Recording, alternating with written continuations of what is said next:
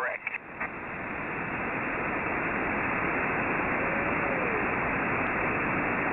That's too bad. The good Lord will punish him one day. You just wait. His turn is coming. His time is coming. All right, Bert.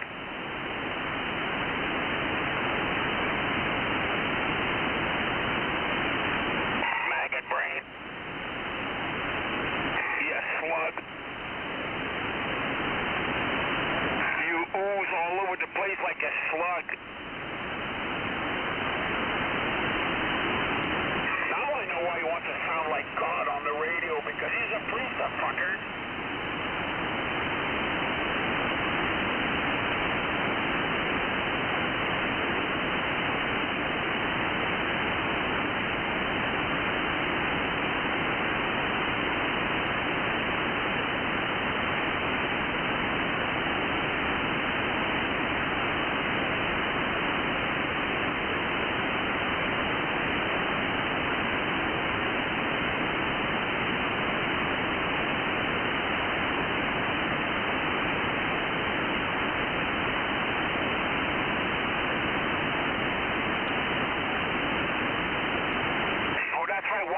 Is approaching fast, so he won't be able to use his golden linear. That's right. The electricity will be too expensive. The rates are too high. He's got to prove to you that he is a priest, because they're on a low budget, these guys. They don't make money at all. Let's check out Delaware's electricity rates.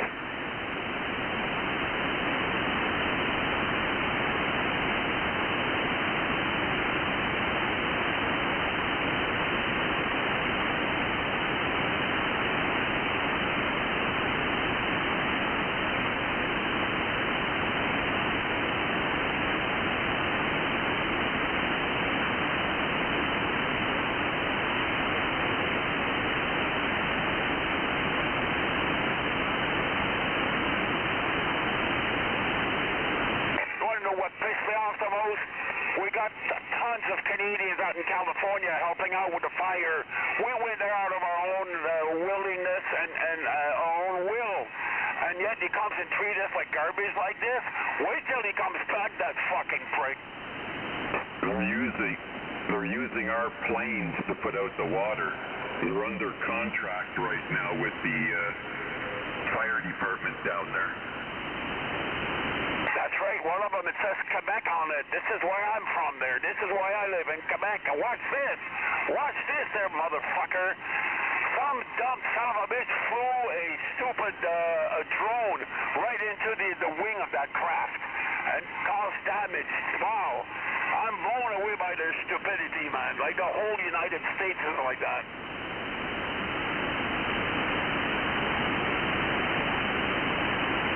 Truly spectacular.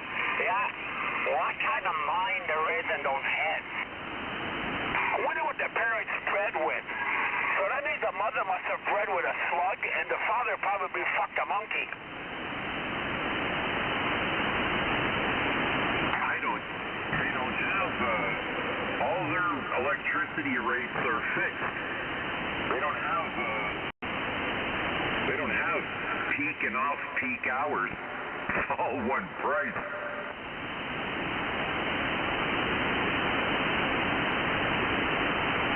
No wonder Rick's mom is always yelling at him.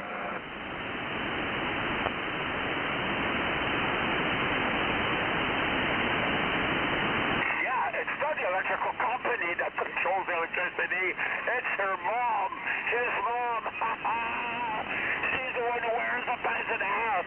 You only can attack there from so hours. After that, that's it. The dumb fuck obeys her.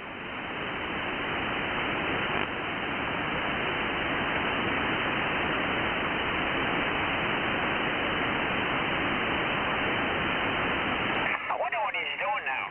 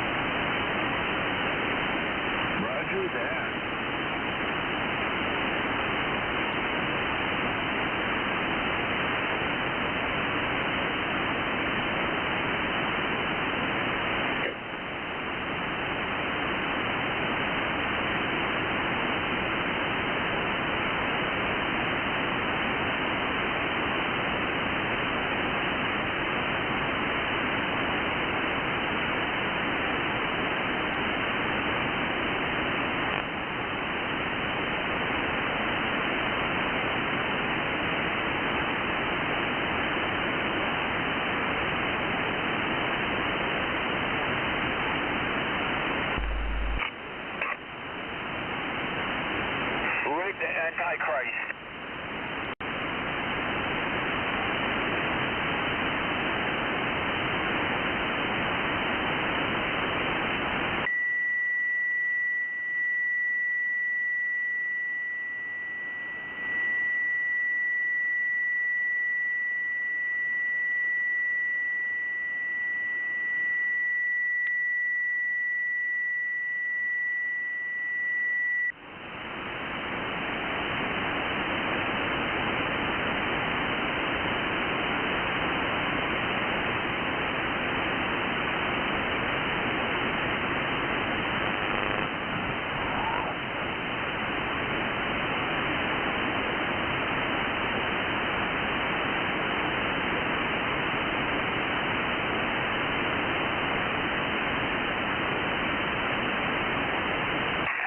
Boys are tuning their linear, assholes here. Goofball.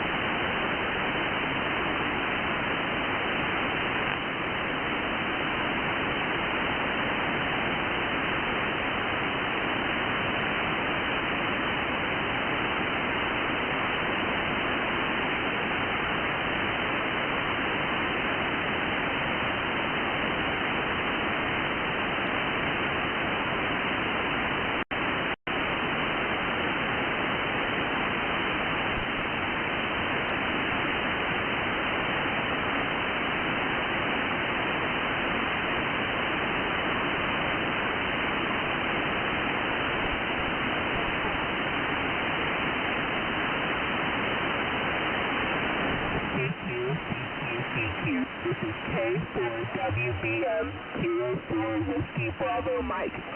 CQ. This is K4 Whiskey Bravo Mike listening. Yeah, I'd hate to say it there. What was your call sign? DQ?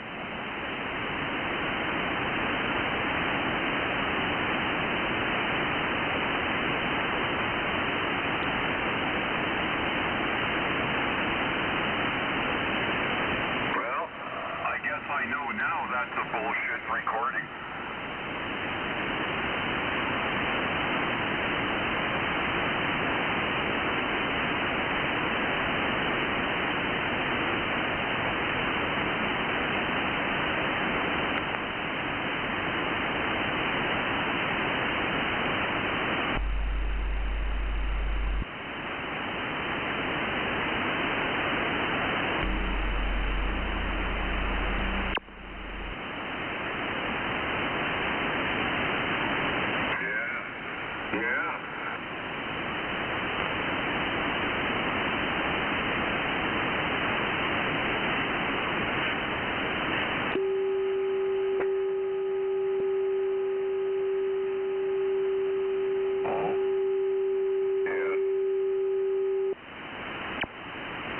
Only one line.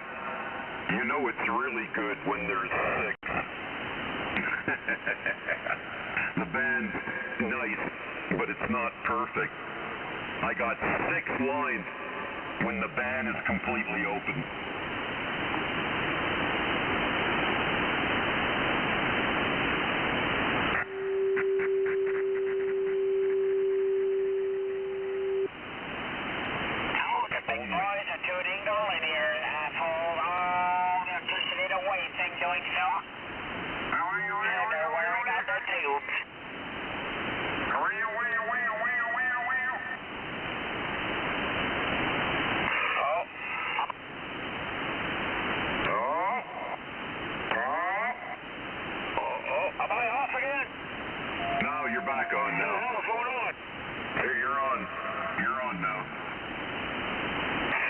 bits there. My old radio's getting worn out.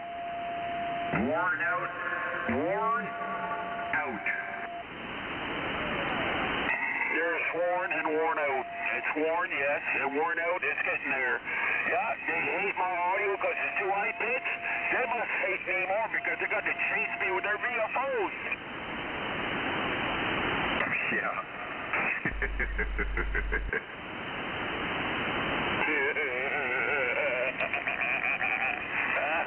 I love it.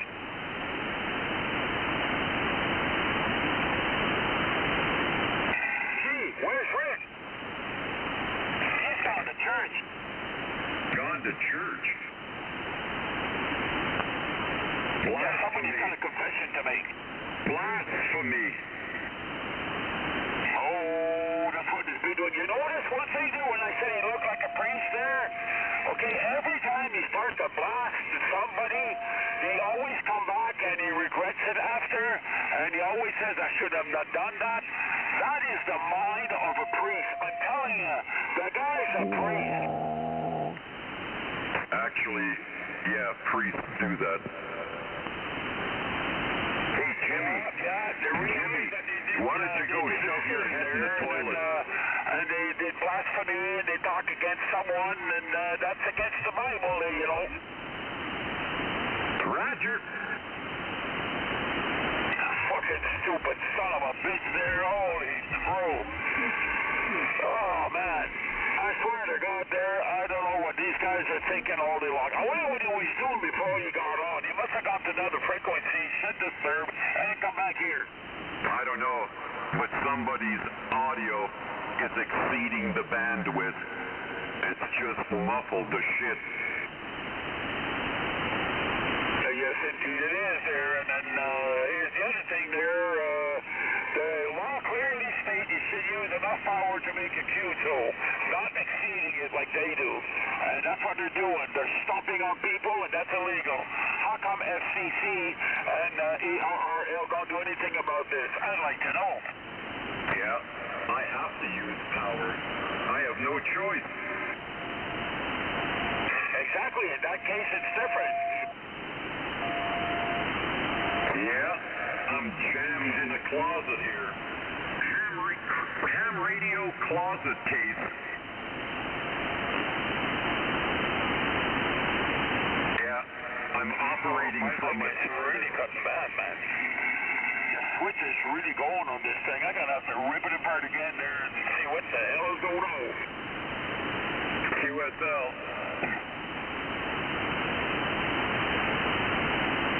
Bunch of bitches in heat. Oh, well, okay, I gotta continue on this coil. Holy shit, there's 3 groups of 5 turn on that little wire, so I gotta go dig out my wiring here, and we're gonna start working on that little guy. Who knows, I might not need it, so that's what I'll do next. I'm gonna plug the linear on there right now, and I'll get up in line again and see if we can get this going. Roger. QSL. Back in a minute. Back in a flash.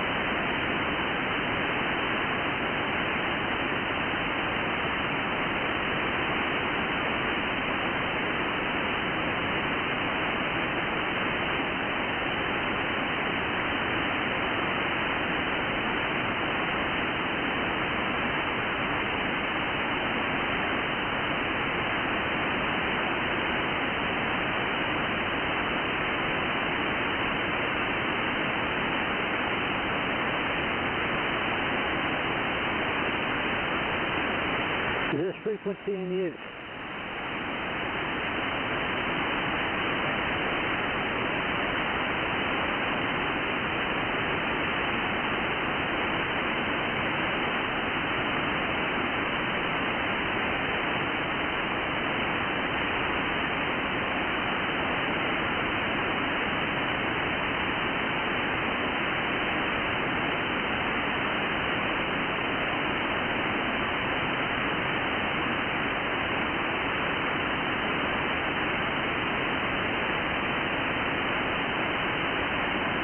Is this frequency in use?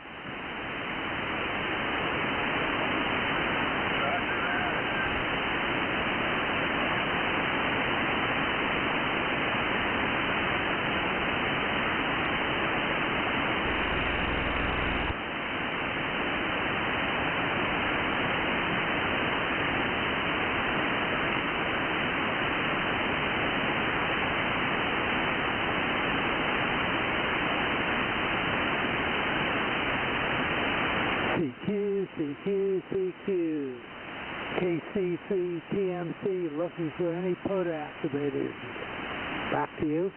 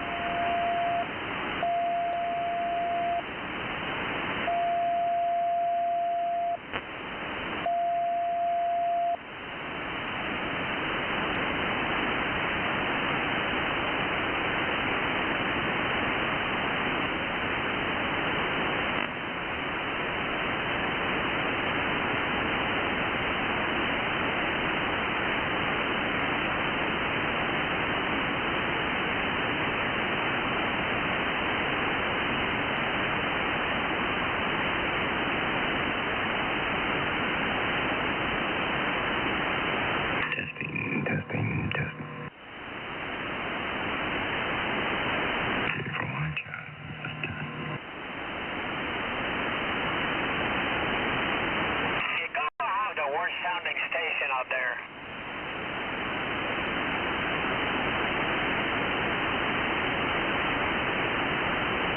You got the worst sounding station. Testing. Now disregard those weirdos. You got Day before Voyager. This is just a test. worst sounding station out there.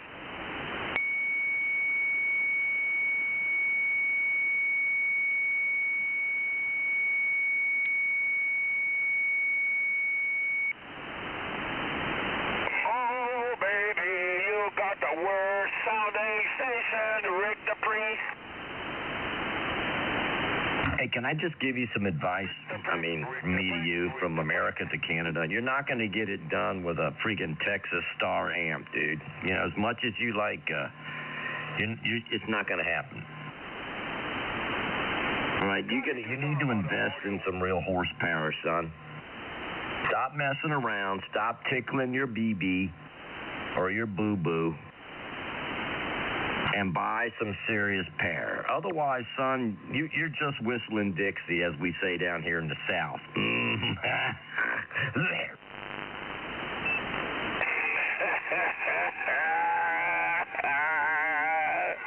You know what? I want to go to... It goes for both you guys in Canada, for God's sake.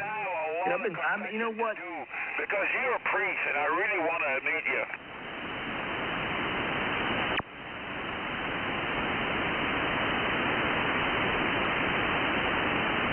Yeah, I'm not here. KB4 White, Joe. I'm back. I'm going to get out of here.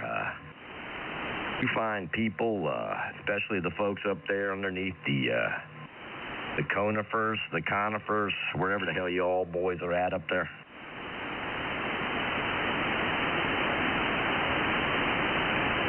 Hope you don't get stepped on by a moose.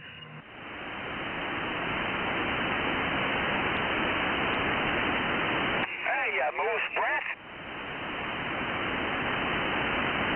What? Hey. Do you like my lady here now? Go.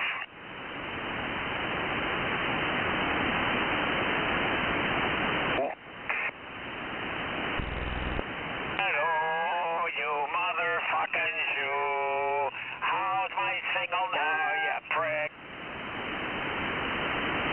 You like that, do you? I'll be back in about 6 minutes, son. Let's see if you're going to be hanging around the monkey bars. Let's see if you're going to be out there spinning on that old teeter-totter. I'm going to tell you one thing, you Canadians. You got another thing coming. And I quote Judas Priest. Canadian bastard. Oh, no. You got another thing coming your way there, you prick. Rick the priest a prick. Rick the priest a prick.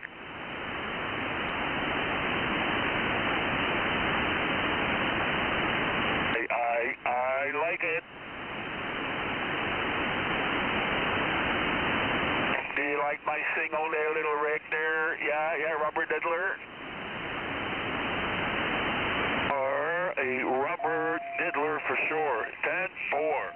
Give me about 6 minutes. These gentlemen don't want to hear me any earlier than my designated dump zone. When I drop out of the airplane, you'll hear me.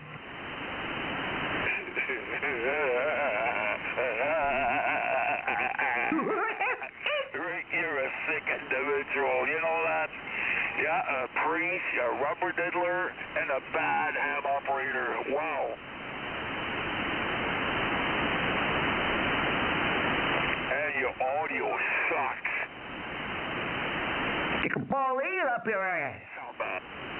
Right up your ass with a bald eagle. To stop on you, because I'm seeing my signal right now. That's right. Check it out, man. That's right. There you go. Hey, watch your needle there. See, I have to tell you things there. Watch your needle. There you go. Now it's just dropped. Yeah, I'm gonna put it right in your ass. Stupid prick. Hey, Rick the prick there. Watch this there. Watch. There you go. Okay, that's what I'm talking about now. Dumb son of a bitch. What are you using the goddamn metric system, son? You went from S3 to S5 here. That's it. Well, I mean, that Texas Star ain't getting it done. Heaven forbid, but those things are made in China, man. China. You're making me laugh there, Rick. Oh, you're making me laugh. You're making me giggle. You are making me giggle. Hey, Giggles. Are you tickling your balls? Your nickname, Priest Giggle. Priest. I'll be back in about 3 or 4 minutes, gentlemen. I can't put up with these Yeah, them. Every day. Why don't you go pray in your parish? Go over to church, get on your hands and knees there, and ask God for forgiveness. Because right now, you're not being a good human being. You do not represent what God has intended for you to be.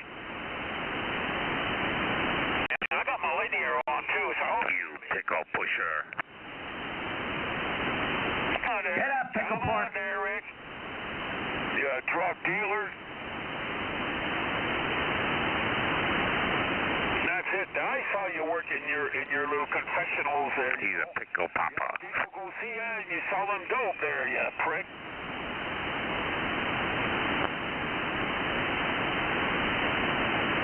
Yeah, I may not have 4 kilowatt, but 600 will do fine here, so salt and state too. And it don't draw that much juice either. I'm watching my single there out in Vermont there, and it's coming out pretty good. There, I just turned off their linear amplifiers. There's a big difference. It's like night and day. 1, 2, Pickle popper. 4, 5. Look at that.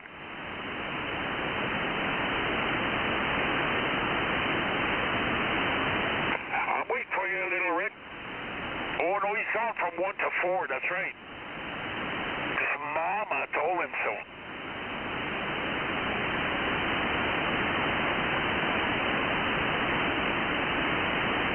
Yeah.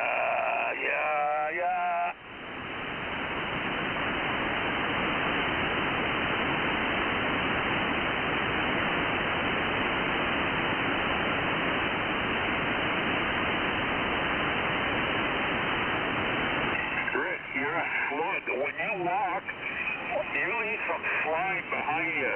So when you talk on the radio, you leave slime all over.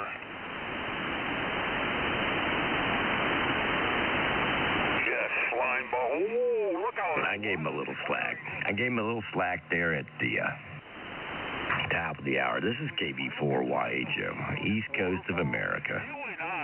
I have to deal with these Canadians or Quebecers. I don't know where the hell they're from. Hey, Rick, no. He's a pickle pusher. Go on the SCR radio on the internet, you'll see the waterfall. Mine is wider and bigger than yours. Gee, I wonder why. Richard. It's a good thing I have a superior aerial system, son, so I can hear you, because you're weaker than... There's mold growing on your signal. You got a day-old signal, son. You got an egg. You got a day-old... Gentlemen, I got to stand by. That made me laugh. That made it. His egg is rotten. A little rotten egg. You are nothing more than a mongrel.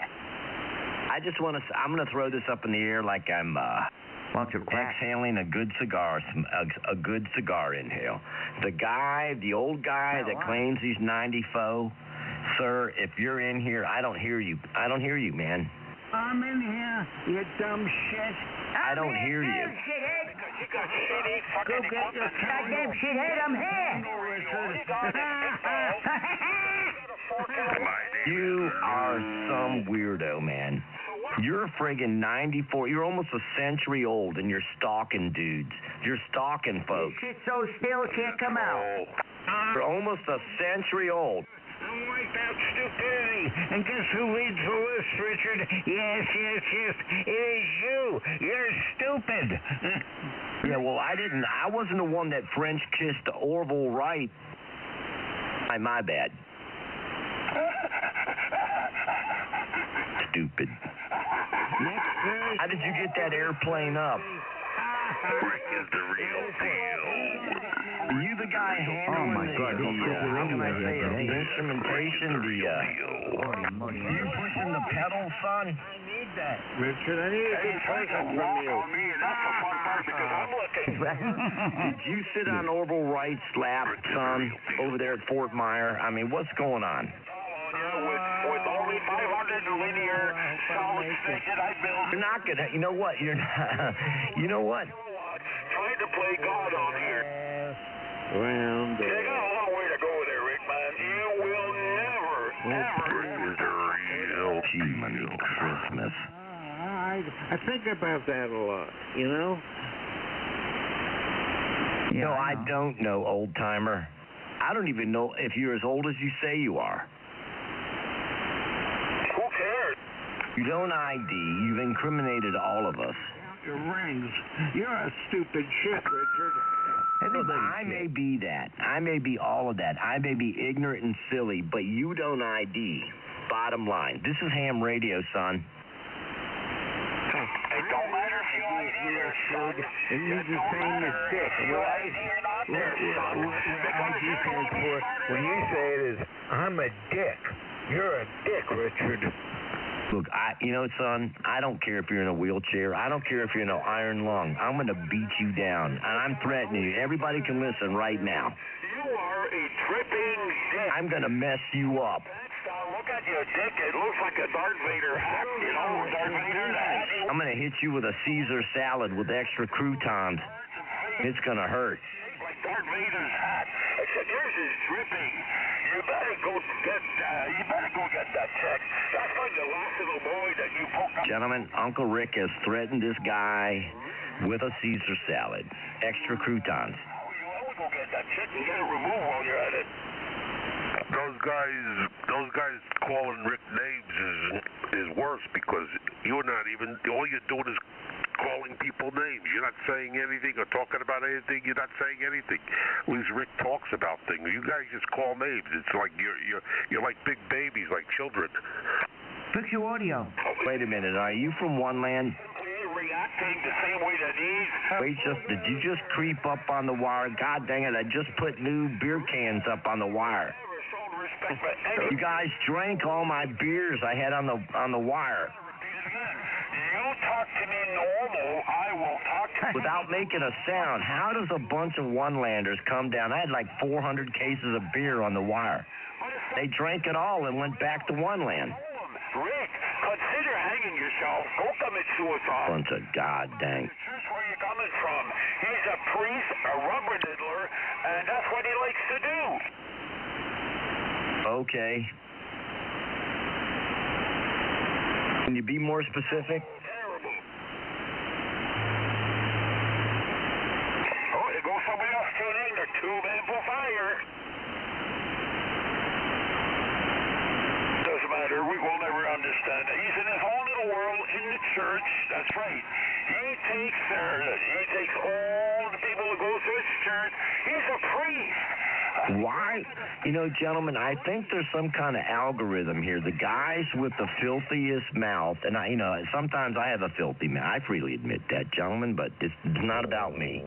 They have no signal, at least not here on the East Coast. Is there some kind of common denominator? We have any math geniuses? Anybody that can run an abacus? Is there any abacus? No, you never taking... Anybody that's done hieroglyphs, anybody that knows paleontology. That'll work. The guy that says my name is Lou, closest to he's in Barcelona. You never did there, Rick. Why? KB4 Live. Come on, get back. He's not on the payroll. He's freelancing. Thank you, sir. I'm not paying you for that line. Stupid.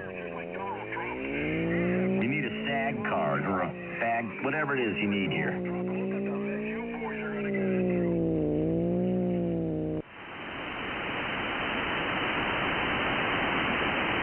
Hey, the Ferrari versus Ford guy. Shut up. Ford won. You still there, Rick? Come out. No. Ford, man. Big V8 motor. 427, son. Get your mind right. Hey, Rick, just think about it. Change your audio, change your modulation, and things will be fine. Can you please be quiet, sir? Seriously, man. You're a derogatory individual. I get it. Go and milk your cows.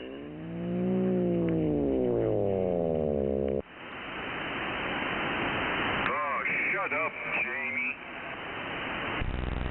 Who's James? Dawson. Oh, Ricky, you asked me to stop. You're the one who picks at me. The Canadian this, the Canadian that, the Canadian this. You're the one who starts. You are demonstrating. Look, I don't want you Canadians fighting amongst yourselves. Hey, Shan, you knew this guy was a liability, son. You understood this guy. You let him. It's like the Tasmanian devil. And what, you're supposed to be God? Yeah, can you? I'm gonna tell you what, James. It's nice to know your first personal, but can you please shut the hell up? My name is Alex there. Alex Spandex. Let's go. No, it's not. Take it up with me there, Goof. Who cares? Yeah, it actually is his name. Go check out the Canadian government call sign. Who cares? Yep, it's registered as a Canadian call sign under the Canadian government webpage. Who cares? Yeah, you know what, gentlemen, thank you for setting me straight. Some of these folks saying, who cares? God bless you. He's a priest. Yeah, you're a priest. I knew it. You love little boys. You grab their snoggles. That's right. You grab their ass. You're a rubber diddler. You are a bonafide rubber diddler. Wow. I don't want to talk to you.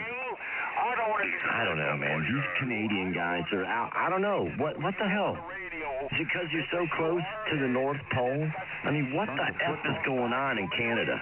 He's a pickle pusher. He's a pickle pocker. Would you shut up? Check it out. There's not going to be any sausage talk here. You're going to get I'm going to tell you what's going to happen with you, son. You're going to have to take your little, whatever this is you're trying to do here. You're a priest? You're going to have to wait till after 1600 local. You are a priest? This is the last time I'm going to warn you about the sausage stuff. I've got 3, I'm telling you, you're done. I saw you.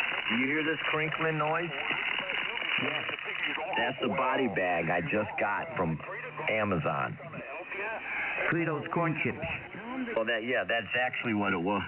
How did you know that? I could hear the crinkle. That was Fritos corn chips. I insinuated it was a body bag. It was not. Corn chips. It is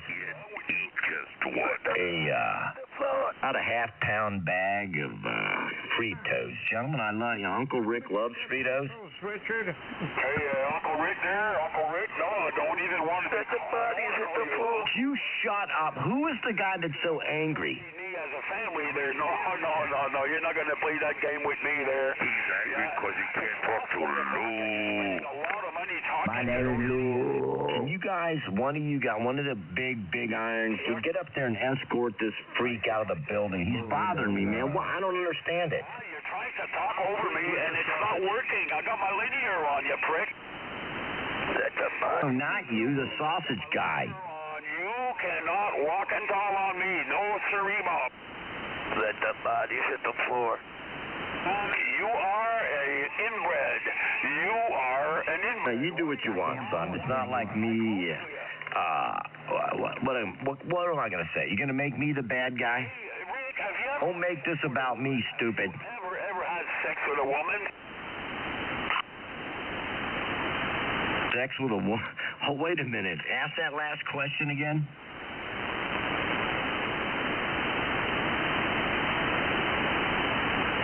Gentlemen, I rest my case.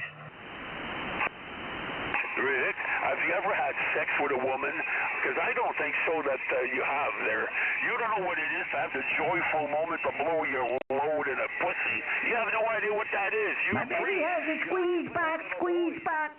I guarantee I've had more Canadian women in British Columbia and in Saskatchewan than you have, son. I probably overpopulated Canada. You're probably one of my kids. How old are you, son? Are you in your 40s? I'm older than you because I guarantee you're one of my children. I saw your picture, Rick, and I am older than you. You're one of, dude, you ever heard of Johnny Appleseed? I guarantee you. And if you... This is Dick Appleseed. Yeah, dumb son of a bitch. I came through Canada, and I planted a lot of trees. You know what I'm saying? Nudge, nudge, hint, hint. Here's a motherfucker. You can't walk on me. You cannot walk on me. Stupid. That guy's one of my offspring. Can you take a DNA test? I bet you that guy's related to me. I'm walking tall on you. I'm walking tall on you. He sounds like he ate a little bit too much Canadian syrup. My CB tuner and my chicken. Got kissed on the mouth by Bigfoot. Oh, man, you got Bigfoot. You're not Bigfoot. You got a big mouth. Come on in here, son. Hey, what's his name? Mike? No, it's Alex, right? But it's not really Alex. That's right, Alex. It's James. Alex Spandex. You go look at my call sign. I told you my call sign numerous times. I ID myself. My name is in there. Alex Spandex. Alex, my first name, last name, Spandex. Go look. How about Jock? That's a fake name, stupid. Oh, God, you're stupid. Go look. Okay, Victor Alpha 2. Okay, Victor Alpha 2. And then, His audio ain't too good. what's the rest of it there? Shit, I gotta read it there. What the hell is this? I hear people calling him James. Hang on there, Rick. There, I got you. There you go. Anyway, gentlemen, you deal with this guy. I can barely hear him. Sierra, CA2FIS, Valleyfield, Quebec. You go right ahead, sir. Go look it up now on the Canadian base, amateur radio by the Canadian government. I am registered there. I am a classified ham operator, and you go right ahead. He is classified. Your signal's not strong enough to maintain a QSO, sir. I regret that either you need to screw your antenna in the back of your radio, or I know it. your accent is pretty bad. KB4 Homo.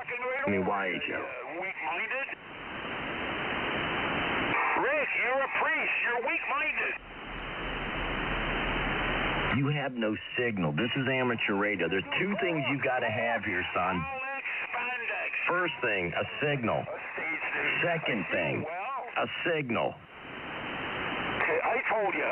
Okay, I'll repeat it again from the beginning because I'm getting sick and tired of repeating myself to you. Call 5, Victor, Alpha 2, Frank, Yankee, Sierra. Location, the QTH, Valleyfield, Quebec, Hey, you gotta fix your audio a little better. This is KB4Y. I'm done with these gentlemen up in Canada. If they are in Canada, I have no clue. They're so weak. It's like I'm talking to dudes out there on the Galapagos. I'm talking to a freaking turtle. I'm talking to a... Hey, can I get a quick radio check in one DRS? Are you you're a one-lane? How did you get this close to the wire? Check it out. I don't know. I slipped. I'm just testing a new radio I just made. It sound okay? Yeah, it's all right. You must not drink. Don't ask him. He don't know. Listen, Dick. Don't get all these questions. I just want to know if you can hear me. You answered me, so I guess it's working. But good afternoon, sir. Yes, it is working. I hear you. I told you, you guys, they snuck right up on me, dude. They snuck almost into the command post. Yeah, okay. Appreciate it. Freaking those one-landers. I don't hear anything. Crafty bastards, gentlemen. Looks to be... I need to check them for stilts. About 500 out, so far so good. Thank you. You're welcome. My name is Lou. Those guys are one... What do you mean, don't welcome them in here? It's a whole... You don't understand, gentlemen. Yes, dummy. They're just waiting. They're creeping through the bush. They're diddly-bopping. They're low-crawling. It's in your script. Don't worry about it. Rick, you're a... Well, come. Rick, you're a dummy. All right, I'm going to stand by. I'm going to let them ambush you guys. I'm going to fall back. I'm going to be in the rear with the gear. KB4YHO. He had a beautiful tone, nice signal, polite and proper. What did you learn from that guy? Because you're stupid. That's why you're stupid. My name is Lou. I want to talk to the Jew.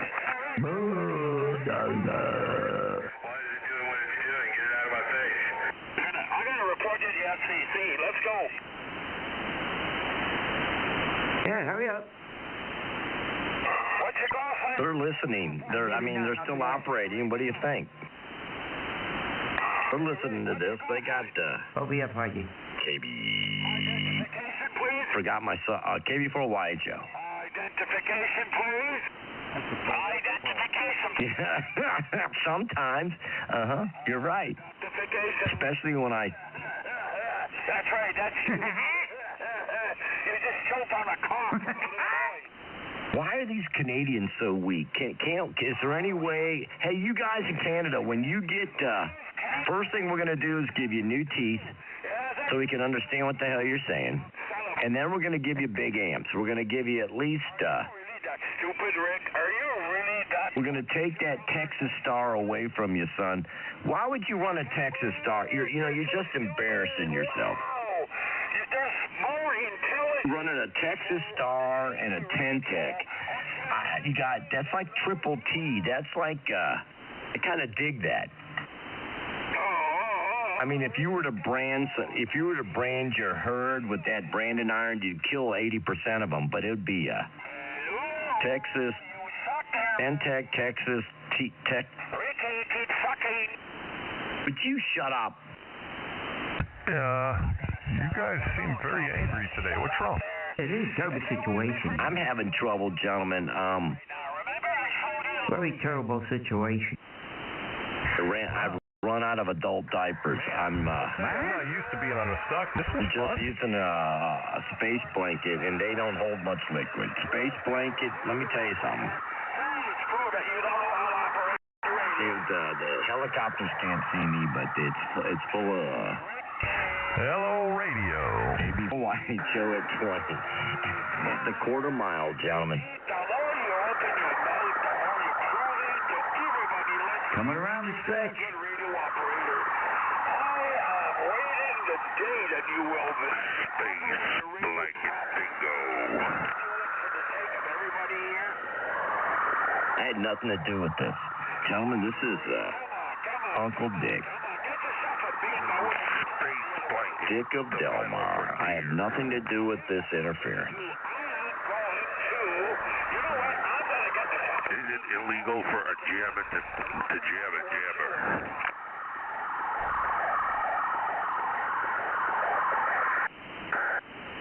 Why are you doing that? Shut off the washing machine. Can you come in and talk with Uncle Dick? Uncle Dick? Come sit on my lap, young man. Come on my ham radio lap. Come on in. He is a pedophile. He likes to play with cocks from little boys. Baby. What do you mean, give my right? Everybody knows who I am. Who the hell are you? Here's Dickie. You don't threaten folks, son. Uncle Dick. Uncle Dick. That's what you said. Look, man. That means all the little boys in your... I have a custom-made tinfoil hat. I had a ham from Ohio send it to me, and it fit my head perfectly. He also said it fit the mule he had in his... He used his mule as a template, son. You admit you're a pedophile. Here's Dickie. Baloney, baloney. Uncle Dick. It's ridiculous. Uncle Dickie. My Dickie's dripping. What's up, Dick? How y'all doing? Oh, rotor. Kill it. What's wrong with it? Right on. You're killing. Tomorrow you wake up to go... Killing out there, too. I'll be signing autographs later, you bunch of freaks. Shut up. Hey, listen, they're rigged there. Yeah, Uncle Dick. If I could get my hands on that one weirdo in Canada, I don't want, if I could, once they become the 51st state, dude, I'm just going to drive my Cadillac over the line and he's done. There's probably going to be mushroom growing on Dick will autograph your microphone, and if you behave yourself, maybe your pickle. That's right. Son, Yourself there, Uncle Dick. let me tell you, if you see a 1970 Fleetwood Brome pull up in front of your freaking, whatever you live there, And gold. you got a real problem. Gold on gold. Yeah, it's got gold. Uncle Dick, you better check it. My orange soul, I'll have an orange soda. Orange Crush. Yeah, orange, that's it. You have mushroom growing on your dick. Hey, you mess with the fro, you got to go. So, Uncle Dick, you admitted yourself you called yourself yourself Uncle Dick. I can't believe it. You lowered yourself to a lower level never heard before. Gentlemen, I didn't want to start this with the Canadians again. I got a letter from their embassy. It was in Canadian. I couldn't understand it. Uncle Dick. Uncle Dick, you said it yourself. You called yourself Uncle Dick, you dumb son of a whore. Yeah, I'm going to tell you one thing, son. One of these days, there's going to be a moose in your front yard, and it's all she wrote. You're going to go out there and go, hey, there's a moose in my front yard, and boom, you're done. What's your call sign? Here's Uncle Dick there. He's coming over for coffee. I've got my Spine. I've got my Orange Crush. Dick, tomorrow morning there. You got mushroom growing on it. That's not a drone, son. That's a full-grown bull moose going to kick you right in the hind parts. Hey, Rick, you got mushroom growing on your dick. You better get that shit. You're not going to be able to sit down for a week, son. Hey, never mind, son. Don't call me son. I'm not a product from you. I'm not a product from you, Uncle Dick. Wait a minute. I'm not in the Navy. Hold the phone, son. You have lowered. Yeah, I got two belly buttons, too. Lowest level I've ever heard. Hey, you guys do know what to do. If you find out you have two belly buttons, right, and you're in the Navy, put one in the Naval Reserve. Oh, my God. In the Navy. Well, the Navy Reserves is full. They're all packed up. You got mushrooms on it. Navy in the Navy. That's a good joke, gentlemen. What's your call sign?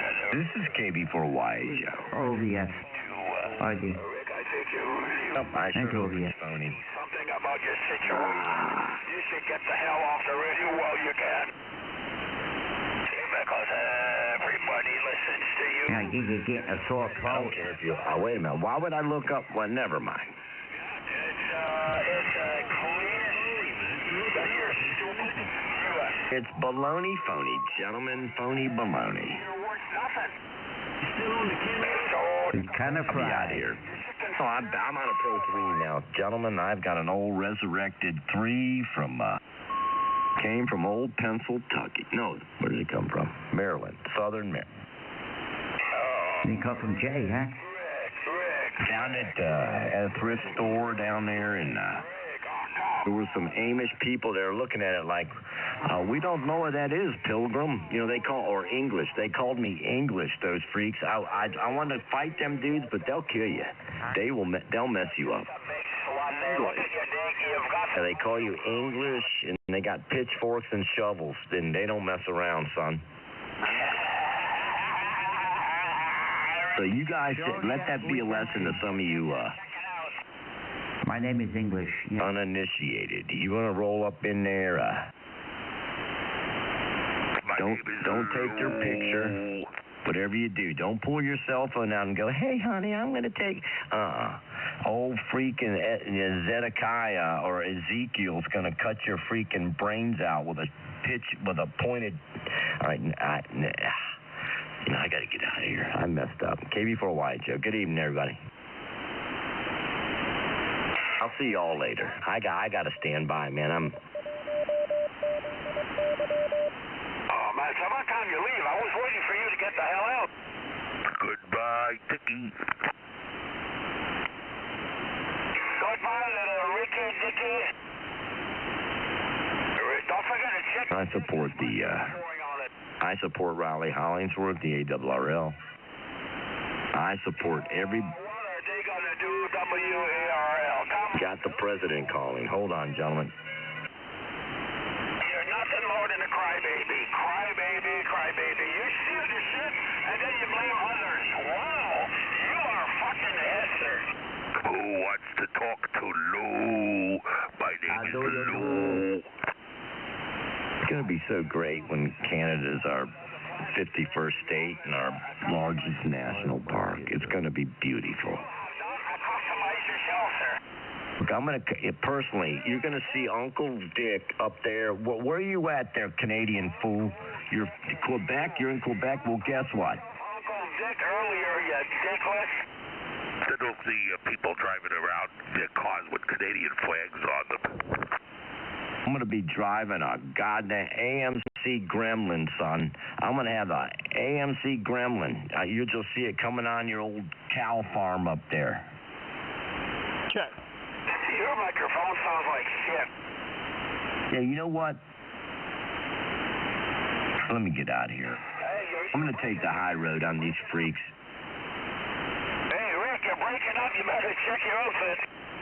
Stop talking to Canadians. Yeah, check your outfit there, Rick. You better hope there's not another terrorist attack, son. Look at my single over there. I've sent a letter to several congressmen. Congressman. I hate to... Bunch of fucking criminals. I'll be running up your hill. Holy fuck there. Come on there.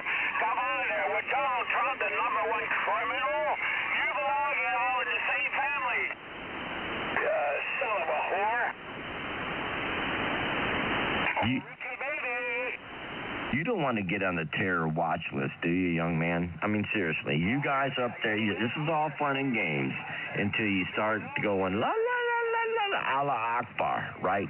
And we're gonna freaking put a god. So, Rick, basically, let go of the microphone because the longer you key up the mic, That guy's a freaking Muslim. Plain and simple, gentlemen. You know what, son? wow. How many times a day do you face Mecca? To see how low you gonna get. This dude, Hey, Rick, stop blowing yourself. Stop blowing yourself. You're burying yourself with a bulldozer, with a backhoe there, for God's sake. What is wrong with you? Here, take a look at my signal there. My linear's on. And now it's off. Hello, linear off. And now linear's on there, you stupid queer. son, here's the thing.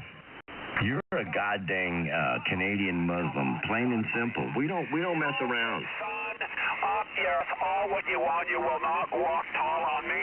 That's all. Holy moly, Andy. Do you understand that? You better straighten up. Look, if Sean wants to mess with your freaking, Flipping out, that guy. you're a goddamn Muslim, you're a terrorist. As far as I'm concerned, son, we'll get around to you eventually, son. Never beat me to it. Never, There's a flipper. ever remember that, son. Come a First of all, I had a Saturday. son there. I'm not threatening the dude. I mean, you want to make these kind of weird, Oh. I prefer the Boomer Deluxe 200 myself. Hey, Rick, you wait a minute. Is that another one-lander on the wire? Hold the phone. Rick, you're They keep creeping up. What the hell's going on? Hey, Rick, your linear just blew up, or the electricity company cut off your electricity because your mama didn't pay the bill. KD1Z1. Okay, before YHO, I shall return. Hey, Rick. East Coast. Better East Coast this side.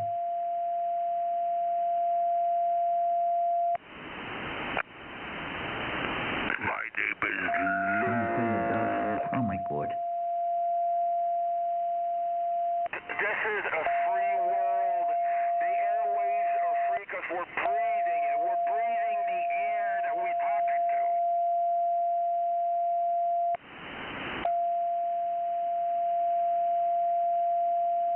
Oh, poor little Ricky, baby. He's trying to tune his linear and it blew up.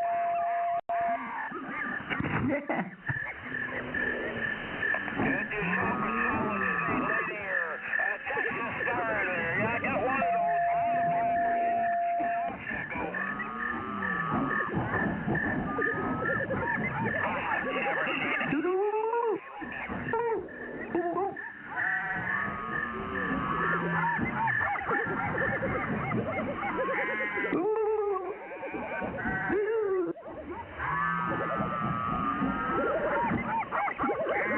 afternoon, Richard. There's a chicken park here. He's going to the church to pray on behalf of a couple of altar boys. Richard, good afternoon. How you doing today? He was back. He went downstairs. Where did he go, to urinate? He went to... His mother was gone. No, he's out for a piss, that's what. He's out for a piss and he's out to his church to play with somebody fucking... What is he, squatting in the backyard? He's out to play with altar boys.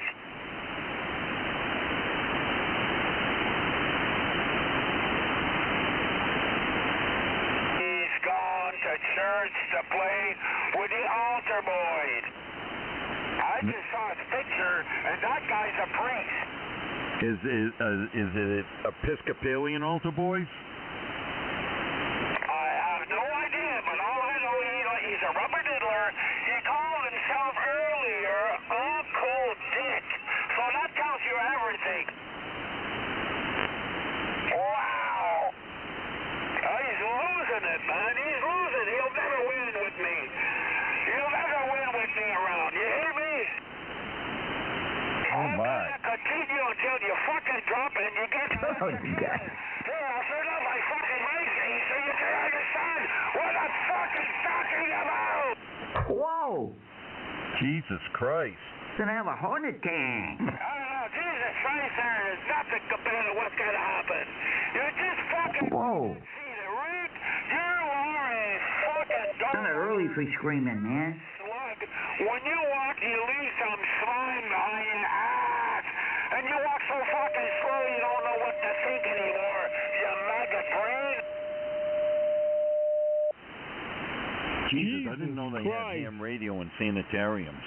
No, never mind ham radio. Rick is the one who started it. I think he needs a better microphone. He's screaming in it. Woo. Don't blame anybody else but Rick the prick. Seems like he's got a holler under that microphone. Yeah, that's what I hear.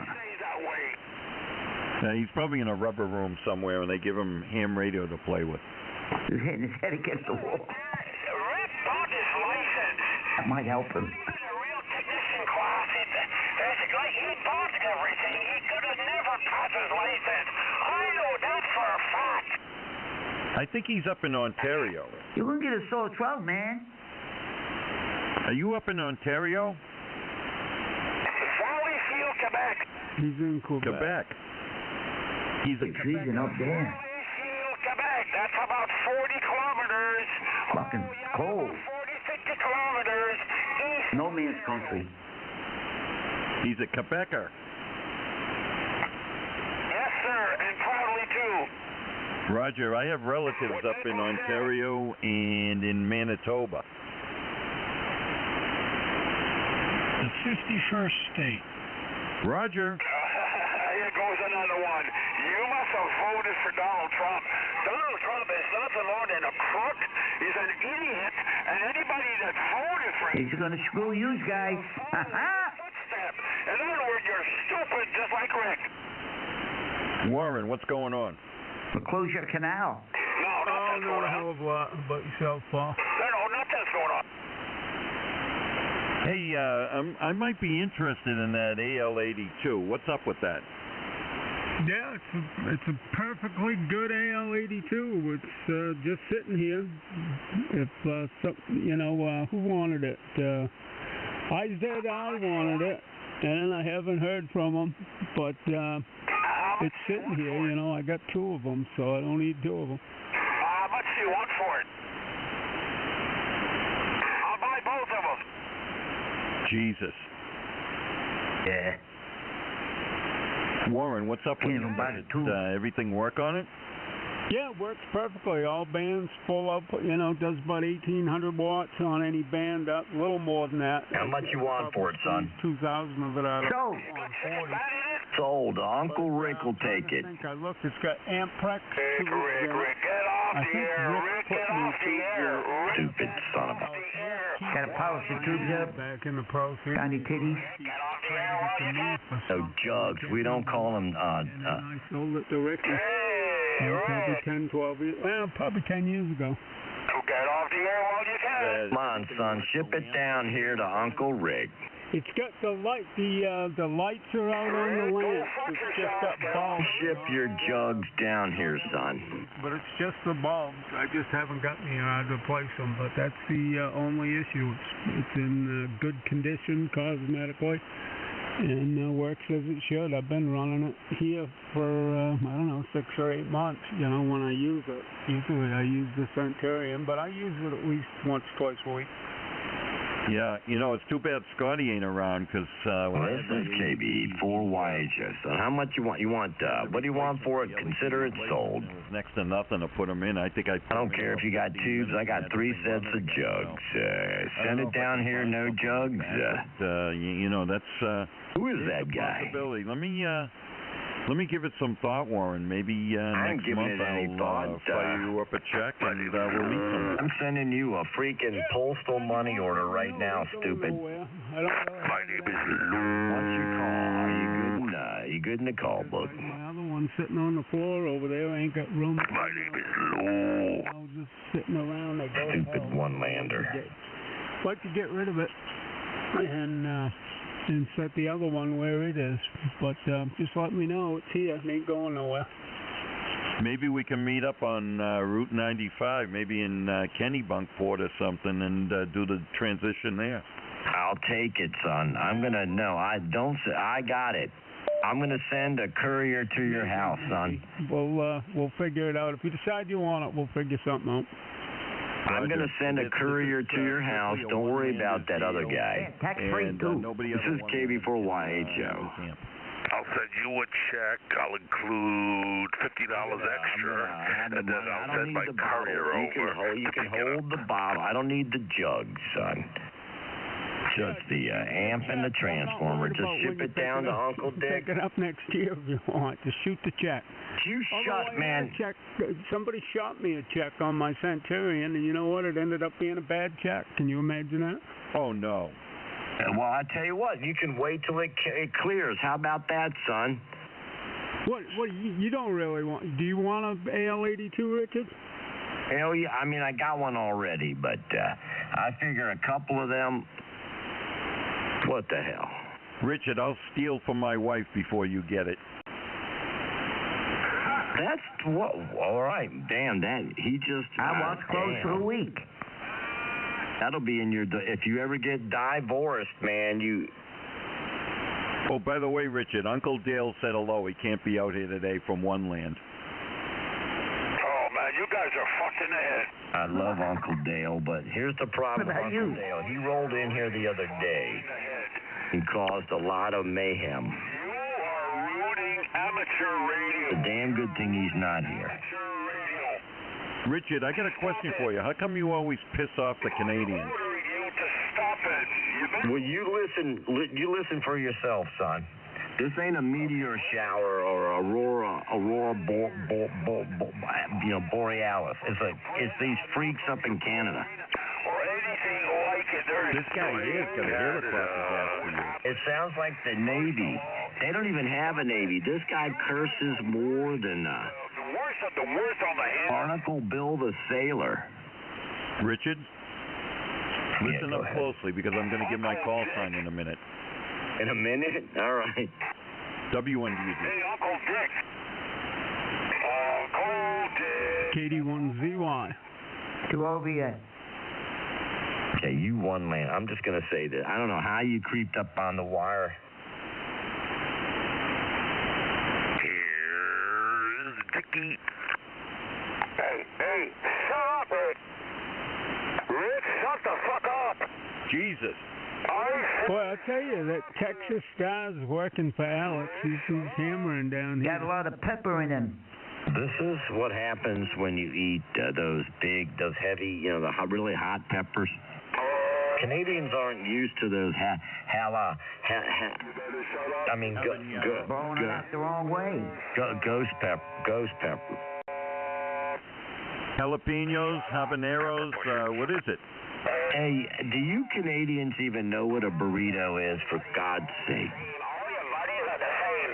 You boys are pillow biters and fudge packers. It's Burrito, that's the Spanish guy that runs the bodega. Hey, Warren.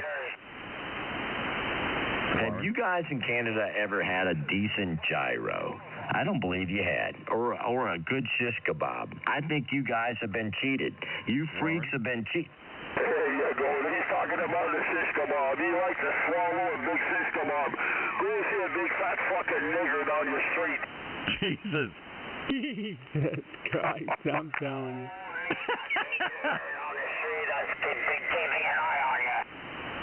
You don't see, I've seen a lot. This is the pinnacle of this kind of stuff right here, no question.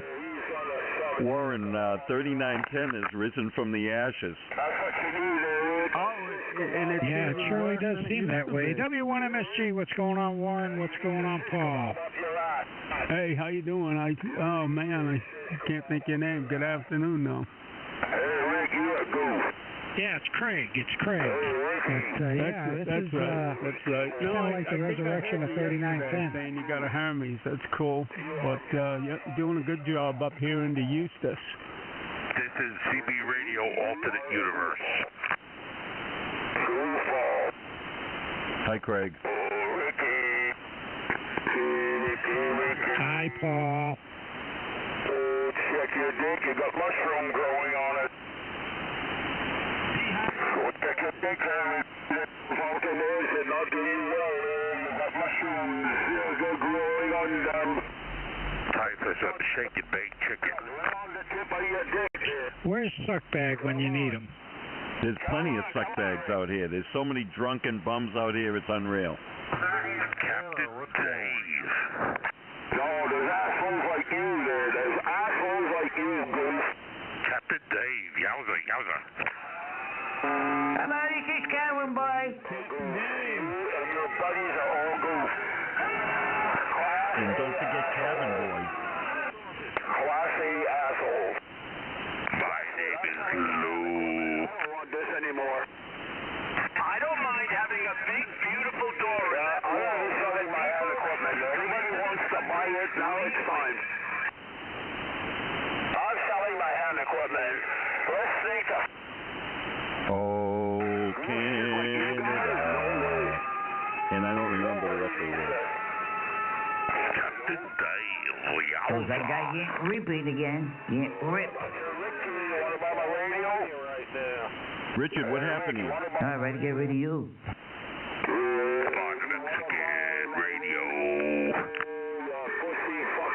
I'll be back. I got to go to book club. I'll be right back. Book club. You got to read a book on the throne. Come on, buy my radio. Hello. Buy my radio, Ricky. You gotta buy my radio. Hello.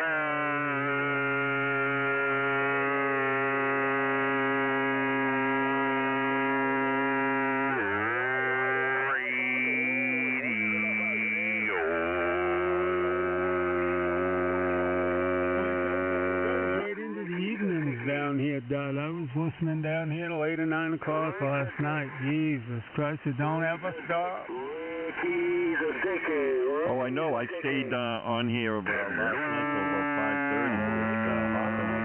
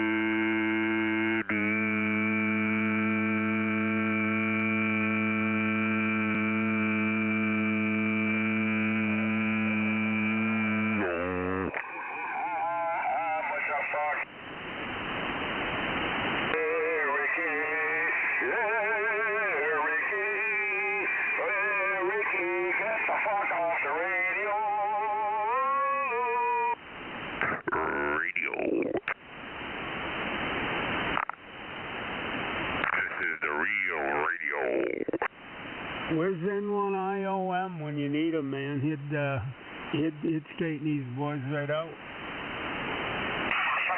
This is the rubber duck, and I'm about to put the hammer down.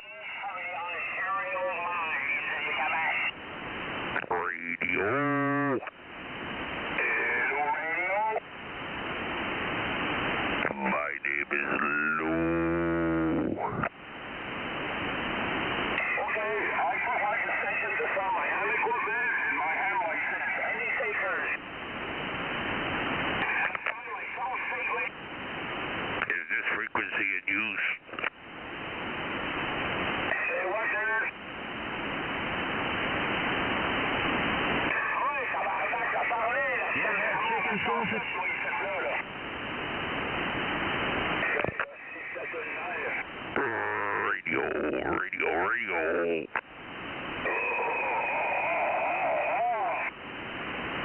How about a sausage pot pie? You ever had a sausage pot pie? Yeah, put a little sushi on it. Ooga chaka.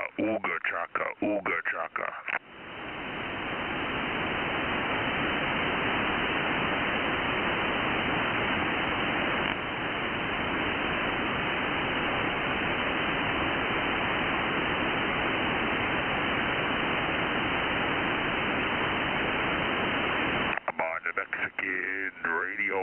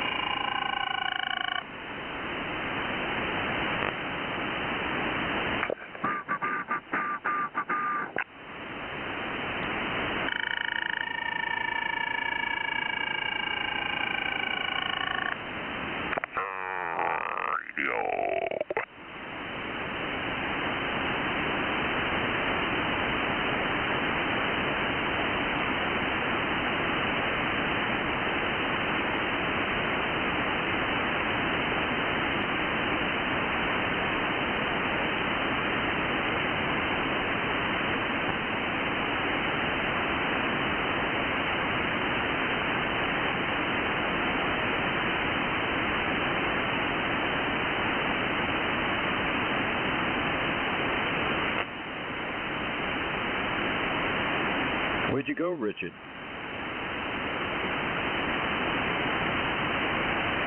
He went to the toilet.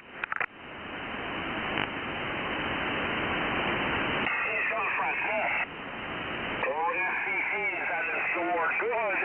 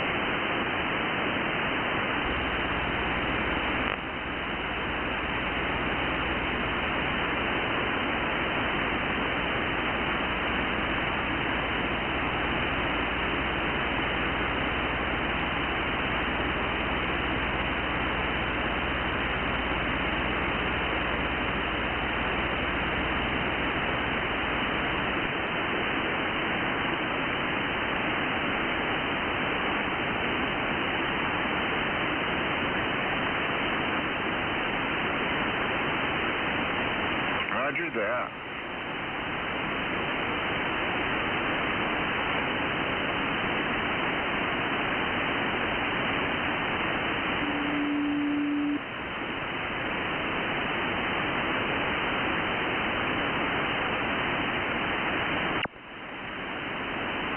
Everybody's going for a fit.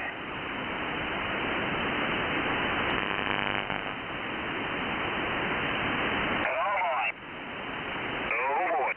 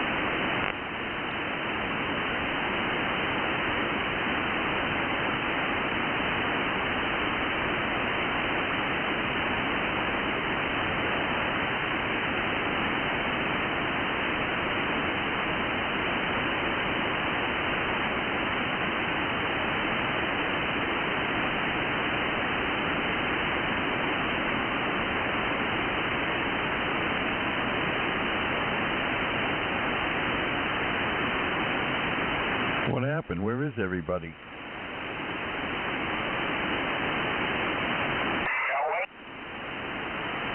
Go ahead, Ottawa. Go ahead, Ottawa. He's off for fish.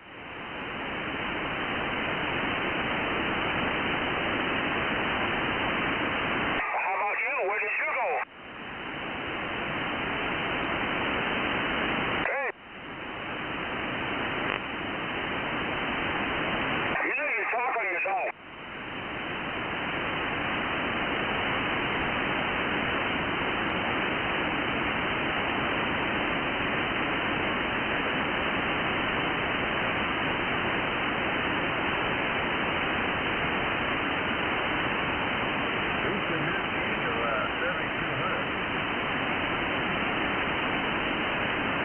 Dan's gone. I want to know who the new king of 7200 is. Is it AC1 Double D?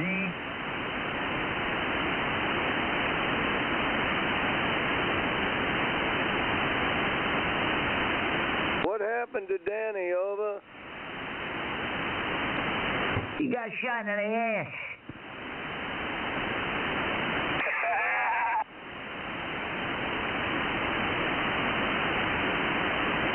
Where'd Danny go, over? He went to visit you, Joe. Over.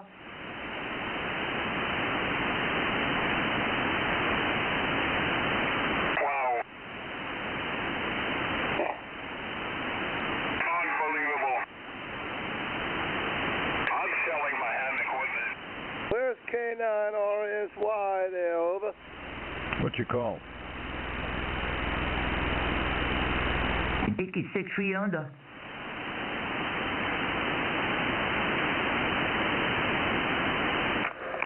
This here's a rubber duck, and I'm about to put the hammer down.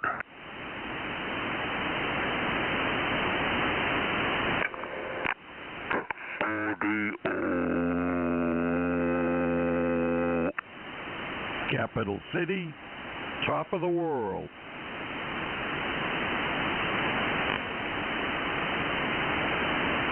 Right by, top of the world.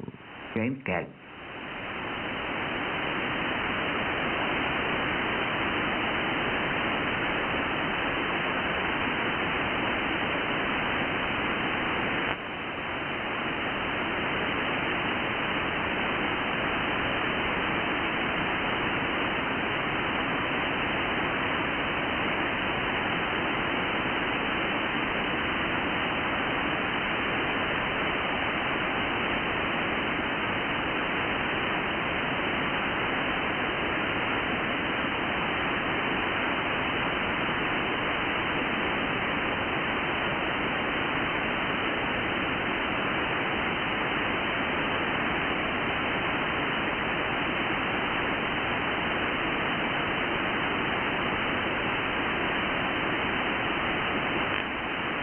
W1DD.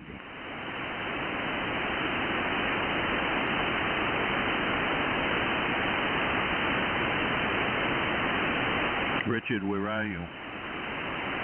Richard?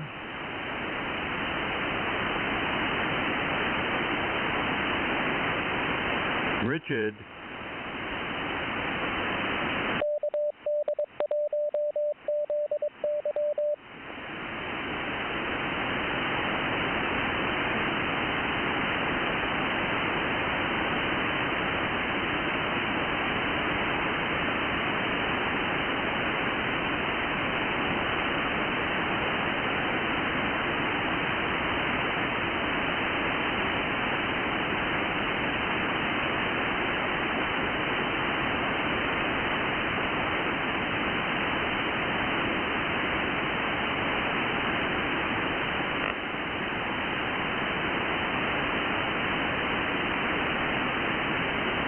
Papa Boom, Papa Boom.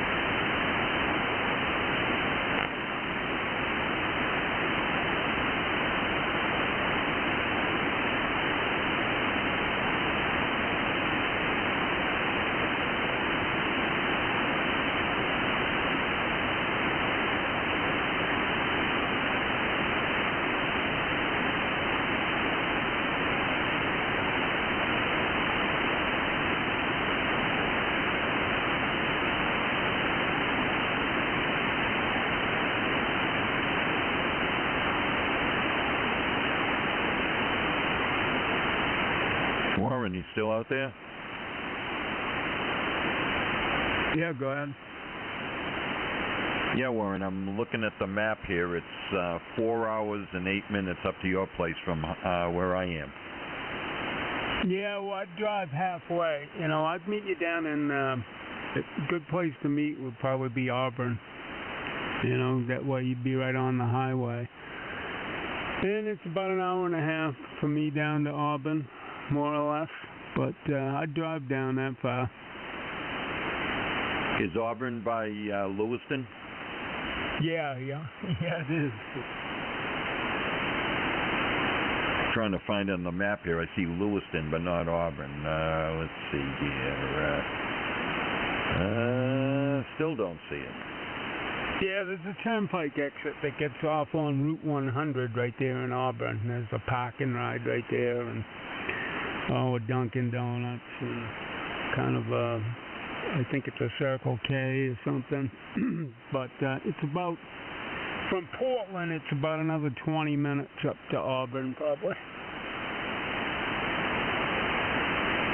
Yeah, I could do that. I mean, I could have sold it a couple of times, but I'd have to ship it. And I'm telling you, it ain't worth shipping those things. You got to take the transformer out. You got to build a wooden box for the transformer. It's just a hassle. Yeah, that did give Uncle Dale and I a nice road trip. Go up in his truck and, you know. You got a box for it? I don't, you know, all the stuff I got, it sucks too, because I know Ricky had all the boxes, but evidently when he passed, when they cleaned the place out, they threw all the boxes away, so I do not. It's just the amp. It's just like it, you know, I picked it up right off his radio shelf, so put it in my truck and brought it up here. Roger. Yeah, I'm leaning toward picking that thing up, so just hold on to it. You can hold on to it till February. I can do something. Oh yeah, it ain't going nowhere. I ain't got time to go bring it anywhere anyway, so. And it's a good deal. It's about 5, 6, 7. It's about $800 less than I paid for mine, and it's in the same shape. The only difference, you know, the one that I bought has the grid protection circuit tuning aid installed, and that's the only reason I'm keeping that one over this one, just because that is a nice feature, especially if if you're running remote. If anything happens, it trips out. You know, they don't have that from the factory, but they're good amps. I've had 3 or 4 of them. Never had any issues with them. They work good. Yeah, I'll keep the 221. The green wire was not cutting it, and I'm surprised Ricky never cut the green wire, but I'm surprised I never did, although I didn't do much 10 meters. In the operating position. I did clip the green wire just to make sure, only because I tried loading it up on 10 and it wouldn't do nothing, so then I took the cover off, and I saw the green wire wasn't clipped, so I clipped it, and puts out legal limit on 10 too, well, a little more than legal limit. Man.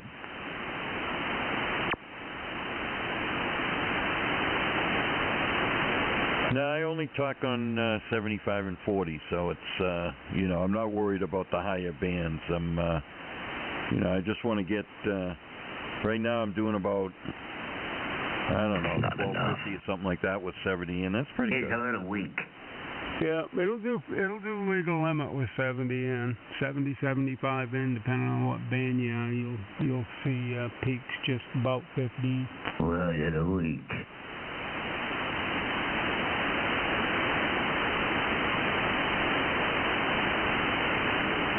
Can I just step in here first? I just got off dropping off someone at book club.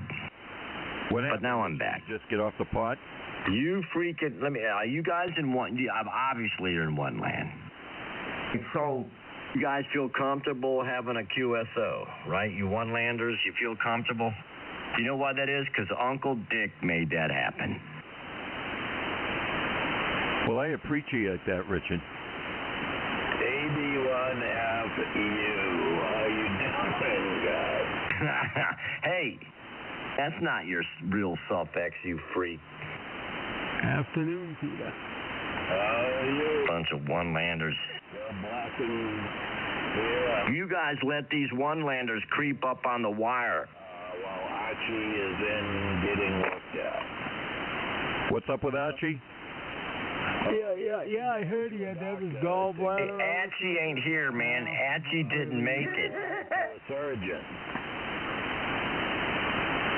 Oh, I doubled with you, Peter. Go ahead.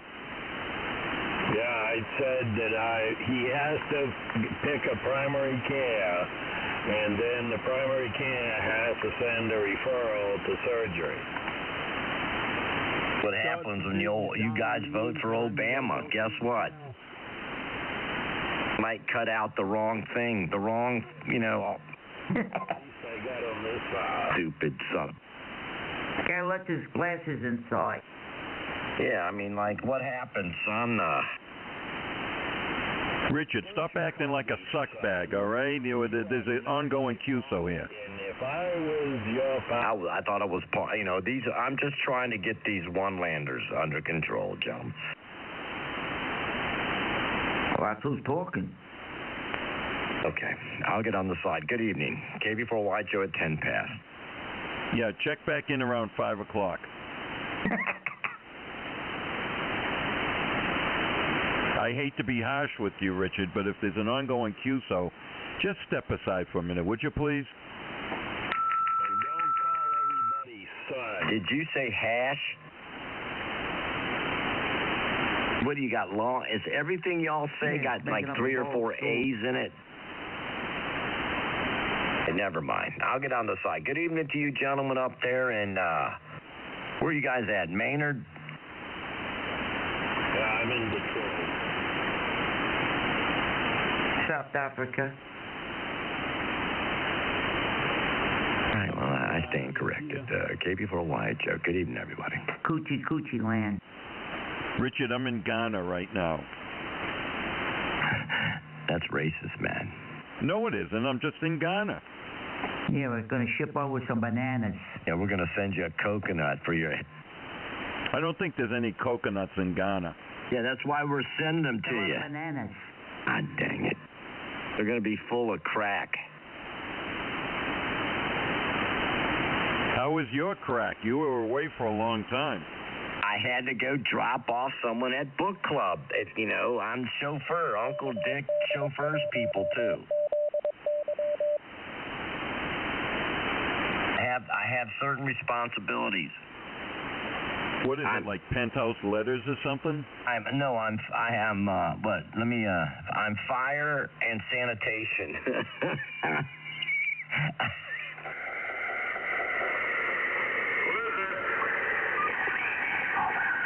Get across the mean beans.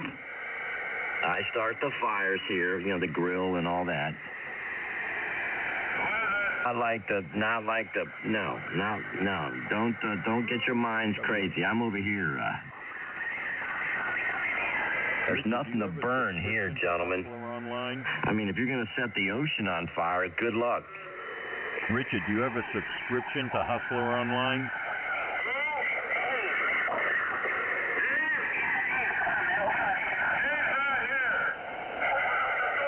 Gentlemen, I'm going to stand by. Apparently, I'm not sure what's going on in this frequency. I've got another, how much time do I got? An hour? Yeah, all right. I got an official timekeeper. Richard, you don't have much time if that operator up in Ottawa gets a hold of you. Not pronounced. That's Ottawa. He was very angry at you, Richard. Which one? The guy that was on earlier. He doesn't give his call sign. Alex. No, he gives his call. It's VA something. That's Alex with the Texas Star amplifier. He got him a Texas Star 667 behind his 10-tech.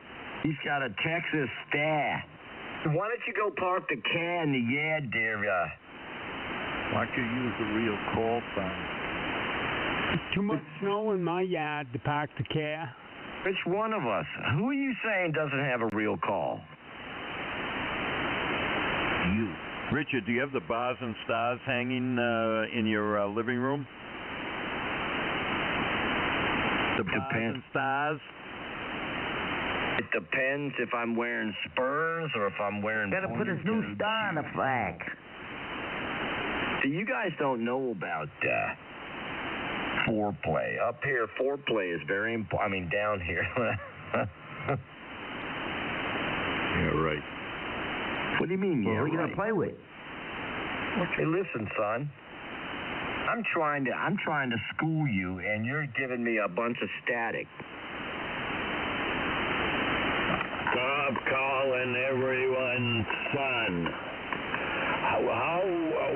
Why do you even say that phrase, son? That's out of disrespect. Want to go up 5? Let me tell you something, young man. It's a term of endearment, you, Okay, old man. Richard, do you got the General Lee in your driveway? You know, it's funny you said that. You know that Bo Duke has a YouTube channel where he's got his own General Lee?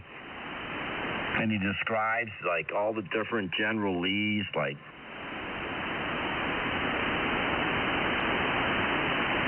But they never hassled him about the flag. I don't know why. He just kind of brushed over it, though. You know what I'm saying? Personally, I'd rather hear the intimate details about daisies in General Lee. That's why you one-landers I have a problem with you guys, you one-landers. You know, Richard, I wasn't feeling well about an hour ago, and I came on the radio, and now I've been cured. You ain't been cured, son. Here's what's happened to you. I've got a couple of lobes. Have you ever seen a picture of Dolly Parton? Yeah, I'm familiar with her. Okay. Well, that's how I modeled my inverted Victoria after. Wide open. Modeled my lobes. A hell of a spray. You boys in one land are going to have dents in your head. A little dippity-doo. Yep, you're going to have, because I'm silver dollar, going to look like a moon crater. Did your ex-wife have... That's not an areola. That's a freaking molehola. Did your ex-wife have big lobes, too? I think it was the booty. You know what? Gentlemen in one land weren't able to penetrate the outer perimeter. Of the lobes?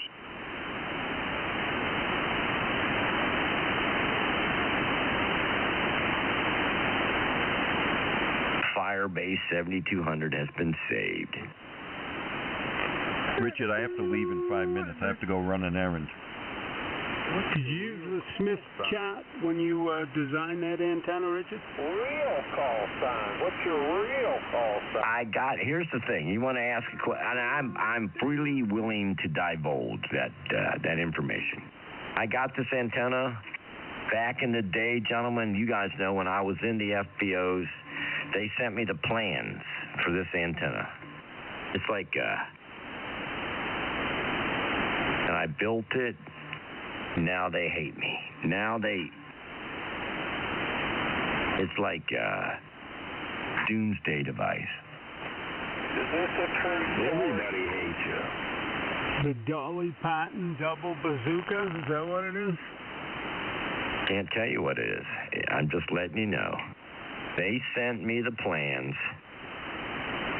You can blame the technical department for the FBOs. Specifically that dude, T.O. Double Dog Biscuits. Todd Lincoln?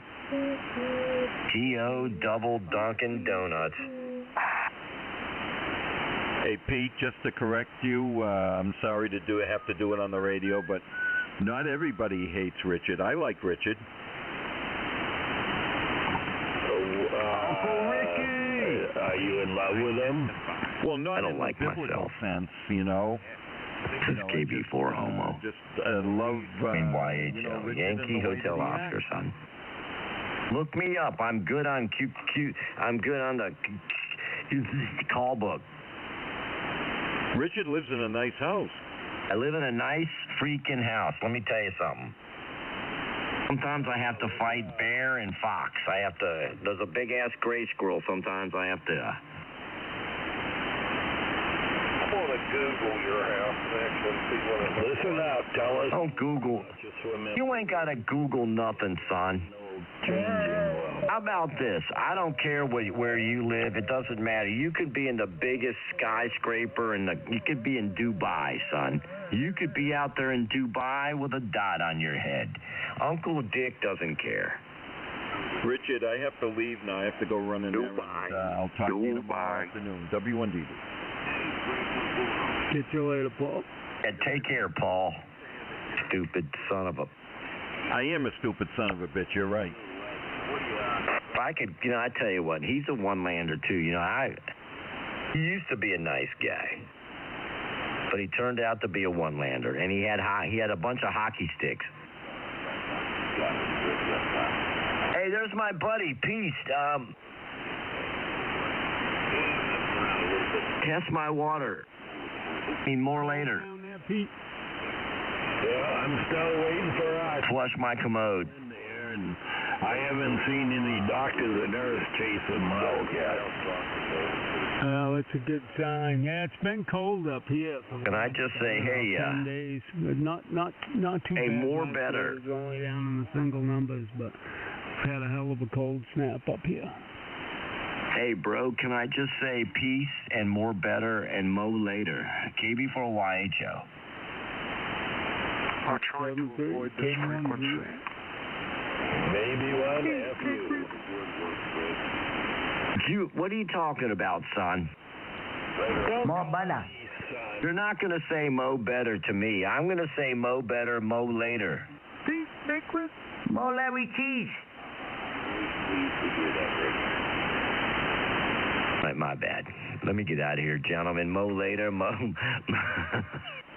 You're always coming and going. Yeah, I got to do a couple errands, too. Nice to hear you, Pete. Actually, I heard you yesterday, I think. But maybe I'll catch you later on.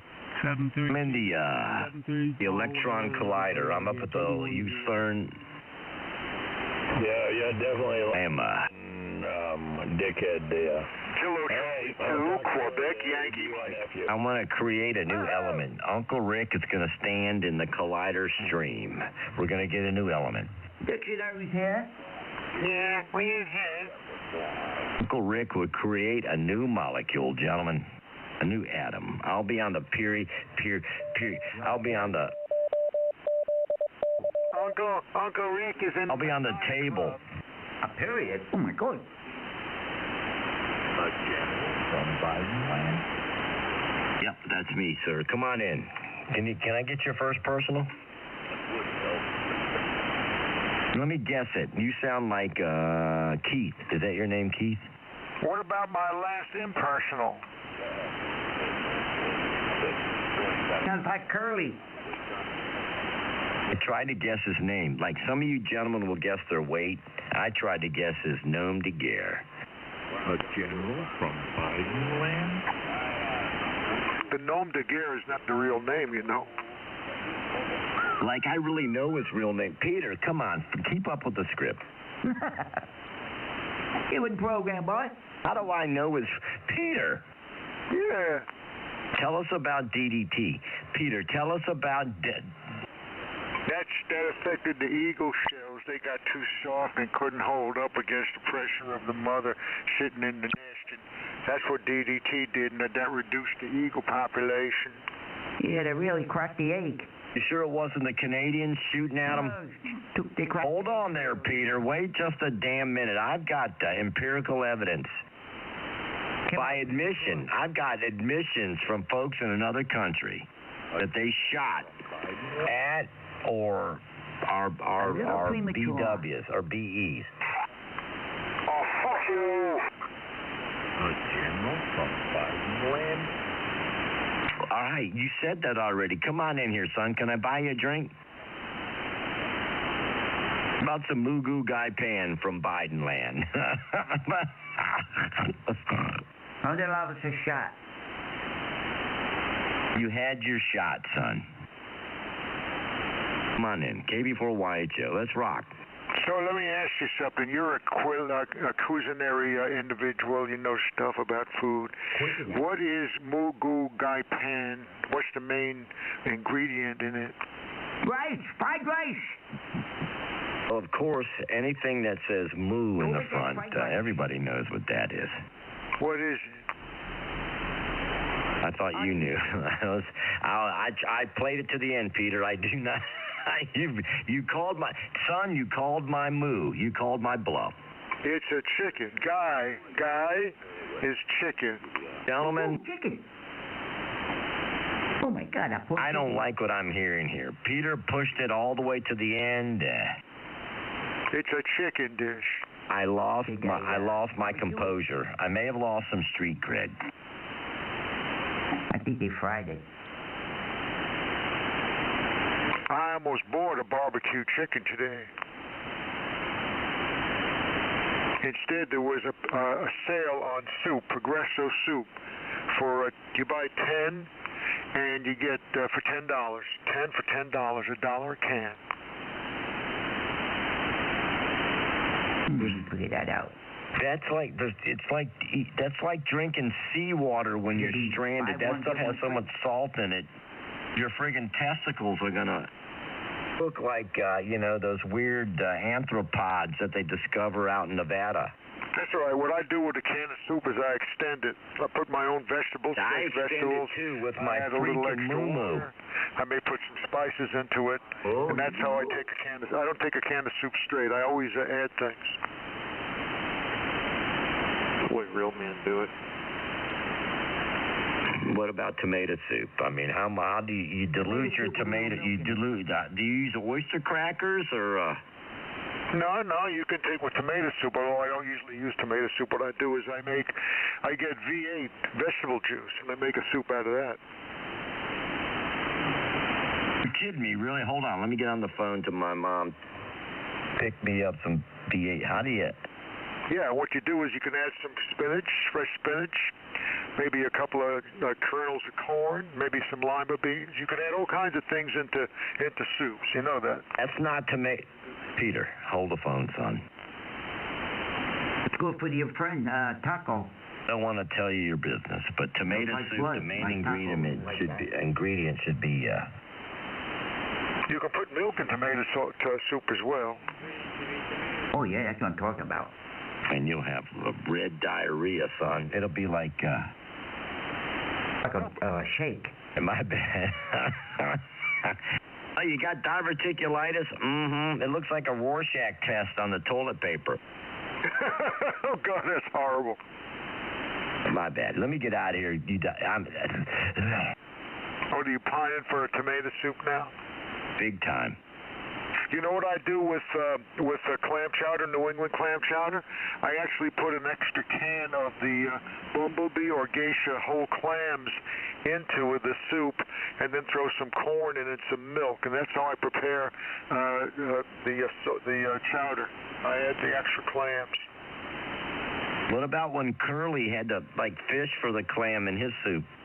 Oh, remember that? And he put his face really to the soup, and then something that was a lobster bisque or something, and the lobster claw came out and got his nose. I've got corn in my stool. It was like clam chowder. He tied like an oyster cracker to try and fish it out. Oh yeah. That's funny stuff. I got corn in my stool. Well, that means you're not chewing, you're not masticating your food properly. If you got corn in your stool, you're not chewing your food. You're just taking 2 chews and gobbling it down. That's not good for you, boy. Here's the thing. I love the term masticating. You know why? Because that is a direct term used if you have a mandible. And everyone has a mandible, just not ants. We all have mandibles. That's correct. Could you explain it? Because that hurt my head, my brain. You're only a general. We have lateral mandibles, but an ant or some of these insects, they have collateral mandibles. That's it. Peter, God bless you, Peter. That's it. They get 2 digestive systems. I mean, collateral. That's it. Yeah, because the mandible is the clutching claw of the face into the mouth, and the mouth is a separate orifice. Wow, that makes me tingle a little bit. Well, you should be tingling. Does that make your dingleberries vibrate? You know what a dingleberry is? There is I'm glad Peter asked this question. There is a scientific term for D-dingle-berry. Usually if you have a herd of animals, like goats or sheep or cows, if you look on the anal area of the animal, they get these pieces of feces that attach to the longer hairs of the area around the anus area. Those are called, and they hang out and they harden up, and those are called dingleberries. That's correct, gentlemen. And let me tell you one damn thing. Wow. And let me tell you who made the heavy-duty shears? Dingleberries on the end of his tail. And you shut. Swaps his tail around and stuff, and you're not watching. That piece of hard poo on the end of the hair on his tail, it knock you out, maybe even kill you. Yeah, here's the thing, Peter. And the reason I know this is I used to work at a dairy, so I've seen it myself. Yes, a killer. We used to go out there and trim the. And he had a milking machine accident, gentlemen. Shoot, I'll give one of them a try. Why not? And let me tell you something. When that manure hardens up over time, it's like a rock. Yeah. That's almost like you can get. They tested it. The old Marine Corps tested a manure vest. That was better than Kevlar, but it smelled bad. Oh, no. You're talking about, Peter. Anybody else work on a farm ever seen a dingleberry? Sure have. Probably some of the fellas down south would know what I was talking about. The people that shear sheep have seen freaking dingleberries the size of your head, Peter. I don't know about that. They'll make a sweater out of a dingleberry. It's called a freaking turtleneck. Oh, yes, General. That's right, son. Oh, but I knew somebody used to make KB4YHO at 30. Are there fellas out there throwing tomatoes from the anonymous crowd? Is that what it is? Yeah, tomato throwers. Making fun of my license. Still have my novice call from like the 80s. Dingleberry pie. They like to squish. If you guys were worth more, I'd get my extra class, but why? You guys aren't worth it. How about that? Hey, I mean, is that insulting? Pie? What is it? I meant it to be, you bunch of mooks. What is your favorite fruit pie, Rick? Raspberry. Rick likes dingleberry pie. I love raspberry, any kind of weird berry, blackberry, blueberry, raspberry. But you gotta have a few. Raspberry was your favorite. Mine is cherry. No, because that's one step away from a prune, Peter. Cherries are the next step from prune, son. Well, prune pie, I'm not sure you see it very often. You see prune Danish or prune, pastries, but you don't see a prune pie. Well, it would be peach, wouldn't it? It'd be before the prune. I like a honey pie. Or plum. It'd be a plum.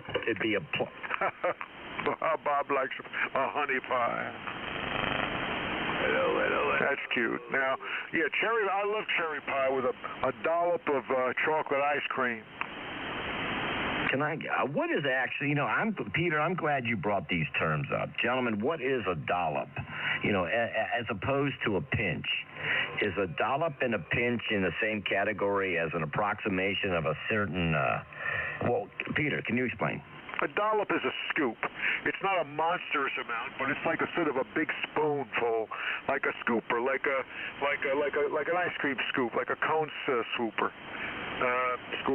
It's just called a dollop. It's like on the end of a spoon. You just dip the spoon into the pudding or whatever it is, and you wallop it back down on the pastry.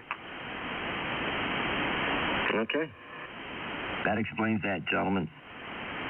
It's more like a serving spoon. KB4YHO at 30.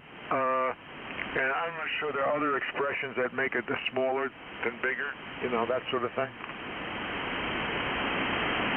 But these are ancient words that are lost in today's society because the kids don't have the education anymore. Radio check. Yeah, very few people know what a whisk is, Peter. I mean, I bet you there's not a lot of folks on this frequency that know what a whisk is used for. Well, you have to hang out in the kitchen and know what all the tools in the kitchen are. Thank you, Peter. And most men and women today don't even know how to cook, you know, basic stuff. Everything is prepared foods and all this other stuff. Good old microwave oven. I don't own a microwave. I never owned a microwave. That's why my gallbladder blew out, man. One day I was sitting on the commode and looked like a jellyfish. It was my gallbladder. Ugh. My bad. That was...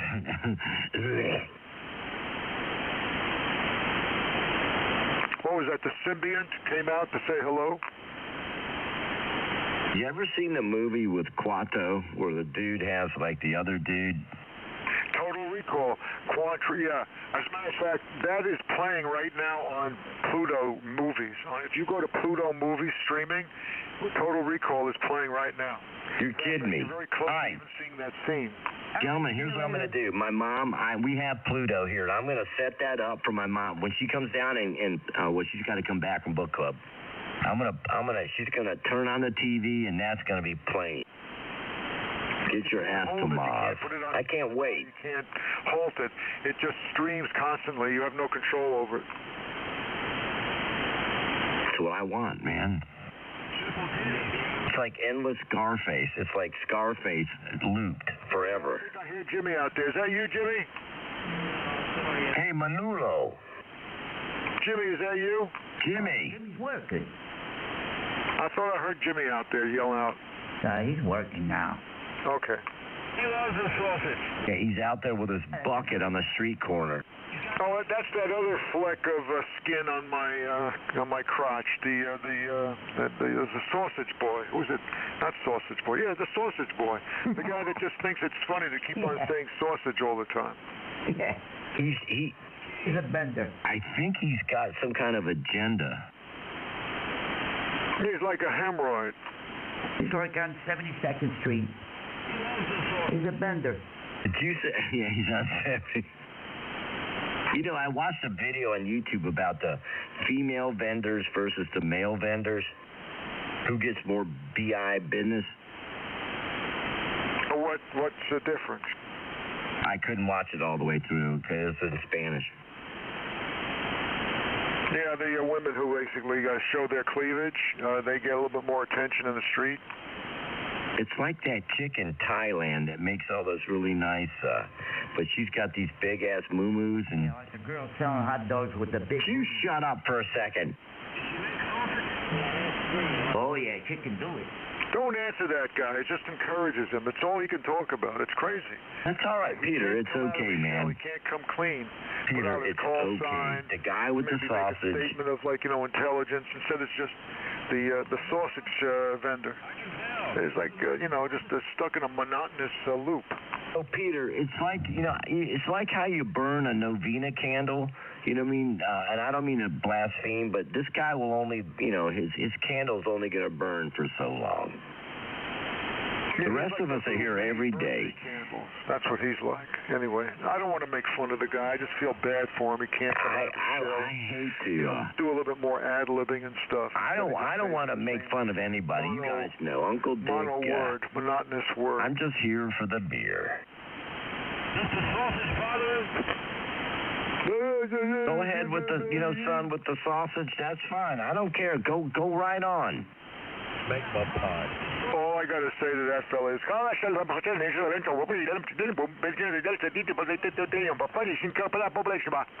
I can hear you, though, sausage guy. I know you're up there, one land.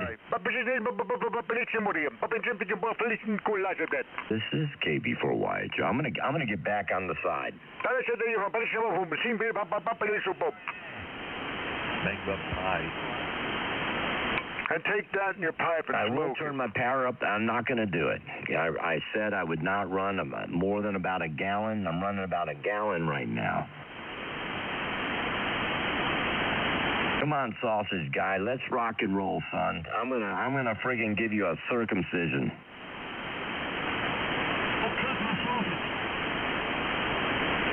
I'm gonna give you a bologna cut. I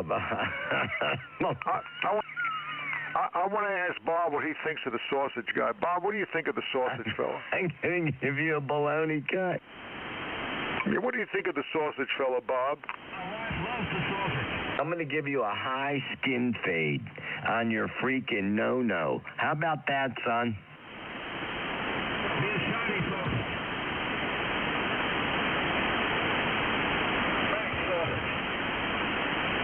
Are you a fella just retired and you don't know what to do with your time?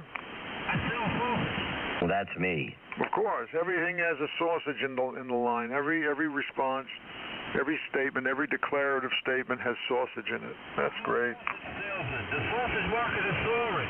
This is part of the MK Ultra. This is Peter. Don't fall for it, man.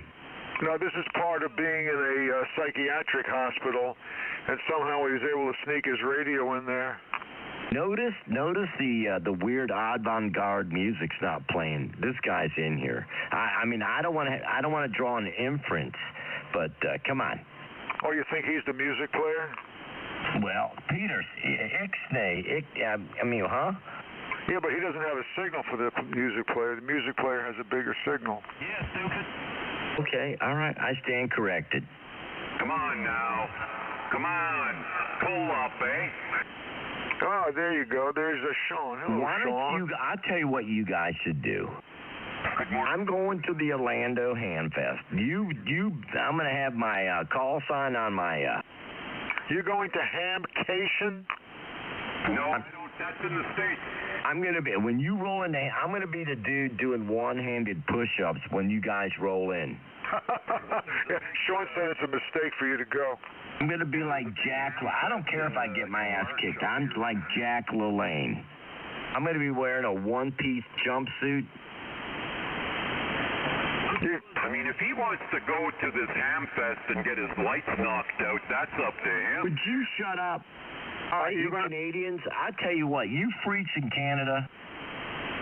I mean, how many people have come on here and asked him which Hamfest he was going to?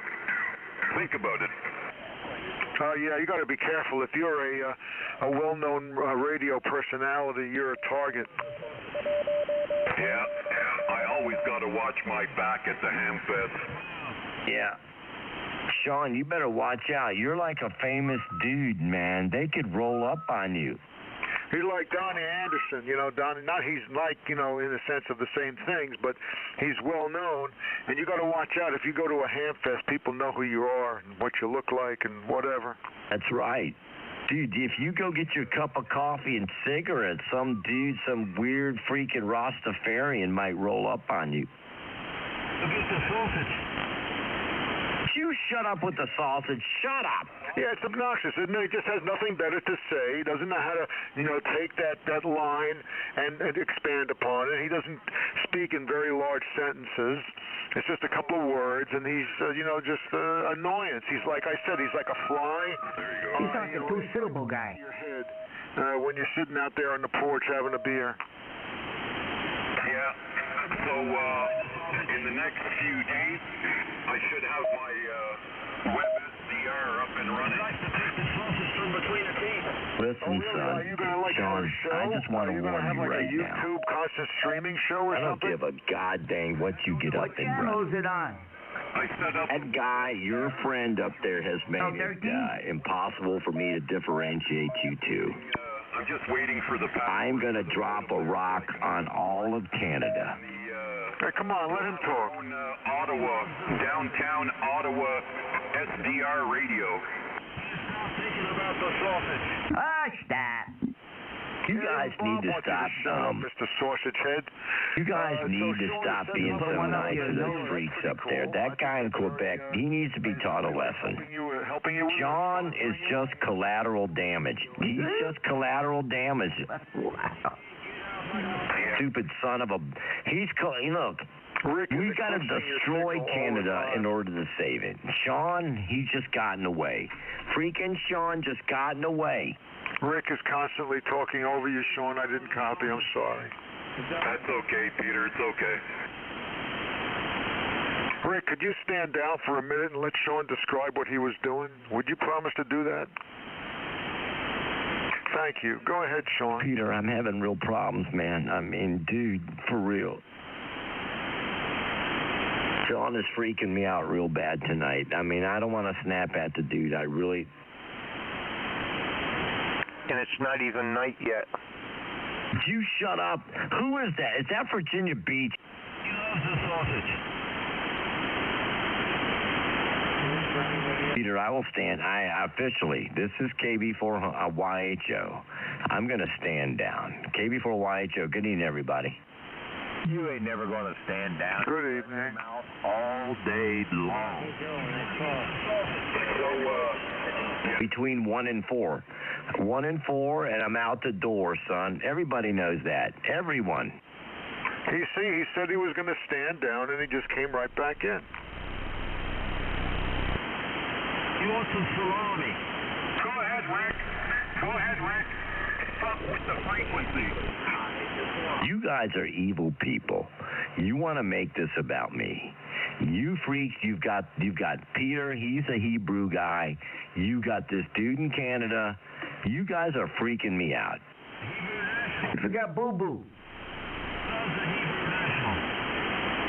You guys are attacking me on multiple fronts.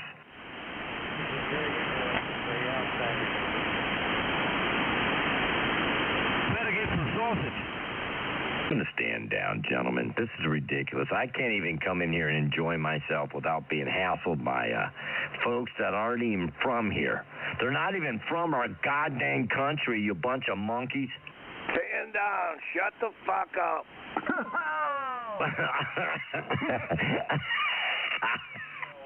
People, you see, Rick, they listen to you, they hear you, and then they get frustrated with you, and they finally can't help it, and they blow the F word right on you. Blow big fart. Oh, Peter, I think you revel in it in some weird way, in some, 7200 sadistic, I'm not sure. I don't want to say that. Be a sweet pea, shut up. It seems you had some kind of glee. Your transmission had glee in it, Peter, glee. Funny, satirical subjects and issues. And all of this other peripheral stuff and this phony, one word, one liner kind of stuff. And the cursors just disappear. I'd like to see that kind of channel or frequency here. But other than that... All right. Here, I think what Peter means to say, everybody. I'm gonna read between. Uncle Dick wants to read between the lines. Yeah, I'm being translated. I'm the catalyst. I've created this situation. I've started the drama. And I'm going to tell you once, you simple bastards in Canada, I'll deal with you guys another day. I'm not going to, my American friends, I regret what I said. If I threatened you, I didn't mean to. KB4YHO, I'm going to get out of here. Good evening. Get the fuck out of here. All right, I'm going. Strive not to be an antagonist. See you later. Thank God. If you restrict your antagonisms, I think you'll have more respect. Can I just say one thing before I leave? No, get the fuck out now. Please, take my wife. Go ahead, Sean. Tell me you love the sausage and I'll quit.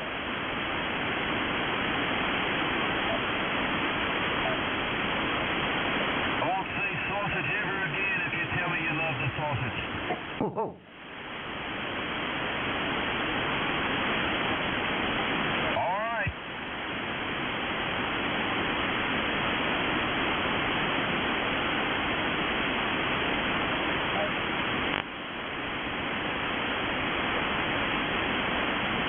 Well, let's see.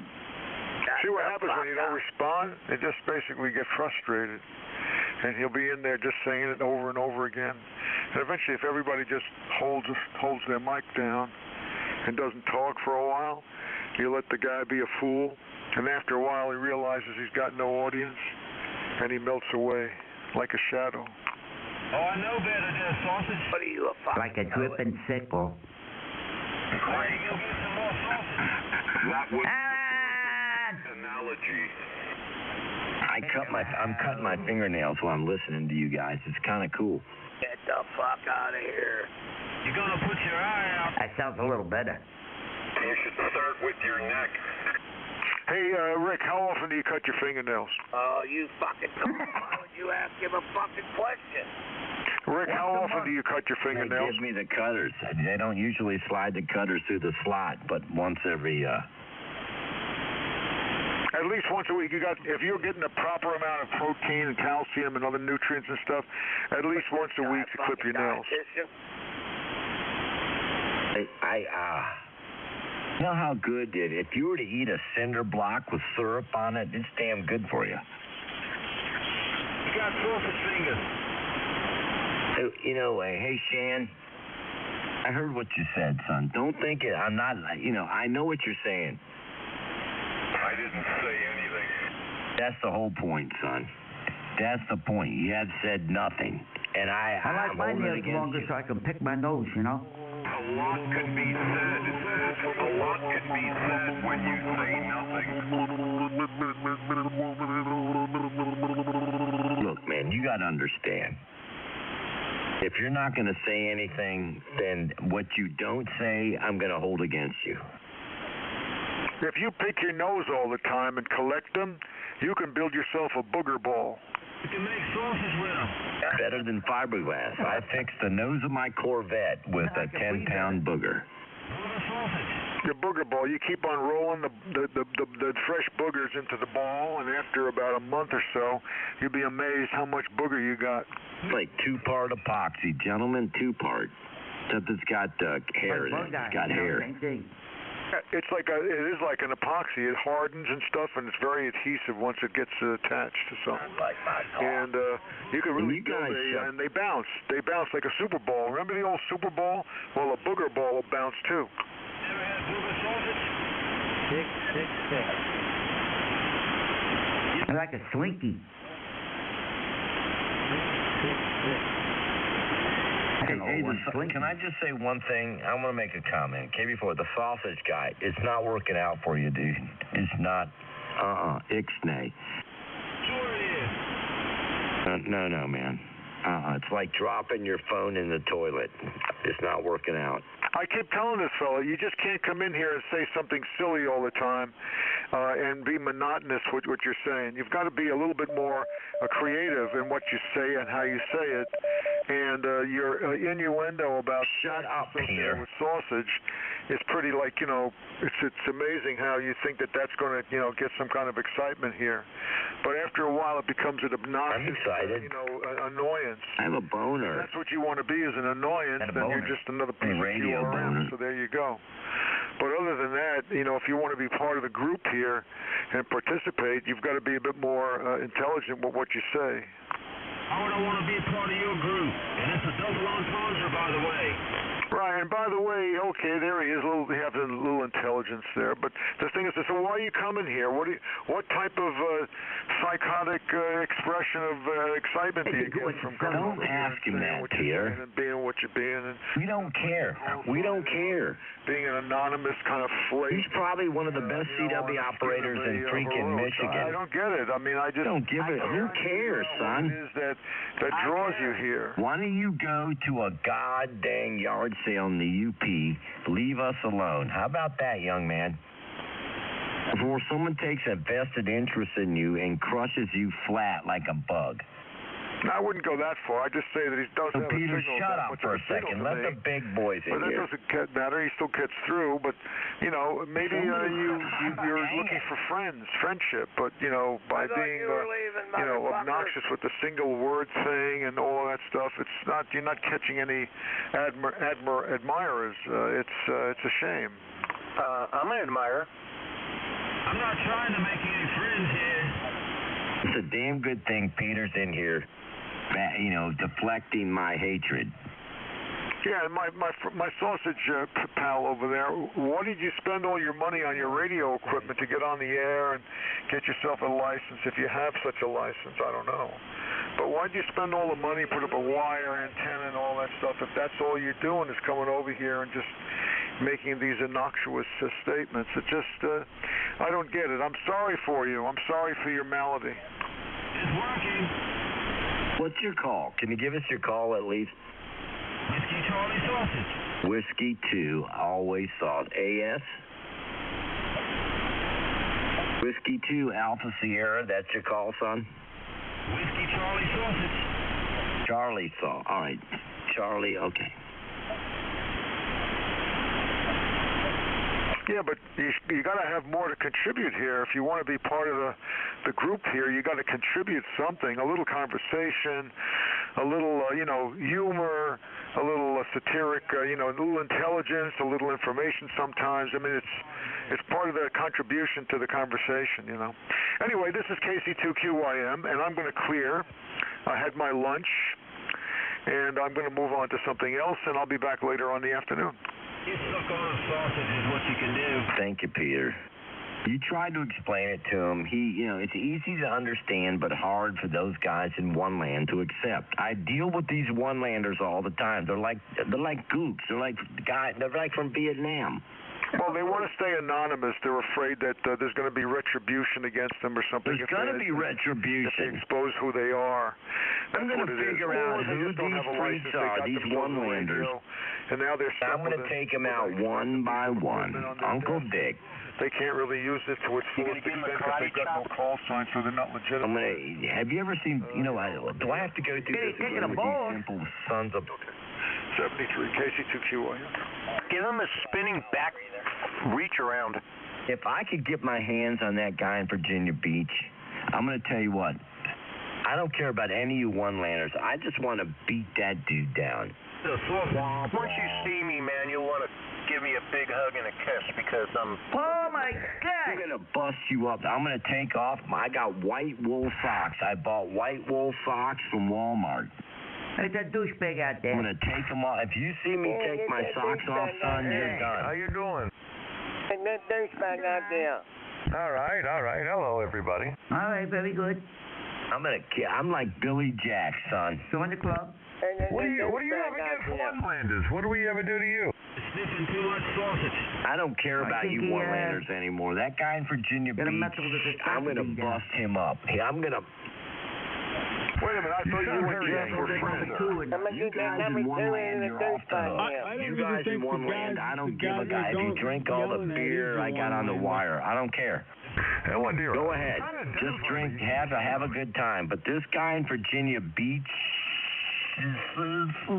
I just want to be on record to know I don't have any animosity towards anybody. I'm going to kick him in the side of his face, son. Fuck out of here. I'm in a wheelchair. For Christ's sake, I'm in a goddamn wheelchair. Yeah, that's all I got. I'm going to have to get on the other radio. You guys are mean to QRP radio. Very disrespectful. Who are you going to get to swing your foot around after you get your socks off? You just fixed I threw them away in the garbage can. I just got my hip replaced, son. I just got a new hip. I'm going to swing my leg. Son? Don't, forget that the most pungent odor is between the small pinky toe. Boy, what a...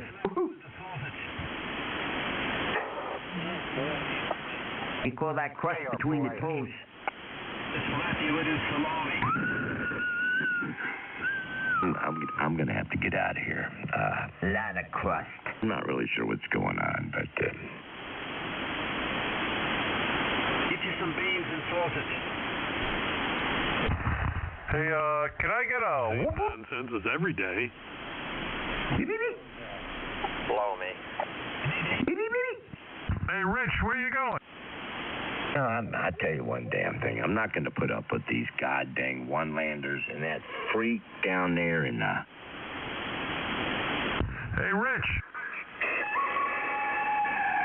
Wah, wah. I don't even care about the Canadians. Top of the world. I don't care. The Canadians, you guys can come and burn the goddamn White House against us. I'm concerned. I'm gonna bust up that weird dude. Who's the weird guy, me? I don't even know who it is. I don't know. Yeah, you weird. I'm not weird. My mother had me test it. Damn wicked. You like chocolate-covered sausage? It's that guy in Virginia Beach. You guys stand by. I got people in my own goddamn country I gotta beat down. I gave you Only one person has claws in his chocolate-covered sausage. You need a license to sell that. You're a sausage sniffer, too. It's not working. Gonna dream about the sausage. Dude, come on. Give it up, dude. 4 days. You've been doing this for 4 days. It hasn't stuck yet. I haven't even started yet. Man, I gotta go take a dump. There you go. Make sure you wash your hands. Anybody else gonna take a dump? Hold the phone. Is that guy down there in VAB? Wait till I get the ACOM. Come on, VAB. Let's rock and roll, son. Wait till I get the ACOM in. Don't threaten us, son. This is 100 watts right here. You know how much headroom we've got? You have no clue, young man. I got a tube bigger than the rims on your truck. Look at the tires on your truck. Look at the freaking rims. Like his belly. My bad. Like his belly. Hey, why don't you know what? You're an angry gentleman. I hear you. Holy shit. Stop cursing. Fuck you. Stop. You know what? You freaks. I'm going to tell you what. I don't want to make an example of you gentlemen. But if you keep cursing and you keep up with this hatred and all this discontent, you talk too much. I'm going to crank this thing wide open, son. Do a roundhouse. Hey, Jeff, I'm going to... You know what, son? He knows better. He knows my signal is... Let me turn this down. Gentlemen, you're right. Let me turn this back down. Let me turn her down. K0PKE is F.C.C Sausage Fest. Oh, boy. You're a stupid... You know what? Everyone I've threatened in the last 3 hours, you're off the hook. Dave? Dave, you stupid... I'm just wondering if I should go to 7203 or 7191 because I want to avoid the Sausage Fest. Here's what you should do. Why don't you turn your junk off? Don't you tell me what to do with my junk. Garbage can. Why you call my bitch stupid son of a... It's a cock fest. That's crap because I'm during the daytime too. Hey, you guys got a real problem. I'm going to tell you one damn thing. Shut the fuck up. Look, Scotty, Sean is telling you where it's at. Sean is telling you where it's at. Shut the fuck up.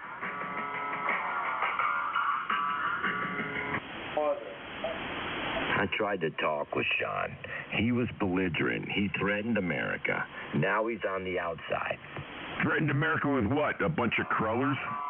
I don't know what he did. I may have just made that up. I may have... He's training the bald eagles. I thought you were leaving, Pop. To drop a bomb over here. Yeah, I was supposed to leave. Yeah, exactly. I'll see you guys in about... 5 minutes. He's all talk. He's all sausage. He's got to do the sausage check.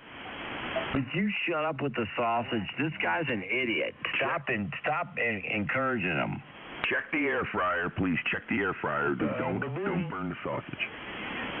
Yeah, put the fan on too. He loves the sausage. Well, the animals are coming raping you. Come on, man.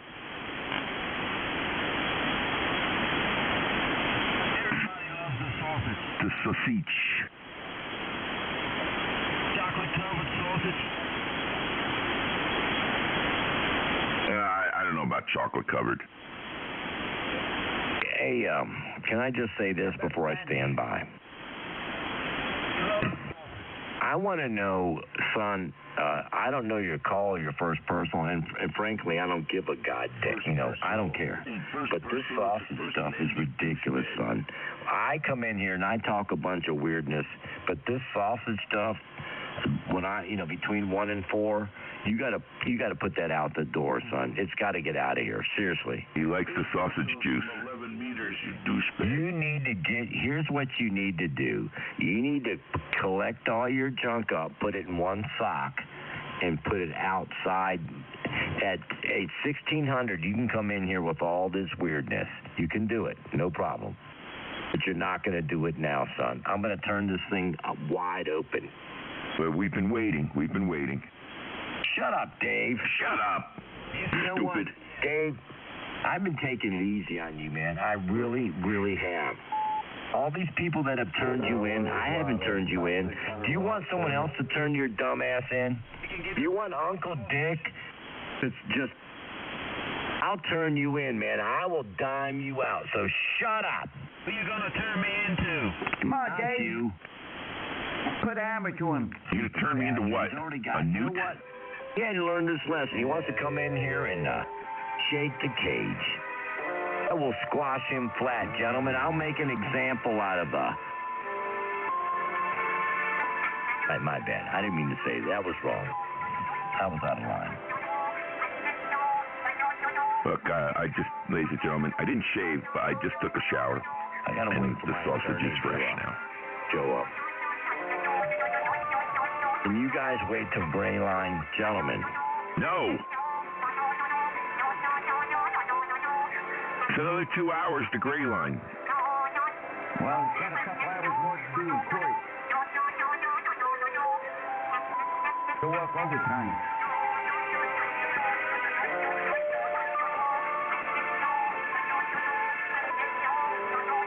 I think Rick needs to start representing himself. He Gentlemen, I'll be out of here in 56 minutes. I just want to thank everyone. I want to thank my sponsors. I want to thank the ARRL. The FBOs. I want to thank Laura Smith and the FBOs. F.C.C. And the FBOs. I don't want to thank those bastards. I'm going to tell you what, you guys.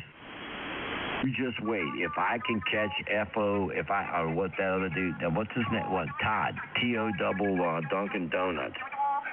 One day he's just going to be walking down the sidewalk. He's going to go out and to his mailbox and pick his mail up. And then Uncle Rick, I'm going to come out of the sewer.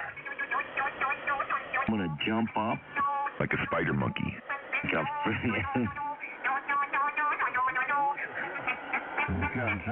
Sausage monkey. Smack him with the sausage. Baby. You guys are angry people. Sausage man. No, I'm doing this for you guys. You know what?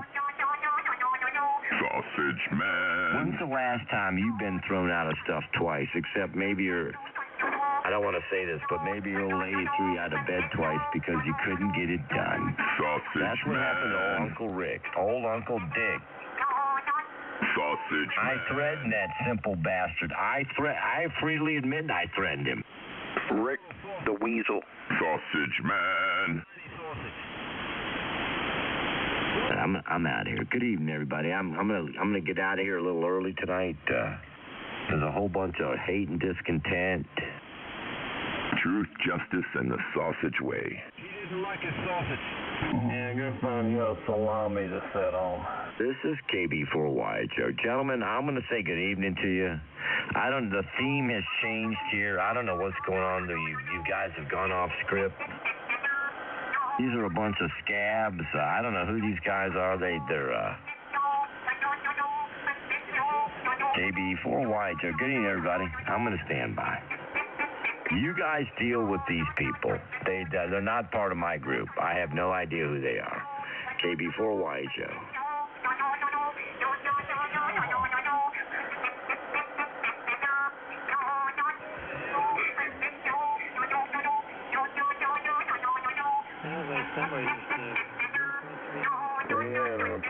against cinnamon or salami.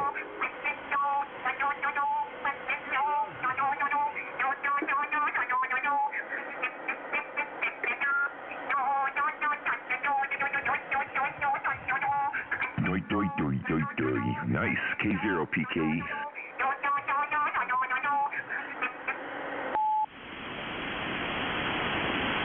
How would you guys do this? You know I'm only in here for 3 hours. Why would you do this? What the hell's wrong with you guys? Are you psycho? CB, dude. We don't use first personal.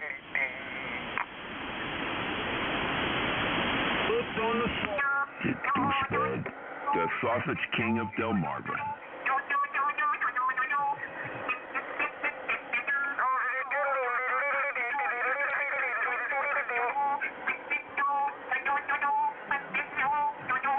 JJF news is on.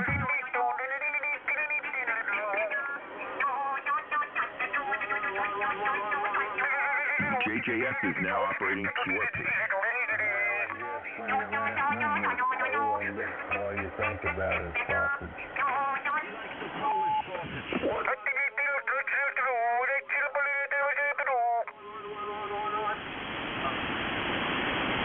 What's the name of the town with this?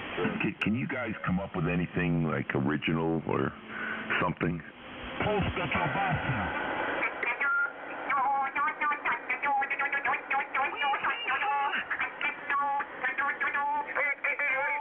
I'm just gonna say one goddamn thing to you guys. If you're in Orlando, don't put your call sign on the top of your ball cap, dude, because you're gonna have to roll. You're gonna have to fight.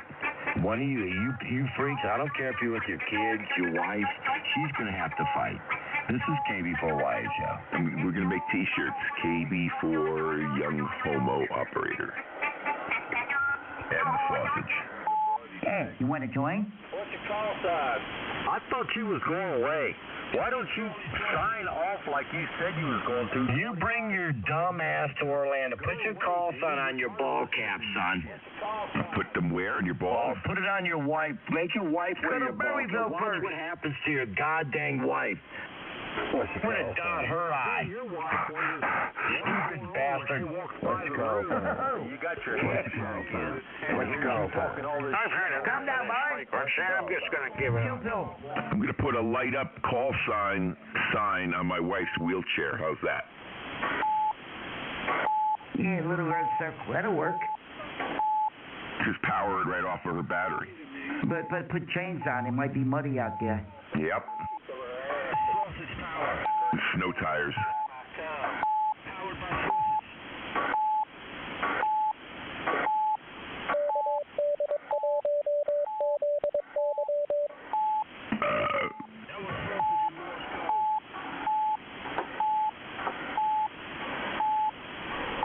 Well, somebody's dying.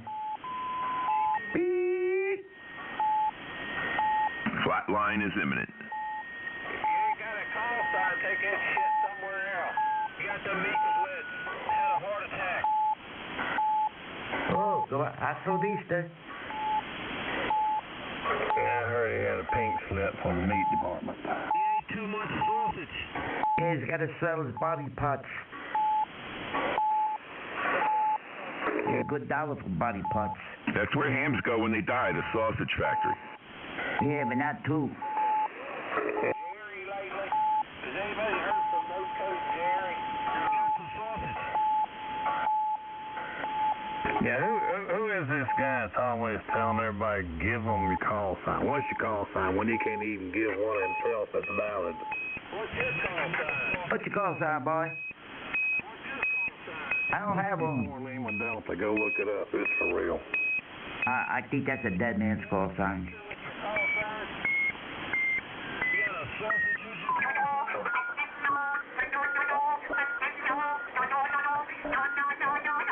What the hell is that? This guy talking Chinese? Not even Chinese. What is it? Is that the sausage dance song?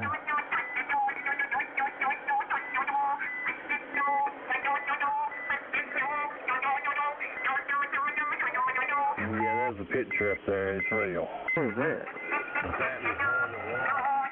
This guy talking Chinese? That isn't Chinese. What is it?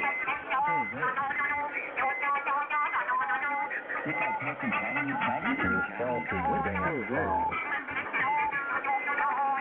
I need a CWT. That isn't Chinese. Who's this? Who's this? Who's this? Who's this? Who's this? Who's this? This guy talking Chinese? That isn't Chinese.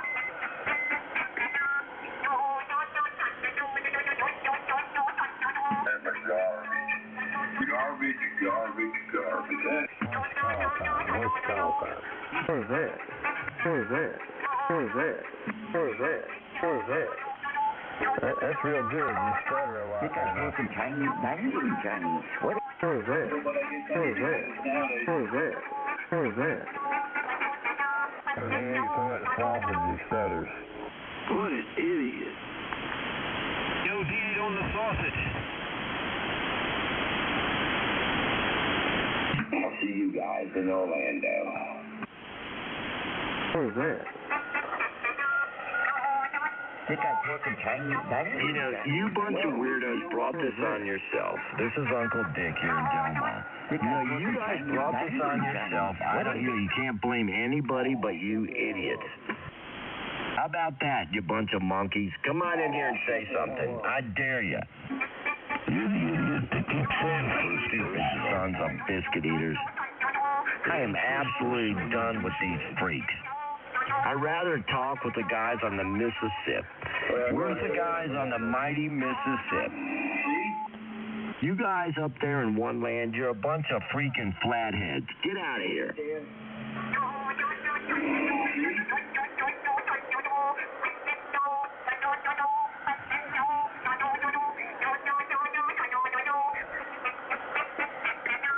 I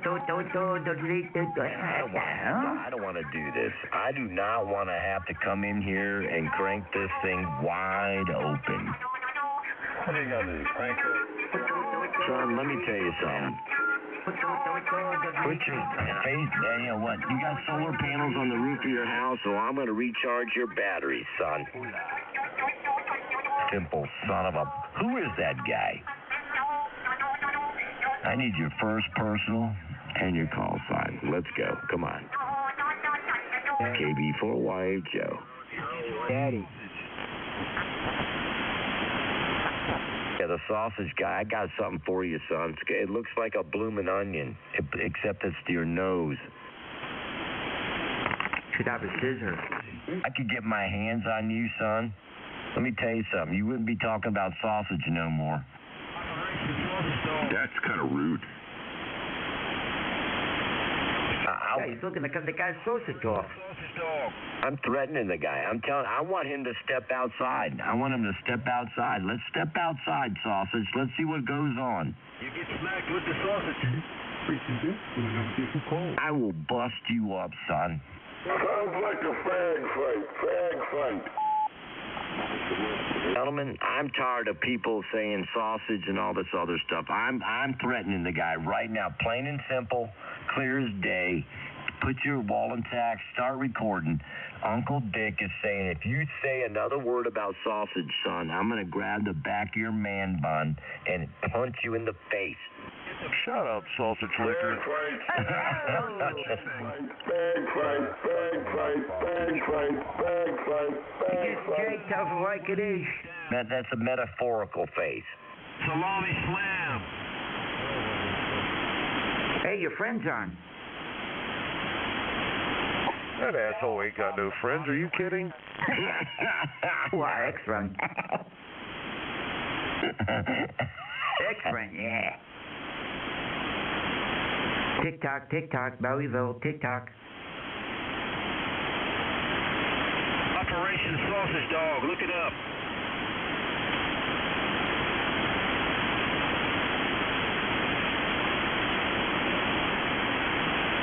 The psychology of the word sausage. He's probably a double-jointed sausage licker. He loves the sausage. Yeah, pencil liquor. That dude is done. Let me tell you something, young man. You guys can come in here and talk a bunch of nonsense. This guy talking the whatever it is he's doing. He done ran into a speed bump. Yeah, I got your damn speed bump. And my speed bump, my name is Dick. You done run into a dick. How you gonna get over this dick, son? Looks like a sausage.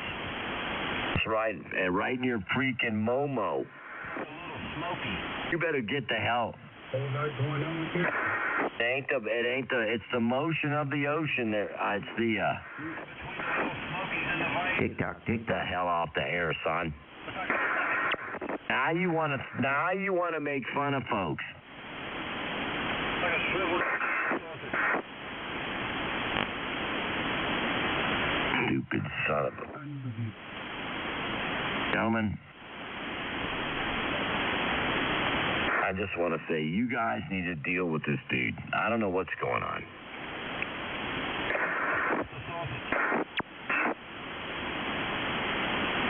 Sausage squad is taking over.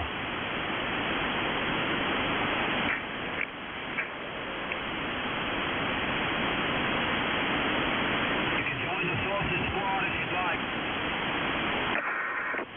Womp womp. You can remain an enemy. We gave you as much attention as possible. As a matter of fact, too much attention, because Uncle Rick is stupid. Uncle Rick loves the sausage. Can't get enough of the sausage.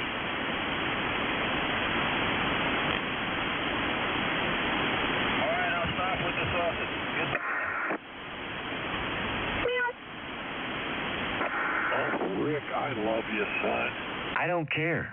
I can't speak for anybody, but I'm going to say collectively, we don't care. You want to stop with the sausage? How about putting the sausage right up your...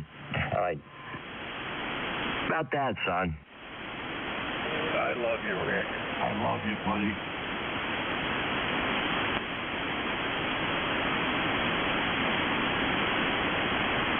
You're more a man than anybody here.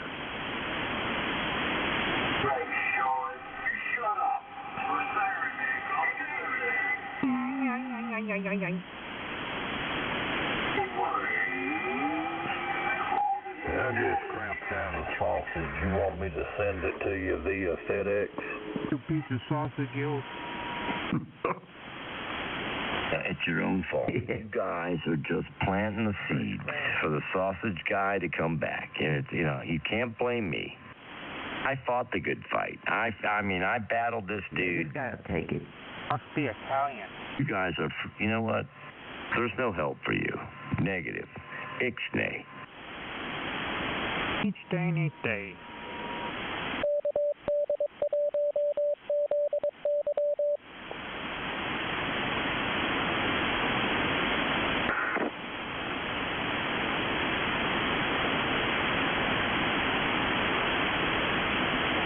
Dooby-dooby-doo.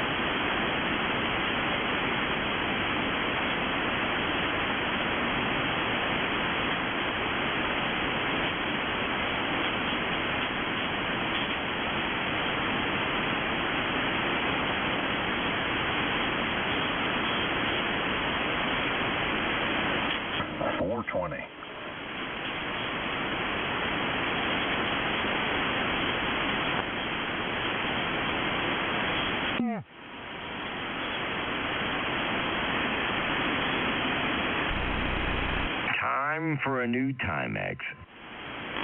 Wow, it's unusual to hear things this mundane. This is KD1ZY.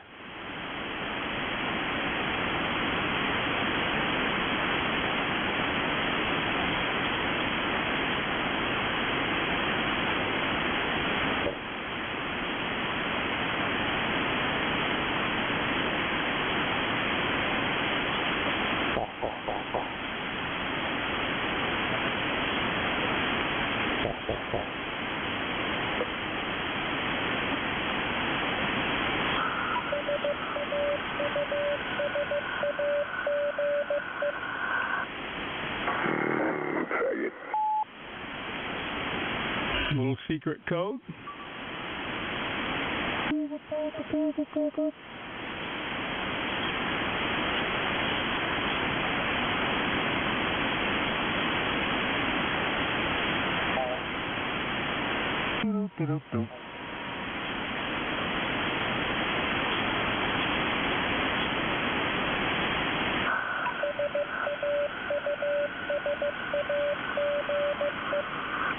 Everybody think about Trump making it into the White House? Everybody think he's going to make it? How about those Redskins? Screw Trump. How about those skins, baby? Yeah, if he keeps his head low. Shut the hell. Trump gonna fall down like a little bitch. I don't know. Just I hope he. Hail victory, Braves on the warpath. Go Chiefs. Fight for all DC. Hey Richard, what's your problem with us one-landers anyway? We haven't done I need to anything fix your amp out of the ordinary up here. You know what? Let me tell you one thing with you freaking one-landers. Don't come in here asking me what the problem is. You guys know perfectly well. What are you, some kind of, what is this, psychological? Will you guys change tactics? You guys change... I'm not sure what the issue is with us one-landers. And you hear a lot of one-landers that I don't, evidently, because I hear you calling people one-landers. There's a whole mess of one-landers crew. Look, man, those guys are all the way up in Maine. Way up, son. Some of them are in, some of them are up there outside of Maynard, Massachusetts. State of Maine, but I don't hear a lot of the one-landers. I'm gonna tell you what, you don't even know who's a Converse and what. You must be a new guy. They haven't recruited you yet. One-landers. I don't recruit for nobody, but there you go. I'm a one-man show. Well, then you ain't been paying attention. Them one-landers been creeping around for a couple of weeks, man. Yeah, they've been hanging around in here, but I don't see that they're causing any trouble. I'm just curious as to what the issue is. That's all. Like Bill Clinton. Hey, look, son. There ain't no issue yet. They haven't penetrated the wire. I'm just watching y'all. I'm watching you all, man. Well, there you go. I'm probably one of the most watched amateur radio operators in the country, so I'm used to that. KD1ZY.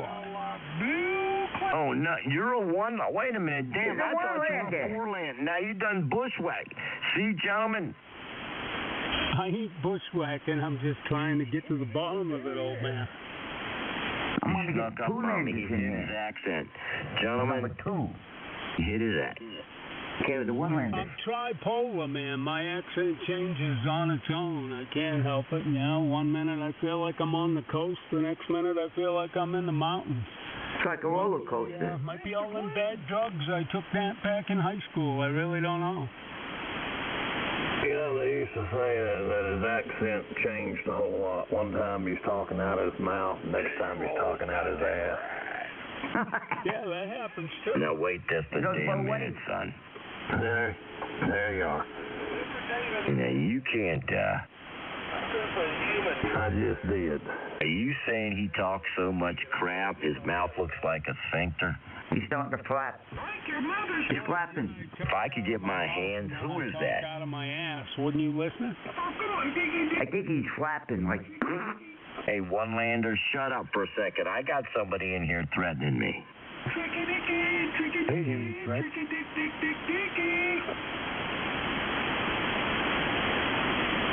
Guess not. I'm hearing things.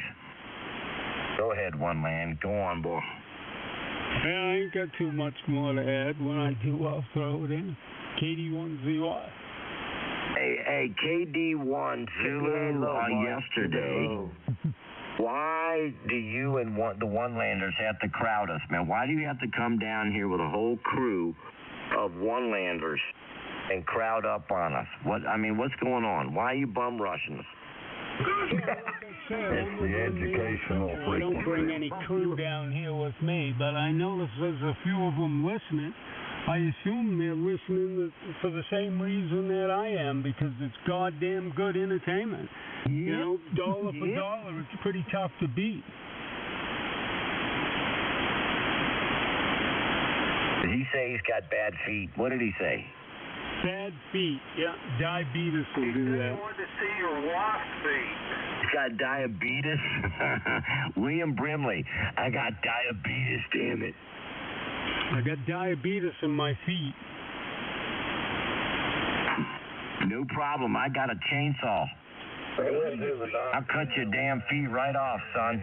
Somebody had his Probably hands a so far steel up his saw, ass, right? everything sounded like shit. Oh my God! Listen to those motherfuckers keep doing. It's like Civil War surgery, son. If you get shot in the finger, I'll cut your whole arm off. It's a beautiful thing. Hey, Squeaky, can you calm down, son? Seriously.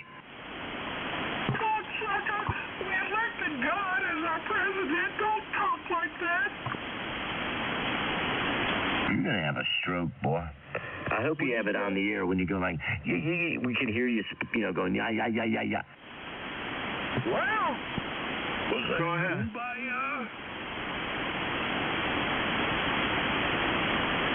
That was wrong, gentlemen. I did not mean to say that. Maybe for white. I'm gonna get on the side. That's wrong. What?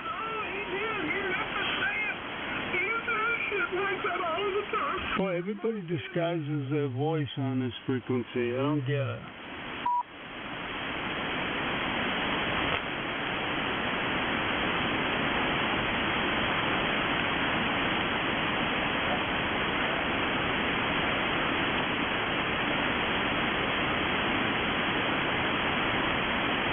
That's just wrong. You don't do that to your animals.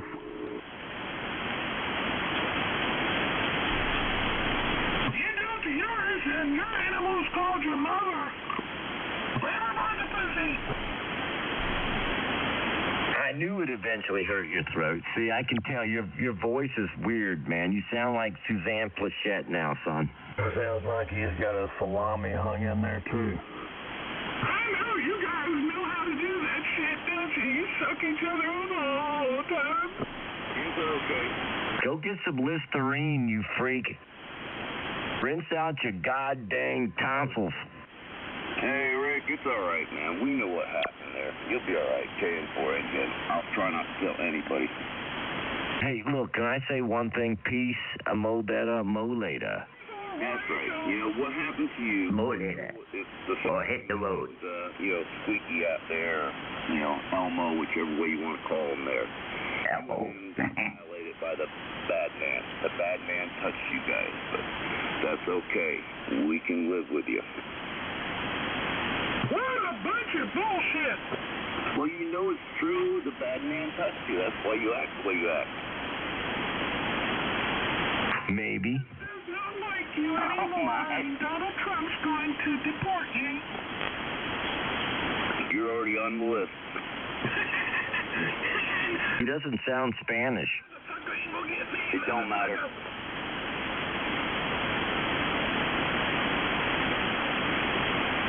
See what's gonna happen to you, Squeako? You're gonna get friggin' deported to Venezuela. What's going on out there, Mr. Fritz?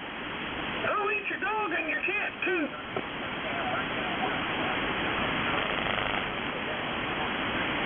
You nigger lover's gonna have to get off my radio. That's weird. What the hell's he saying, son? You have to play a little bit with the Henry. That's Sky Command. Hello, Sky Command. Is he on Sky Command? I get out, but just don't have the, super kick. Old Sky Command. I used to run that through the old 2000. Does damn good. Get over KW out of it. What's all this talk of sausage? Hello, Sky Command. The sausage went bad. It's now talking about salami. Bad keyed up, John. Look, there's some people interfering. I'm trying to get down, trying to talk with this guy on a handheld. AL80B, I get about 700 out of it, right? And that's on the... Hey, Ron, can you stand the hell by, son? I'm trying to get down to the guy on the handy-talkie. Young thing, and I hopefully get about 500-600 out of it. Hello, Ron. I'm trying to get down to the handy-talkie. Where... I put the 3-500s in it, I get about 700-800, maybe plus 9, if that, but more like 700-800. Why don't you drop it off a building? Maybe you'll get more power, son. I'm trying to get over to that guy with the walkie-talkie. KB4YHO. Well, you're going to have to pump it up a little bit. Tell that guy, Ron, to drop it off a damn building. He's not making it. For some reason, I'm not getting it. Hello, walkie-talkie. Go get you one of them little square 9-volt batteries and hook up to it. That might pump it up. I already did that, man. Hello, walkie-talkie. Rick's, Tricky Dick's little 3D batteries, and it still didn't bring it up enough. Try some of those C-cell batteries. They're bigger and they have a little more current to them. If that don't work, go get some car batteries and the series, and that might bring it up. That's not me. I did not say that, gentlemen. I just want to be, I want to come in here and set the record straight. Let me crank this thing up a little bit more. Let me turn this thing up. There we go. KB4YHO. Not going to raise my voice. I'm use a normal tone of voice. You simple sons of bitch, and especially that freak out there. The one guy that's talking about what's your call? What's he talking about? I forgot, man. Well, I was going to yell at him, but I forgot. What you talking about, walkie-talkie? I'm out of here, gentlemen, in 26 minutes. Uncle Rick, you guys take care. 26 minutes. Hello, walkie-talkie. Hey, Rick, you said like your mother did. You're talking about sausages here. You got no signal, squeaky stupid. Did you lose a jump? Into a toll channel, isn't it? Get yourself an AL82. Get yourself a real amp with a couple of bottles in it, a couple of big old jugs. Your mother's big old jugs. Your mother's big old jugs down around the knee. Cause your mother is a 24. You need a bigger box. I'm not trying to tell far be it from Uncle Dick to give you advice. Damage his vocal cords on the sausage.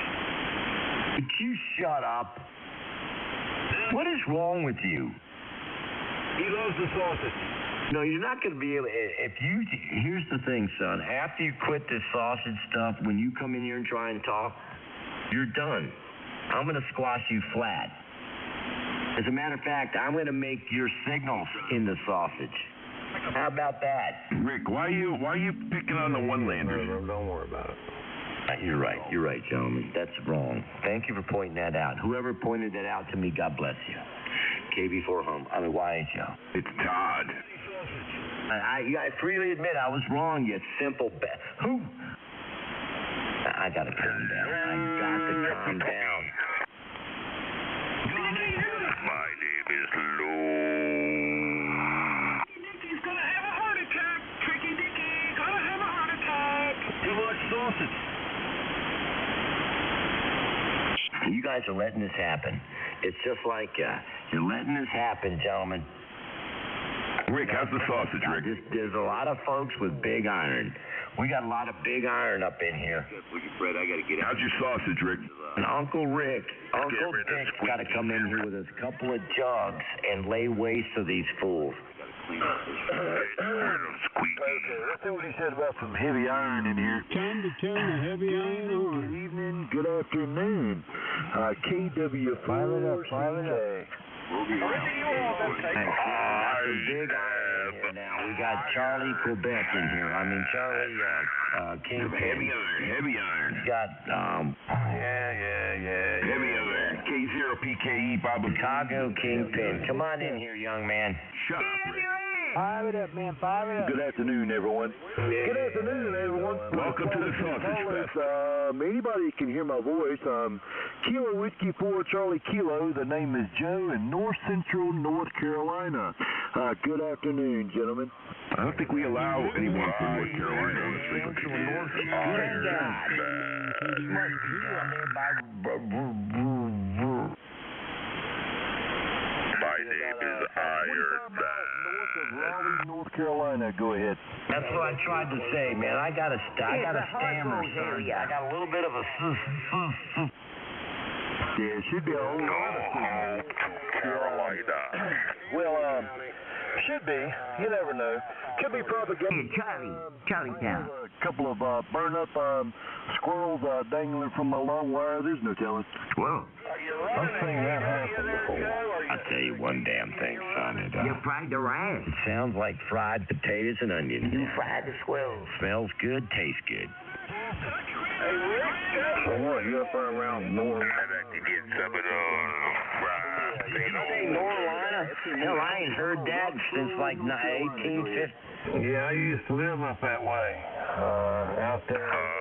Used to be right on the Person County, Granville County line. Right on Norlina, son. Yeah, okay. Well, Roger. Yes, sir. I'll tell you one goddamn. It's good to hear a bunch of folks in North Kakalaki recollecting. You boys are down there recollecting. I tell you, it makes me feel good. I would have to take a piss outside if I didn't piss in a straight line. I pissed in Roger. All right, gentlemen. I didn't mean to... People that are pissing. You folks that are urinating. We got a couple of folks down here out of North Kakalaki. They don't want to hear about y'all urinating. Good afternoon, everyone. My name is Lou. You know, KW4CK, Joe in North Carolina. I'm standing by. Hey, Joe, you done stirred up them one-man mafia up there. Them boys just been waiting.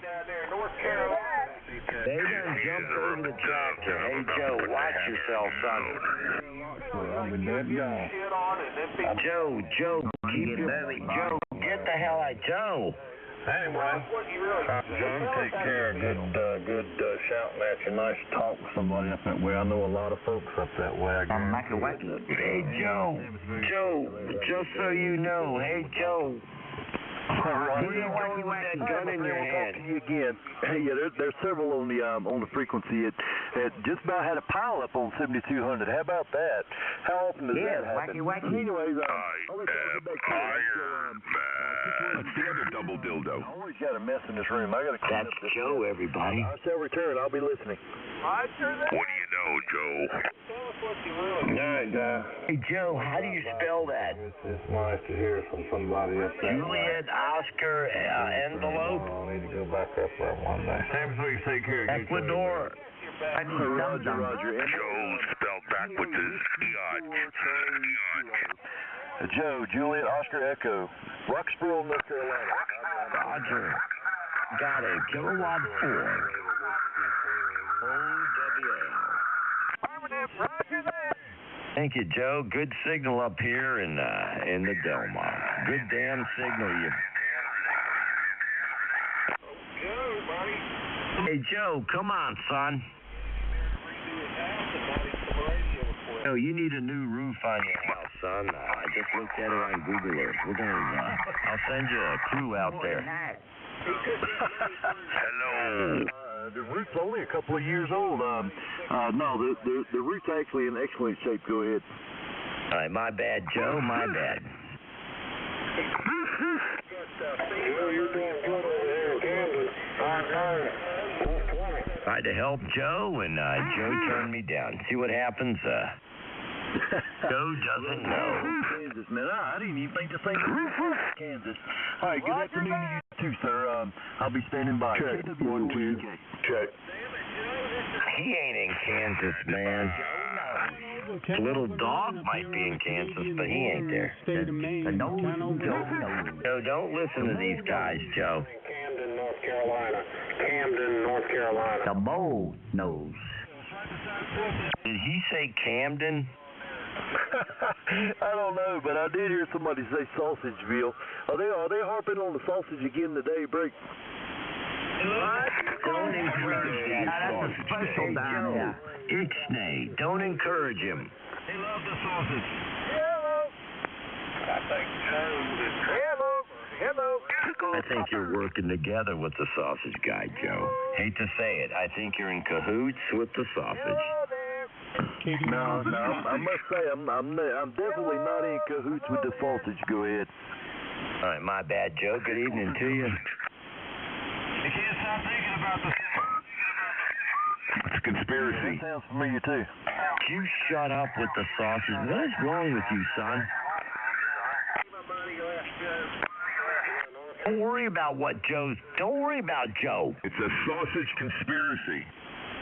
Look, I'm gonna protect Joe from y'all. Joe, stand behind me, dude. Stand behind Uncle Dick. Operation Sausage Dog.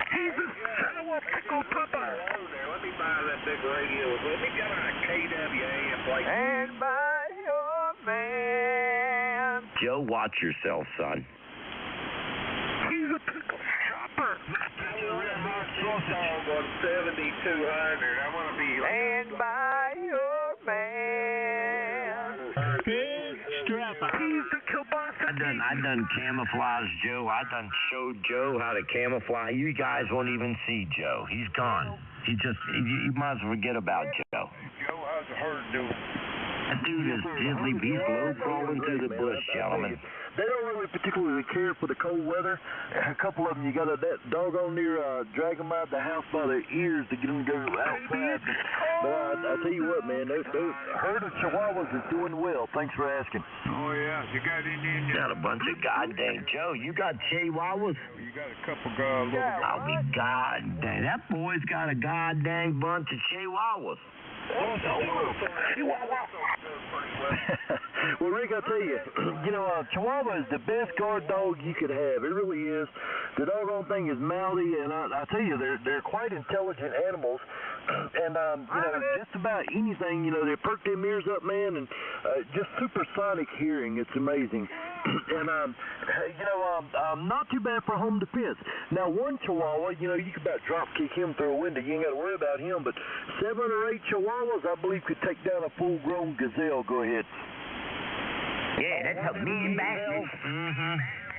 I know some of them folks from Jersey. Chihuahuas are pack hunters. They ain't afraid of none of them little dogs. Mexico and New Mexico out. I had one around the desert in packs and herds. His name was Tico. 1 or 2, you really ain't got much to worry about. But you got a handful of them on you at one time. 6, 7, 8 of them. You've had a bad day. Yeah, his name was Tico. That's interesting facts right there. I did not know. Chico. 1 dozen Mexican Chico. Equals about a pit bull. I didn't know that. Sausage do you feed them, Joe? Could you stop with the I must say, they do not eat sausage. Not to my knowledge, anyways. Pickles. They love sausage. Hey, pickles. Yeah, I could imagine them having issues behind the sausage and. You got a sausage fest. We'll pass on that. Pickles and sausage. 7200 Sausage Fest. This is ridiculous. This Pickle fest has inundated the frequency like COVID, son. See you later on, dude. Hey, I'm absolutely tired of this. Yeah, okay, Barry. All right, Pickle fest. Shut the hell up. We got a good signal over here in North Carolina today. 73. Barry, you ain't I got see it, Chico. a good signal, son. Roger. Yeah, you booming in down. Hey, Barry, shut up, Barry. Straighten them out, man. Get 7200 back where it needs to be. Yeah, okay, Chico. You ain't gonna straighten nothing out, son. Barry, I tell you what, if you had an anvil and a 3-pound hammer, I'll be doggone, you couldn't straighten them out if you tried. Go ahead. That's right. You boys couldn't break a goddamn. I'll tell you what. Just have fun, Joey. There's people here got 6 holes in their bowling ball. Well, you boys get out of here, Jerry. Get out of here, Barry. man. You're killing. This is a pickle fest. Get out of here, Barry. I think Barry's all... Get out of here, Barry. You done caused enough trouble, son. I don't know why they don't. Joe, you can stay, but that dude Barry, he done pissed me off. Joe, get out of here. And I tell you what, I'm shooting about 7.5 watts worth of drive into it. I want Barry to hit the goddamn... Barry, put your sandals on and get out of here. I have just played around on a dummy. I have put 15 watts into it. Oh my goodness, Barry, I wouldn't dare do that on amateur radio bands. Anyway, you better put as much power as you think you need there, son. Hey, Joe. From an Allensville. Barry's got a real problem. I don't want to threaten Barry, but Barry's got an issue. Come on, Barry. Bring your junk back in here, son. Yeah, and not too far from Allensville. I'd heard that comment in the background. There was just several talking. I didn't want to be rude and key over top of them. But yes, sir, not too far. You ain't keying over nobody there, JoJo. Yeah, that's what. You ain't gonna do it with the old Mercury amp. I don't know what the hell you're running there, son. I moved. I want to shut you down. State back about 10 years ago. Dang bunch of. Used to raise horses. This is ridiculous. No doubt in my mind. That dude Barry, he's got another thing coming. He done insulted 7,200. It really is. He has insulted us. He's insulted America. He's insulted the integrity of this frequency. Now I'm better. Hi, Joe. Him and that guy Joey. Hey, Joey. They're up that way on mobile. You tell Barry he's got a goddamn another thing coming. Logbook here. You got another thing coming. I don't know. Sing this song. You keep asking for it. Take a walk, Flipper. It's by popular Trying to be demand. nice to that guy Joe. I was trying to be nice to Joe. Demand. Place down the road there you used to have to go to. I can't remember now. Looking for You better turn. I can hear all the wrong places. Looking for what? Wide open, son. Yeah, not too far away. Yeah, you definitely know the area. Yeah, I'm right off of Oxford Road. Probably about Hey, Barry, you better hit the damn road. Shit, on this frequency. To it. Anyway, 73 talking next time around KW4CK. Roger, KW4CK, Whiskey 4 Lima Delta. KW4CK73s, man. You guys need to hit the damn road. I think it's an FBO conspiracy. They called in some big guns down south. Hey, listen, man.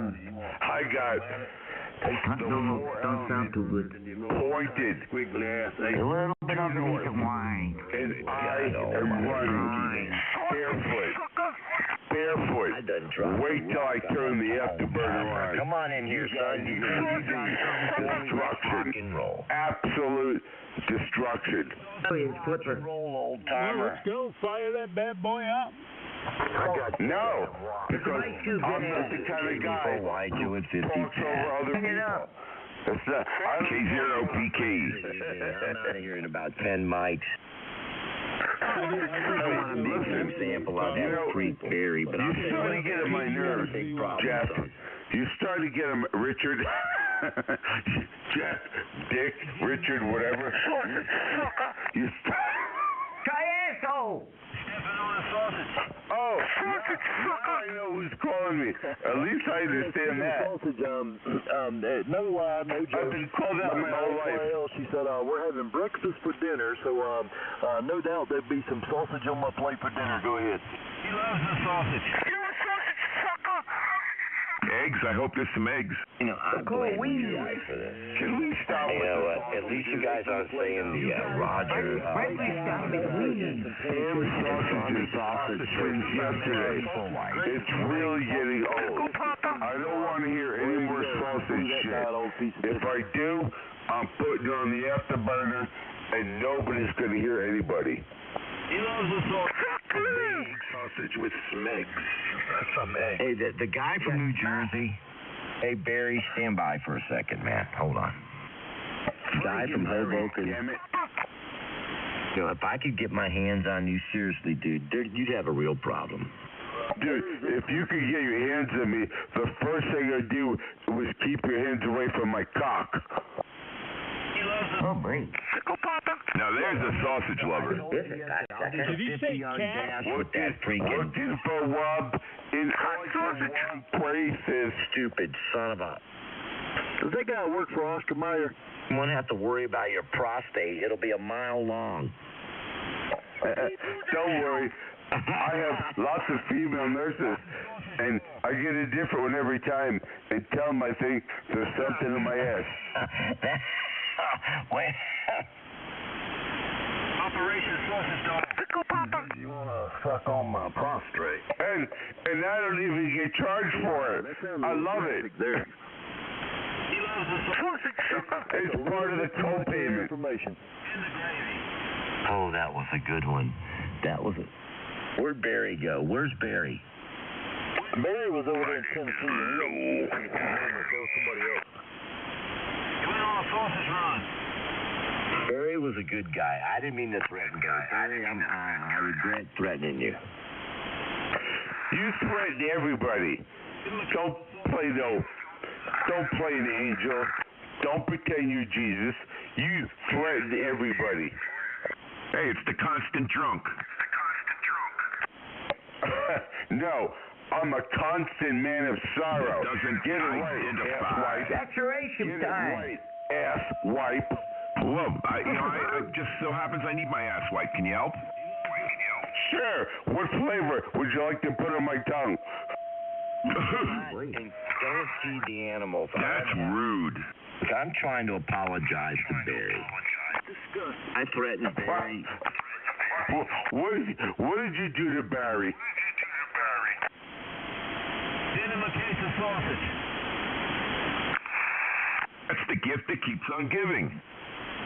Sausage in the month club. That's your herpes, you idiot. Sausage sucker. He got a sausage sore on his lip.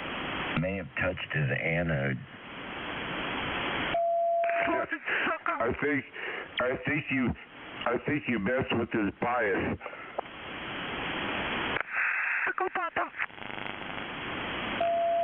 Barry, are you still there? Barry. Goodbye for Queen. Hebrew National. I'm not bothering you. They are.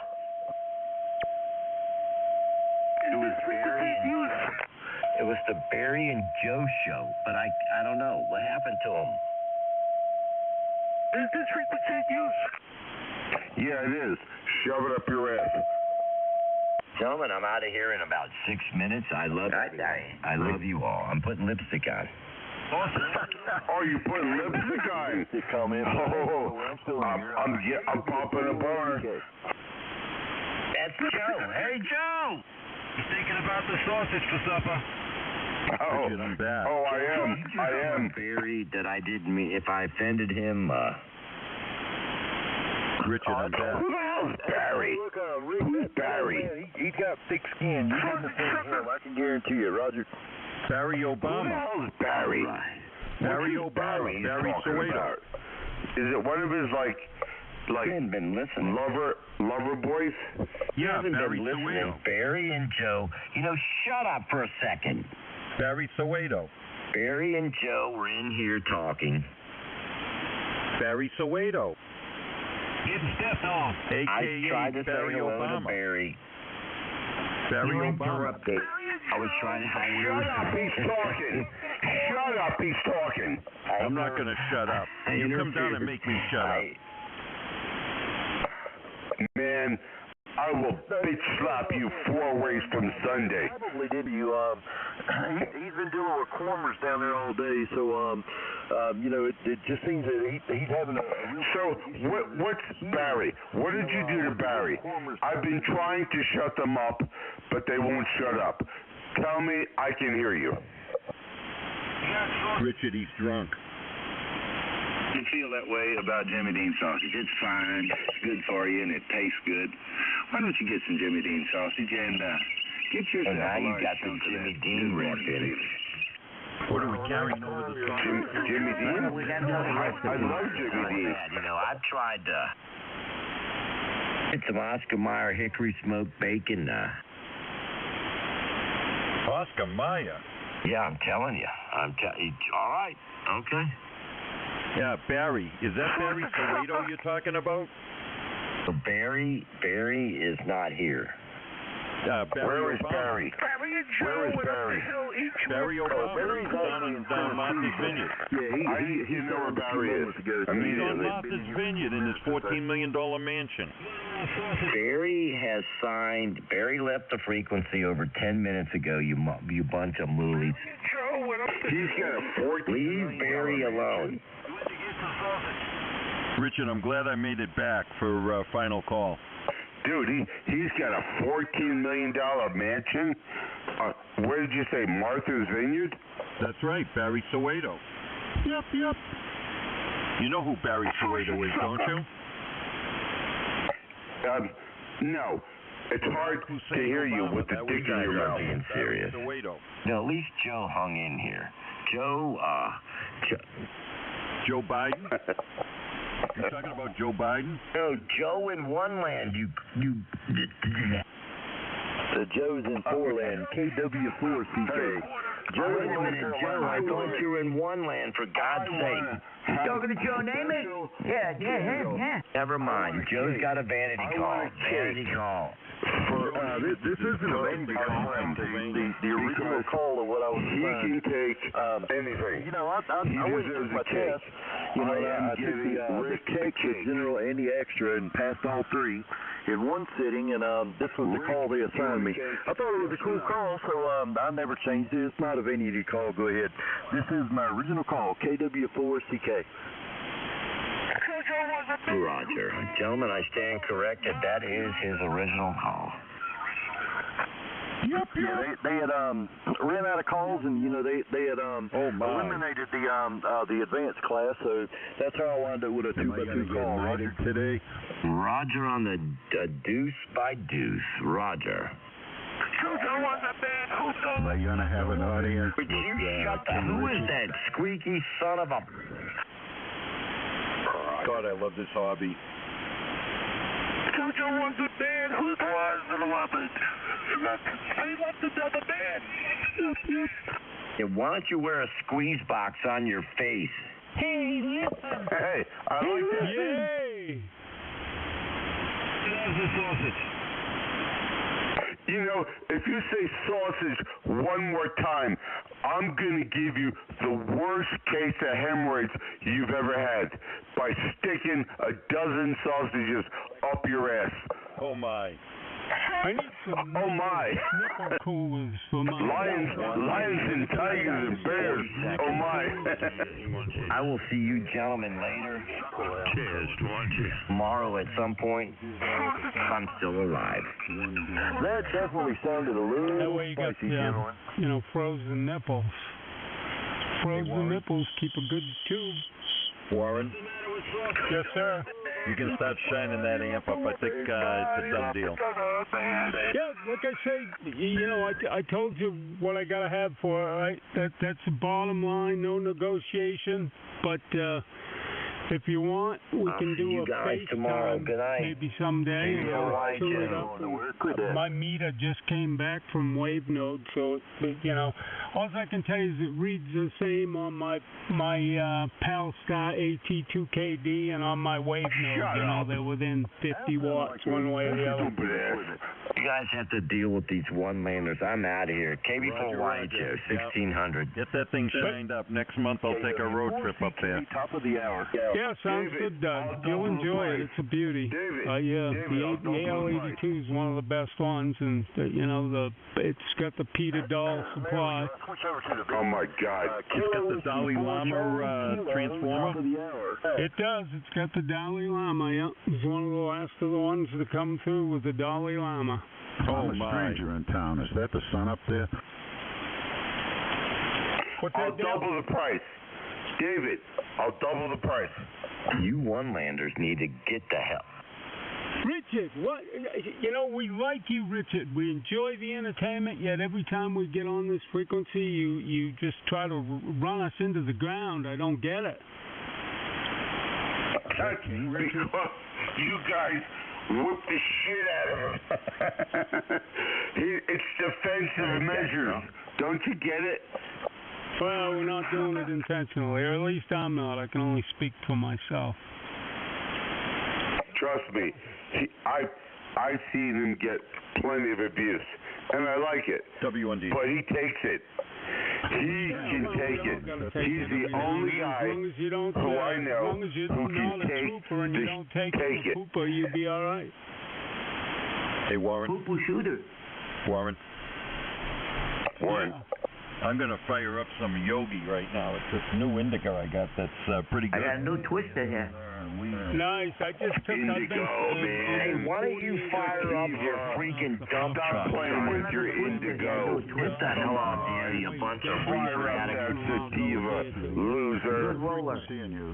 Everybody here wants pickle. I got an automatic roller. Somebody got him. Sativa, loser.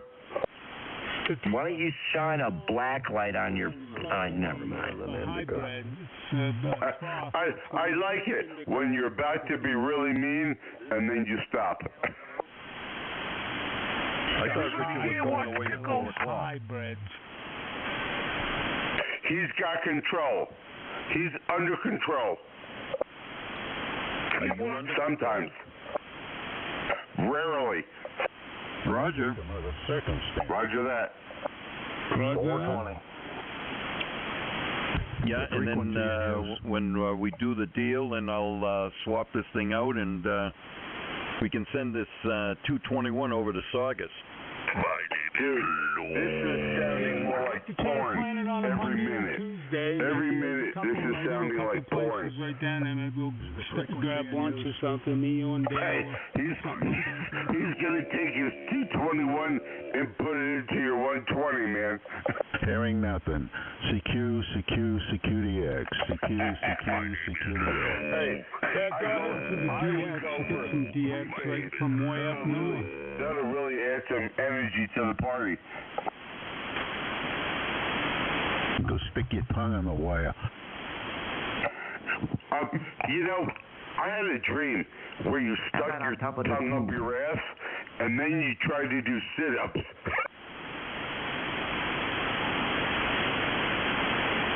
Jesus. Yes? How can I help you? No, you're more like Jesus. Well, only in Spanish. What's that you're sucking on? I don't suck on anything. Oh, sorry, that's my microphone. Sometimes I put it into my mouth. That's exactly what she said. You know, bad habit. Warren, I'm having a cup of tea right now. Who gives a shit about damn cup of tea? Where did Rick go? Where'd you go, Rick? he jumped ship, man. He walked the plank.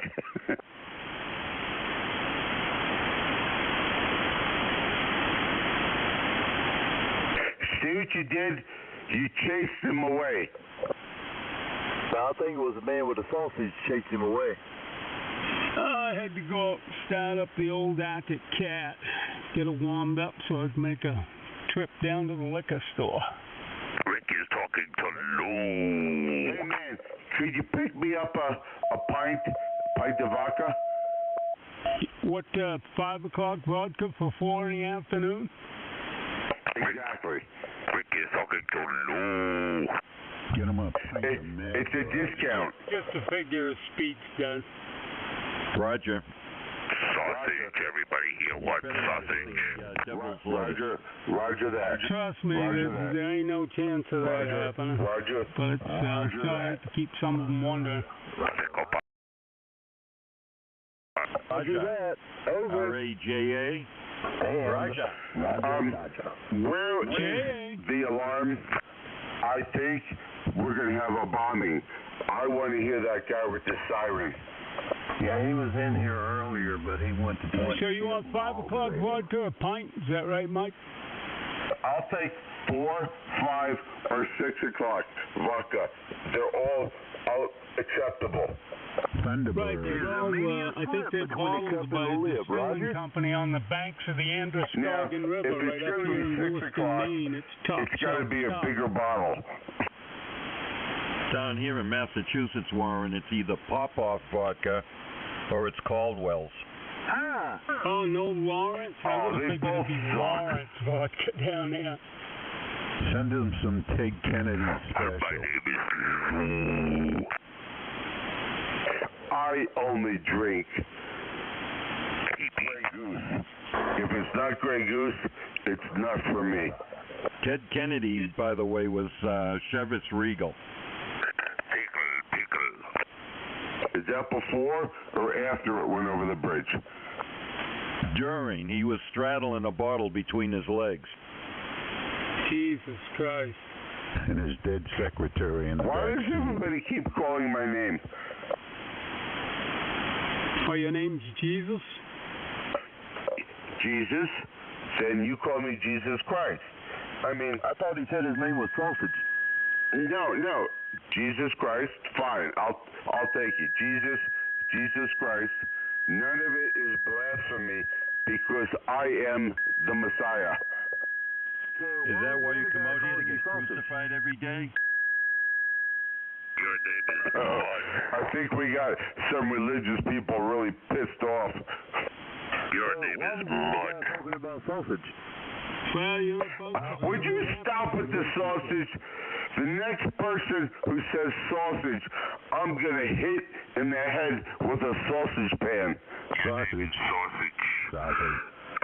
Your name is sausage sandwich with green peppers, onions, mushrooms, just like you get at the Ham Fest for $17.80. Roger. Are you serious? No way. $17 for sausage and peppers? That's impossible. At the Ham Fest it is. It takes up most of a $20 bill, and you know what? They cook them a week ahead of time, so you don't have to wait. I would do a civil war. I would gather like 20 other hams and raid the place and eat everything and pay them nothing. Hey, Warren,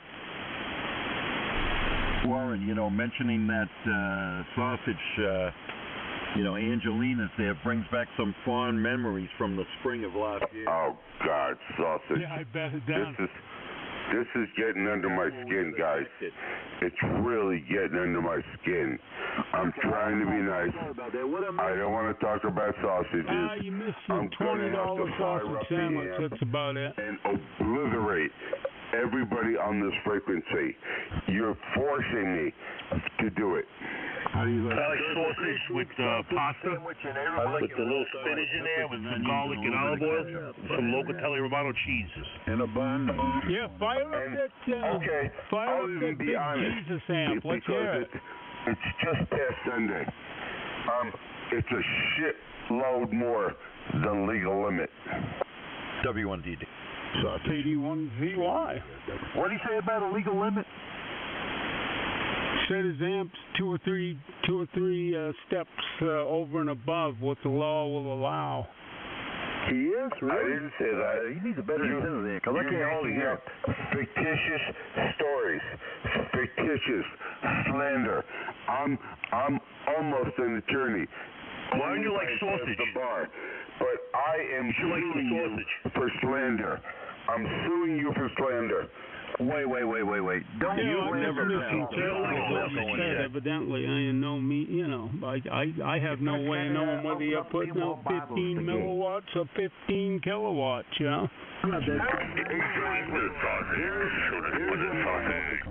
bet you're a Freemason.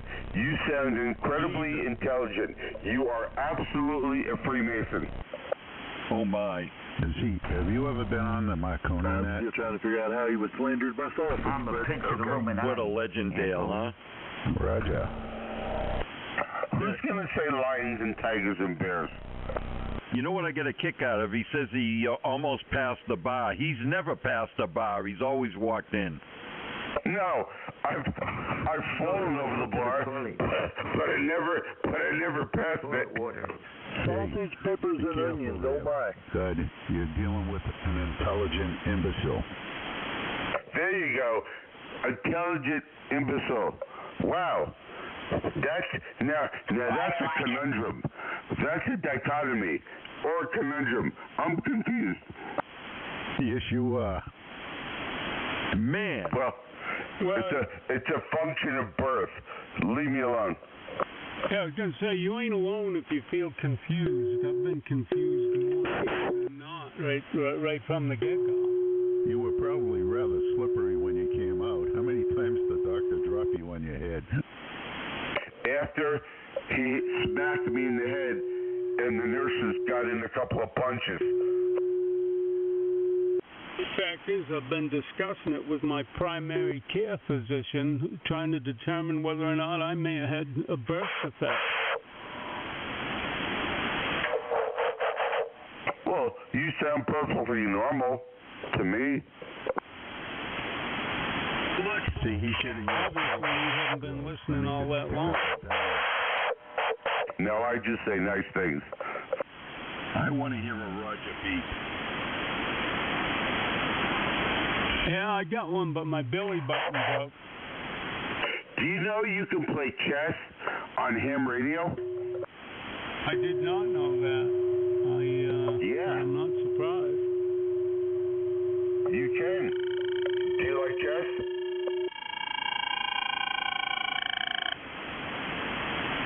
I can make my call sign come across your screen if you want. Hey, Warren. I love chess. Yeah, he can play chess. He can beat the bishop. This guy wants to talk to Warren. Let him call Warren. What was that, Paul? I said, yeah, he can play chess. He can beat the bishop. Hey, Paul. What? Hey. How you doing, buddy? That's sacrilegious. That is N1 Delta Radio Sugar. What's going on, Sexy? Not much. Hey, how's this Hermes sound? I'm on my Hermes. I was bored today, so I hooked up the Hermes. I'm just running a Kenwood stock mic, though. What did you say about your herpes? Yeah, it doesn't have a lot of lows, but it's acceptable. And the guy, if I caught herpes, it'd be from your mom. Why do you eat sausage so much? Wait, is it oral I can't talk to the guy with the list. What's going on, W? Simplex. Simplex herpes. Okay. What's going on, Why do you Warren? eat sausage so much? Oh, just enjoying the show. You say sausage one more time, I'm going to choke you with a sausage. Just the hand mic, especially. Yeah, I wired up a Kenwood handheld microphone. It's the one from my 2000, my TS2000. I did play with the EQ settings inside the radio here, so I am running a 10-band EQ built into the Hermes, and I finally upgraded the one I was running here, so I'm getting about 550 watts out with about 5 watts drive there.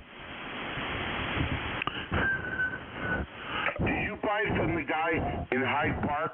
That's where I got mine. No, I got a TS2000 also. Real good. Passes all the bottom end. You must have the filter opened right up. Yeah, like I said, I've been fooling with it. I'm on the phone with my brother here, so I just wanted to jump in. I heard you guys and just wanted to see how this thing is working. But I mean, it sounds pretty good in the headset, surprisingly enough. So, as you saw, I'm running a 10-band EQ. It's just one of the Hermes and Kenwood microphones. I got 4 racks. Catch your 4 racks. I got 4 racks. About 550 watts out with about 5 watts drive there. Yeah, that sounds pretty good. It sounds pretty natural. I got 4 racks. Sounds good. 73 old man. KD1Z1. Catch you tonight. Roger that, Paul. Take care. Keep your britches in the wind. I don't know what the hell you guys talk on this channel about. Keep your racks high and your feet low. Yep, 7-3, Paul.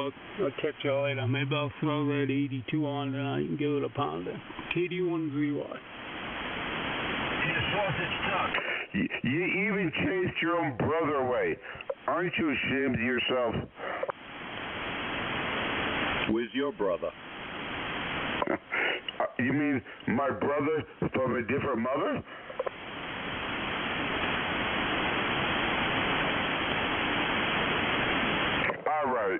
All right.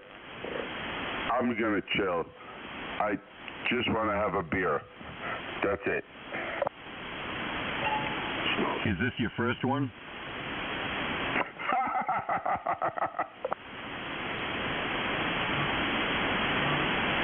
I think you're up in PA. What are you drinking, Rolling Rock? No, it's my second, and it's Heineken. Roger, you don't drink Rolling Rock, huh? I used to. Actually, I got nothing against it. It's a good beer. Yeah, we get it up here north sometimes. You can find some. I've been in Europe for the last 5 years, so they don't have a whole lot of American beers. But what they do have is Belgium beers. The Belgian beers are over the top. Where were you, in Ukraine? No, I was in Switzerland, I said. Switzerland. What are you, a Swiss banker?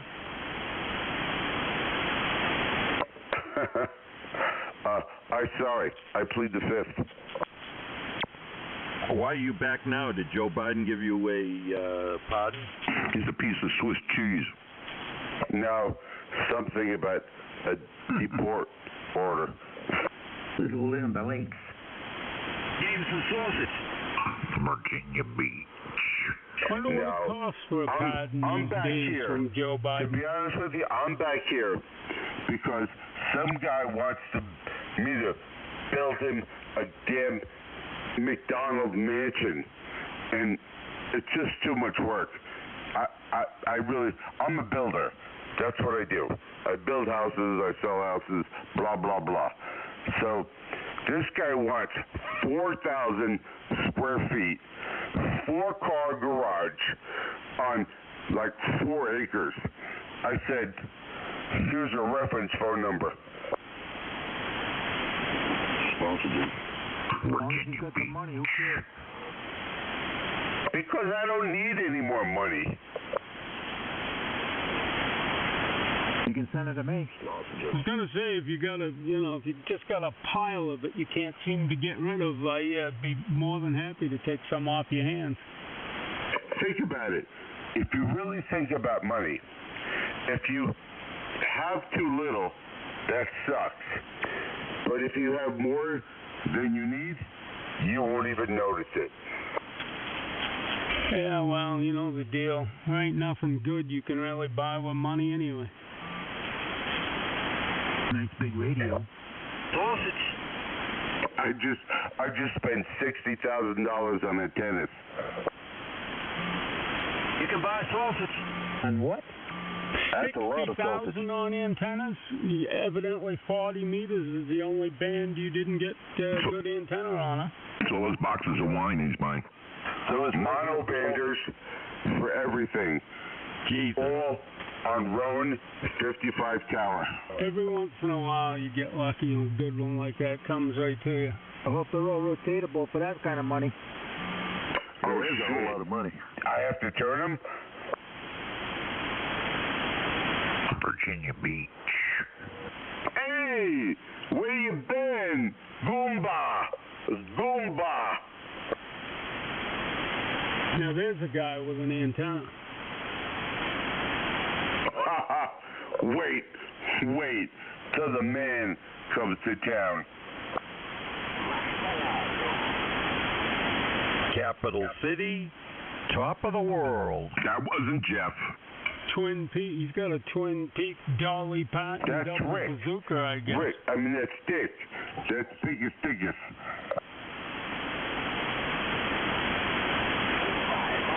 Hey, Virginia do that call sign thing. Can you see it on your screen? Oh, yeah, that was hilarious. Roger. I was telling Uncle D about that today when I talked to him, that I fell out of my chair when I saw that. One too many beers, huh?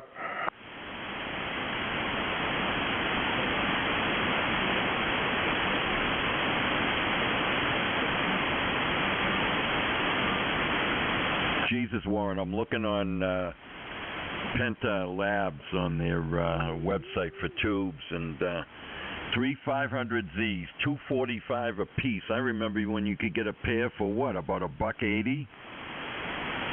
Yeah, but that's not bad. I've seen them more than that, and from what I hear, Penta Labs is about the best ones you can get nowadays. They're all tested, and they'll stand behind them. At least when you first get them, they're going to do what they're supposed to. Or at least that's what I've been told. That's what I've seen reading online.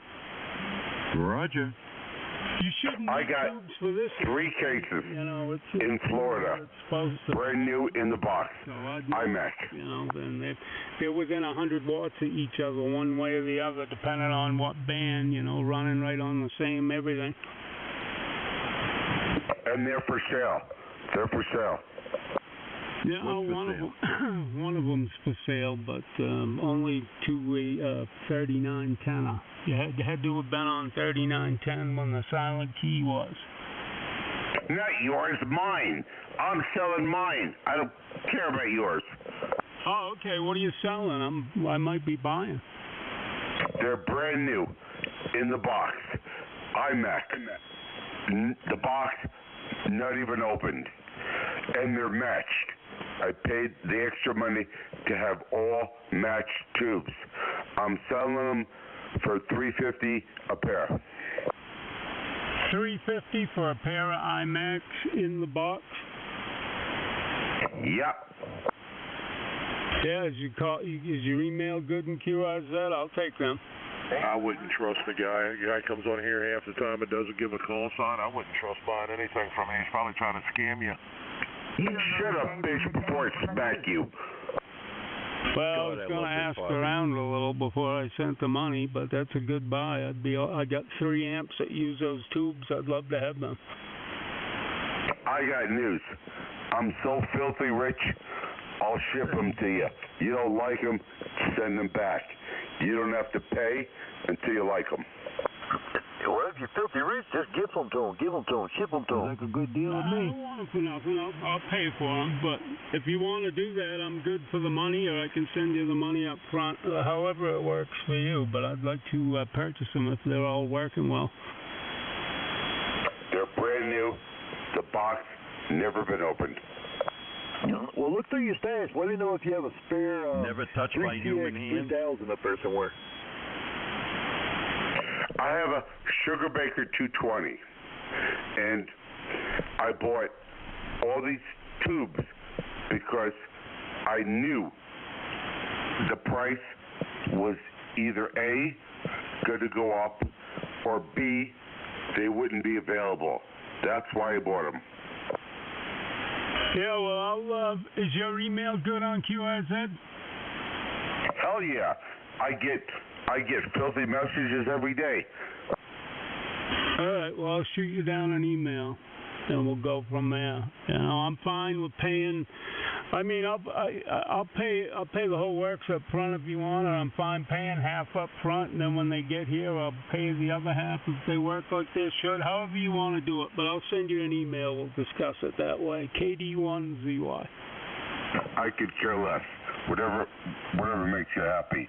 They're good. You'll be quite happy.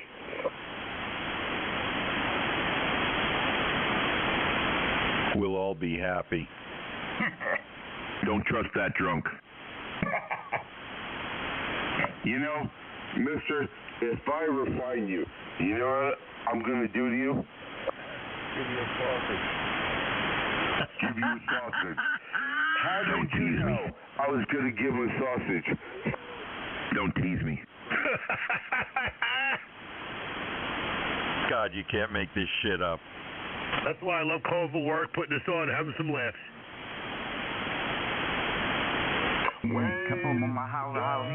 Moon, it's you I like a big pizza pie. It's amore. That's amore. More like the dope. What are you, a crack dealer? You know, you really do sound like a crack dealer. I gotta be honest. You sound like a total drug dealer. Wow. Do not purchase anything from my KX2FPZ. He rips people off all the time. Do not purchase anything from my favorite friend is back. He rips people off all the time. Is that drunky Dean Martin? Do not purchase anything from my Conti KX2FPZ. I know exactly who it is, but I'm not going to pin him out anymore because it's too funny. That's the one who likes Rick. I thought Dean Martin died a few years back. Do not purchase anything from my Conti KX2FPZ. No, they gave him another liver. They gave him a sliver of somebody else's liver. Dean Martin never drank in real life as a prop. You know, I've heard that. Is that true? Yes, it is. My uncle knew him very well.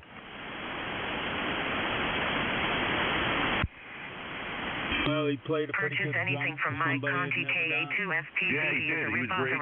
He was drunk all the time. He's a great comedian, great entertainer. So you say that whole time it was just an act? He never drank in real life. He never drank. This guy says he never drank in real life, Dad. Well, he went to rehabs, I know that, and then he quit drinking for 20 years, and the last few years of his life, he was drunk all the time. Well, I have family that hung out with him, knew him, so. But I'll tell you one thing, his son was unfortunately died from drugs. That's what destroyed Dean Martin at the end. Well, it always amazes me what you can learn on amateur radio. Do you guys know? Do not purchase anything from my Conti KX2FPZ. He is a rip-off artist. And was a ham radio operator, and so was, well, obviously Joe Walsh. And the other guy, who's the other famous, not the senator, whatever, not him. Who was the other famous amateur radio operator who was a celebrity? I don't know, but I knew that about Herman Munster, and I seen the episode where Grandpa had an FT101 double E set up down in the basement.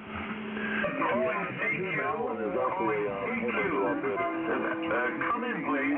Ham radio. Donnie Osmond. Priscilla Presley. Conti KX2FPZ. He is a rip-off artist. Pee Wee Herman. Jimmy D. Wait, Pee Wee Herman was a ham radio operator? That's going to make me rethink the whole thing. Donnie Osmond was too. I didn't know that either. I believe every astronaut in space is a ham radio operator too. I would not be surprised about that. That'd be easy to believe. No, but seriously, Tim Allen is a amateur radio operator. No kidding, I didn't know that. 40 meters with the TV show, you know that. I actually sold Joe Walsh my 75A1. When the show was on, if you could check in, you got a card from the TV show. My favorite band, by far, is the Eagles. Hey, dumbass. It's after 4 o'clock. Thought you was going to go away at 4 o'clock. That's Rick. Yeah, Tim Allen's amateur radio call sign KA0XTT. No, that's the show's call sign. His real call sign is not that. Oh, man, what? Tim Allen's real name is Timothy Dick. And if you look that up, you'll find his real call sign. Man, could you change the channel? Fuck you, man. If you like my fucking music, get your own fucking cab. I had a really rough look this out and kick your ass out. Man, come on. I had a rough night, and I hate the fucking Eagles, man. Wait. Hold on. Did you just say you hate the effing Eagles? Did you say that? I think it was a recording. Calm down. Oh, thank you. Okay, all right. I have his actual information pulled up here. It is KX2U. That is his actual call sign. Sorry about that. KW4. Yeah, that's his real call sign under Timothy Dick. And don't forget Joe Walsh, man. WB6ACU. Yeah. So that other one with the suffix TT, that was in reference to Tim Taylor, his TV personality, whatever, blah blah blah. So yeah, that was fictitious. So sorry about that, gentlemen. I got it right now, but it is Kilo 6 Oscar Tango David. So there you know. He signs the QSL cards. He signed some for KK6. Did you ever look up Fred Gwynn on QRZ? He's still there. He loves the sausage. He hasn't been a ham operator that long, though. No, he's been dead that long, but they kept it out of respect. His address is 1313 Mockingbird Lane. He always wanted to be a ham radio operator and save people and all that type of stuff. Hey, I heard he was a great DXer. I mean, I talked to people who actually remember from the day, and they said he was a superb DXer. I don't think Fred Gwynn was an actual ham operator. I think his character was trying to be one on the Munsters. Hell no. He was a real ham. He was an amateur radio operator for many years.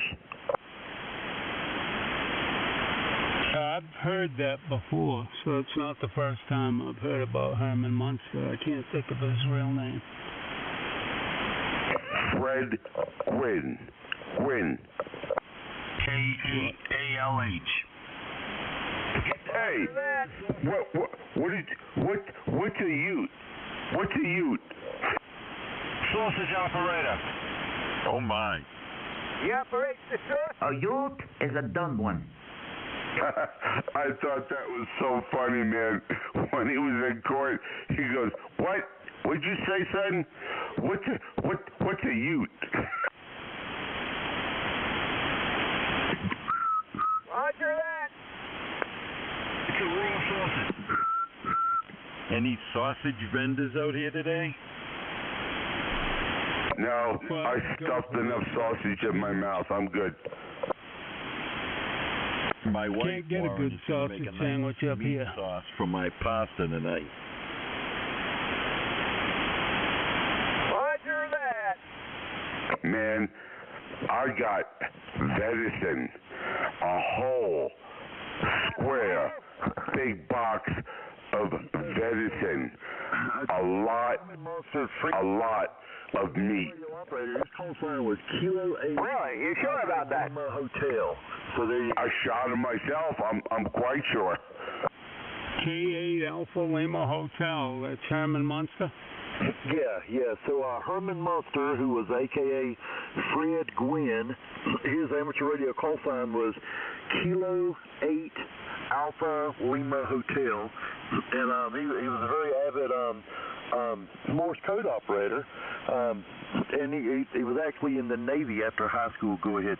Yeah, it said that he was in the Navy as a operator of CW, but it doesn't say that he actually did it on the ham radio. I couldn't find that anywhere. And his call sign was W6XLR4. That's what he pretended to be, but I don't think he really had one. Who was that now?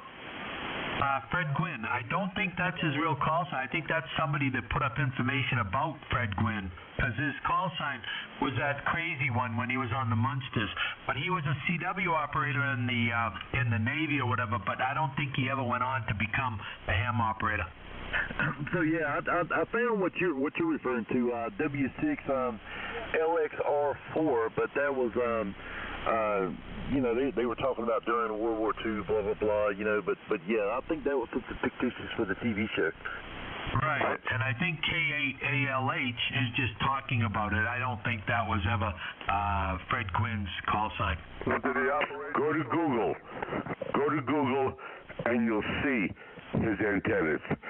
He was a real amateur radio operator, not just a fake one. I thought his call sign was 1313. He was a member of the Sausage Squad. Yeah, that remains to be seen. I don't mean to be rude, sir, but this sausage stuff is getting old and extremely boring. Yep. Nor deny you exist a sausage. Get the hell off the frequency. Well, let's move over to the shaved beaver sandwich. Yeah, Buck, all right. Man, ribeye steaks. That's food. Man. Oh, here's some interesting information.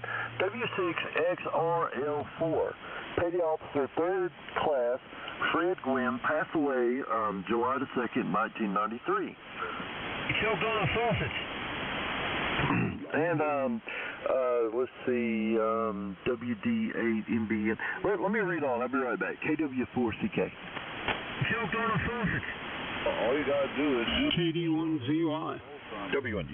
know you all about it. KA2FPZ. Hey, you far you with? Much to do.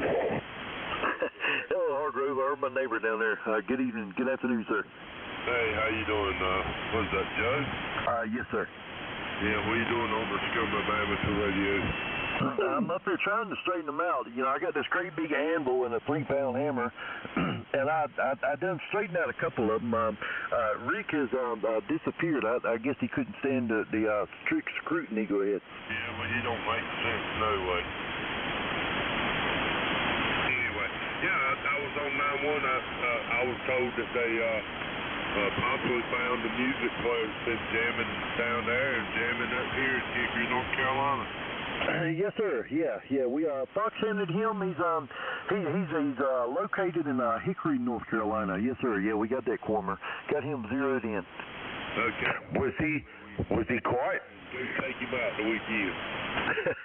Roger. All right, man. Carry on. I'm going to sit back and read a little bit. I'm going to listen up and see if I can't learn a little something. KW4CK. If you learn it here, I was wondering why I didn't hear any music. I wonder if they actually caught these guys. Yes, sir. We have a very distinguished list, and we're going down the list. I tell you what, we're going to clean this mess up one way or the other. Roger? Just the music. The jammers. Get rid of the jammers. That's all.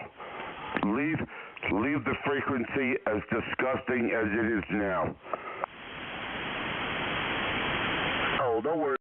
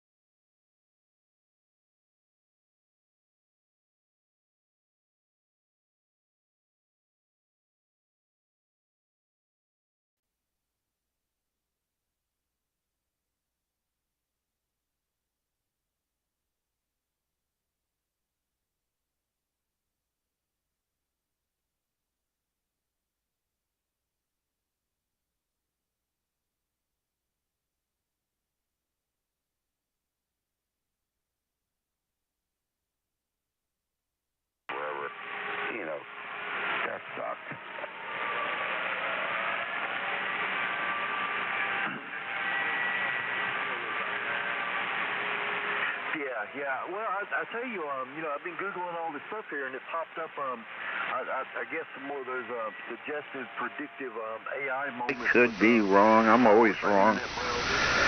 I'd like to see some difference. The biggest thing that I'm very happy about is that Trump won. I said, how about that? That's neat. Roger.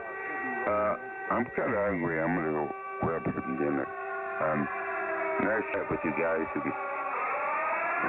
Maybe I'll pop in a little later, watch TV, I don't know. But 73, J8, your FPZ club.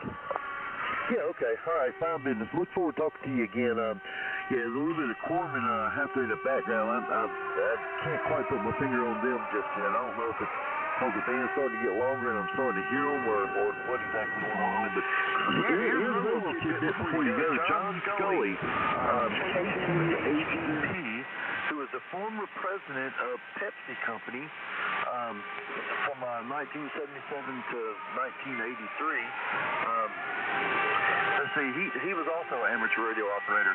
How about that? You see, the more we study, the more famous people who are amateur radio operators who we never talked to. The only person that I didn't talk to him, but 870. Yeah, it also says here in 1983 when he left PepsiCo, he got a job as CEO of Apple Incorporated in 1983. Also a licensed amateur radio operator, marketing genius, remained on that position for 10 years, and even saw the great Steve Jobs resign from his position after a fight between the two of them. How about that? He wouldn't talk. He would just play guitar. But everybody knew who he was except me. I learned later who it was. But he did it for a long time, and it was fun. But I never met the guy. But he seems nice. KH and FPZ is QRT. Yeah, I've met Joe Walsh, and he signed a card for me, a couple CDs, a PR40 microphone. He's a good guy, man. Signed a bunch of stuff, and I've talked to him a lot. That's what I'm looking forward to. And I figured the gentleman would jump in talking about the sausage. But yeah, we're going to have some bacon and sausage and eggs and pancakes, and the wife said something about some gravy biscuits. So you know it's true there, Plymouth Joe. Diet. We're going to enjoy ourselves. 73, KW4CK. You can laugh, but we know it's true. Oh yeah, they're both psychotic. Have a good day. I've talked to Joe Walsh, met him a couple times. He signed a PR40 microphone for me. Good guy. He was a big 2-meter guy, though, Joe Walsh. He liked HF because he liked a lot of the old radios. All right, very good, man. The siren's getting a little loud. You know how it goes around here, man. Enjoy. Have a great day. Why are there always dicks like this on every frequency? What the hell?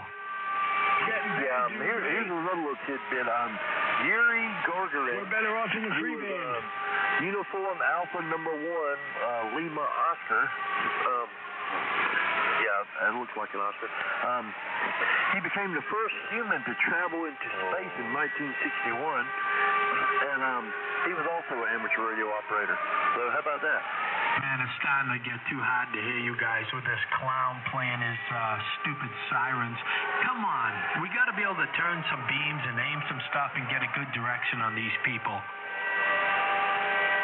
Oh yeah, and let's see, Les Hamilton, call sign GM3ITN, was a Scottish ham radio operator who first alerted the British government that the Falkland Islands had been invaded by Argentina.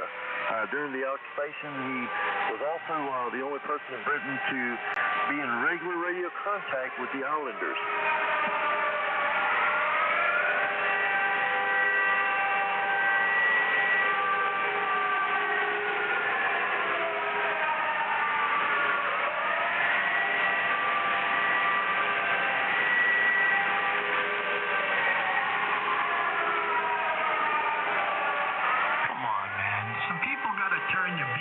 of these assholes.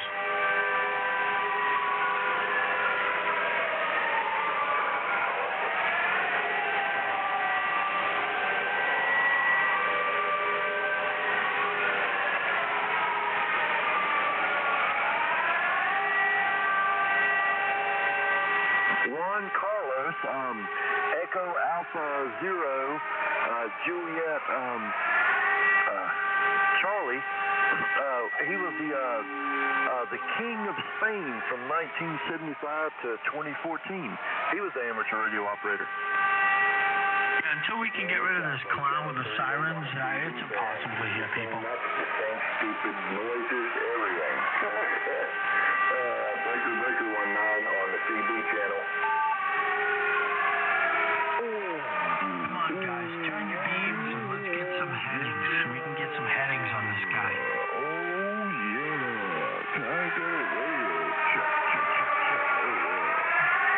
Hey, Hargrove, are you still in there? Hey, is this the CB or HamRadio? I'm confused. Hello? KE4RUN. KW4CK calling. Sounds like channel 38 on the CB band. Nope, I guess Hargrove done jumped out there too. KW4CK. Idiots. All of them. Yeah, they're getting it done, and you can barely hear me. Yeah, they're evidently the band's done gone a little longer, and so you're probably not getting hard to get a copy on me, and that guy right there is probably coming on up in your receive there, Roger. Breaker 19. This here is the Rubber Duck. Breaker 19, the Rubber Duck calling.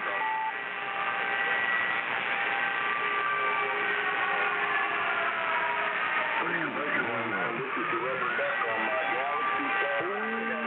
Oh yeah, I got a copy on you. I tell you, that guy, he's kind of pushing the envelope. It won't take long for him to burn his mess up playing all that mess, you know. Breaker 19.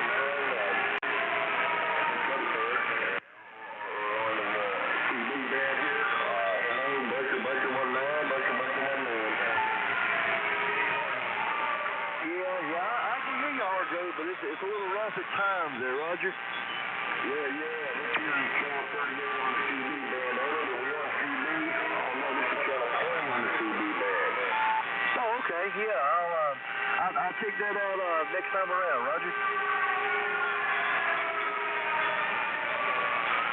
Breaker 19. Breaker 19.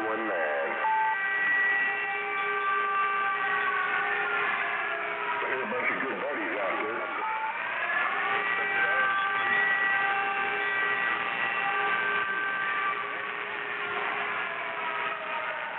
Yeah, okay. Well, Roger. Hey, Joe, Yes, sir. Go ahead.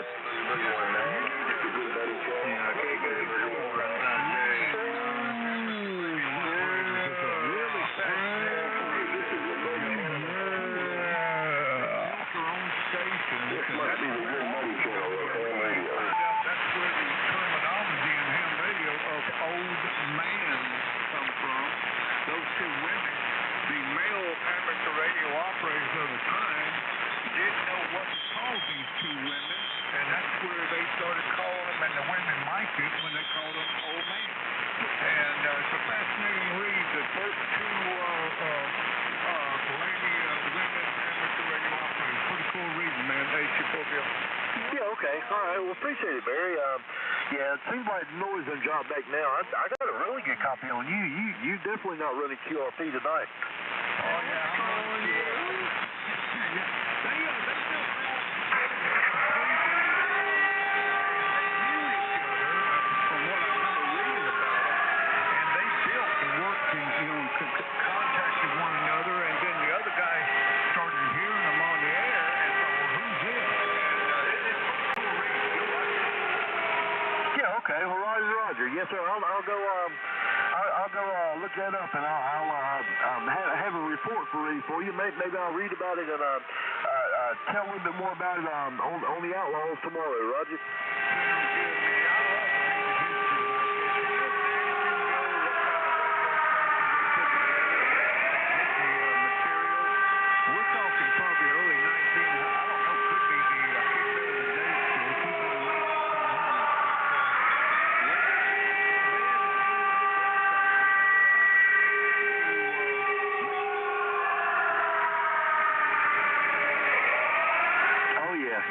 definitely wasn't no taking a radio out of the box and plug and play, was it?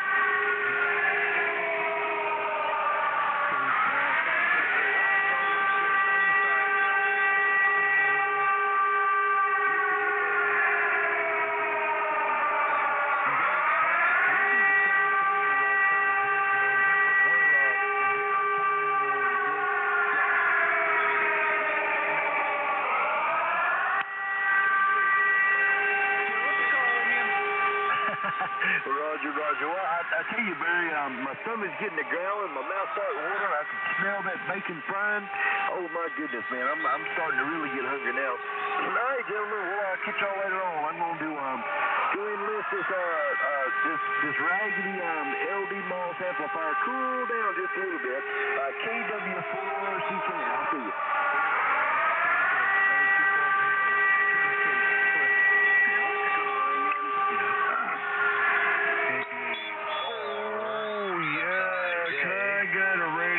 Check.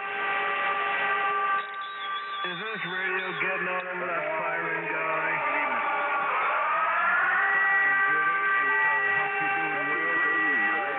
I hear something out there over my radio. Check that stupid firing guy that's got a big signal.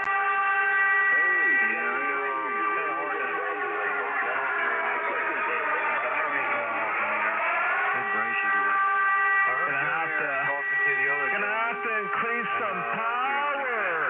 Good evening to both of you. 2,000 watts. My friend. And you have a super evening. We'll see you later. AC4VO, Tennessee, Clinton. Hey, what's the suffix to your call? I've been trying to catch it for some time now. Is it AB something? Yeah, it's Joe. Oh yeah. Check. Oh, I don't remember Joe's call. Joe, you still in there? No, your call, Barry, your call. Number 4, Charlie Kilowatt. KW4CK, Joe, in north central North Carolina. I'm about 45 miles north of Raleigh. Go ahead. Yeah, QSL, I got you, Joe. Sounding good, man. I was trying to catch your call, Barry. I've been talking to you for some time now, but I can never remember what it is. Oh, I'm sorry. I thought you were talking about Joe. My call sign is Alpha Charlie 4 Victor Oscar, Chris. AC4 VO. Copy on it? Yeah, QSL. You're in Tennessee? Yes, sir. I gotcha. I got to write this stuff down, man, because names and call signs, I can't ever remember none of them. All right. Join the club. I'm in here for the same thing, man. I've been talking to Joe forever. I don't even know his call. I just know him as Joe. Oh, yeah, that's a whole lot easier to pull out the mix as Joe, and, so there you go. There's Sean. There comes trouble. I got you. Well, both of you guys are sounding good over here into Virginia this evening. I'm going to go back into the kitchen. I got some chicken in there sizzling on the skillet, so I don't want to be gone too long. Maybe I'll catch you guys after a while. KK4, SIJ. Here comes Shorty. Oh, yeah, definitely. Don't burn dinner, man. Go on back to it. We'll still be around. I just ran in there to the kitchen, and she told me it was not ready, and I had to leave. So I'll come back in here for a few more minutes. Stomach rattling. I couldn't even grab me a slice of bacon, boy. She was dead on me. All right. I'll be listening. KW4CK. Here comes Shorty.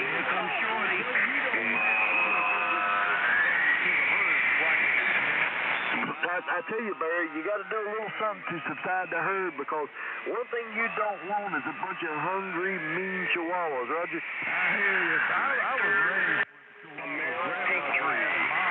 Go. Foxtrot. Yankee. Capital City, Canada. The weakest station in the nation.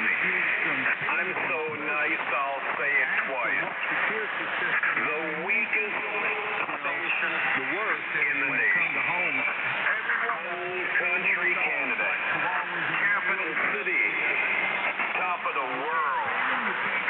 And we don't mess around. Yeah, oh yeah. Yeah, and there ain't no such thing as a stranger coming in and making friends with them. No, it takes there's a grooming process involved, Barry. It's got to be a courtship there. Somebody new come around the house, it's not just an instant friendship thing with them, Roger. You're that weak station. Yeah, there's two of them, I think. I'm not too sure. You know, they're not speaking English. They're speaking redneck, so kind of hard to understand.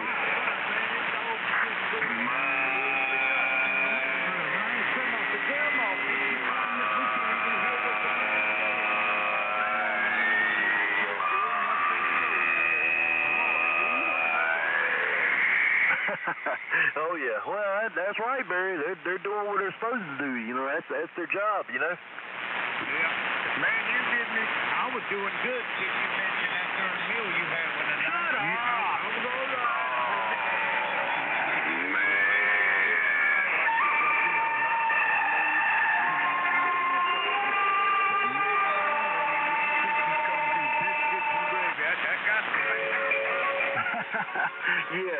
That'll sure enough bust your New Year's resolution and your new diet. And yes, sir. Yeah, that takes it all out of the mix there.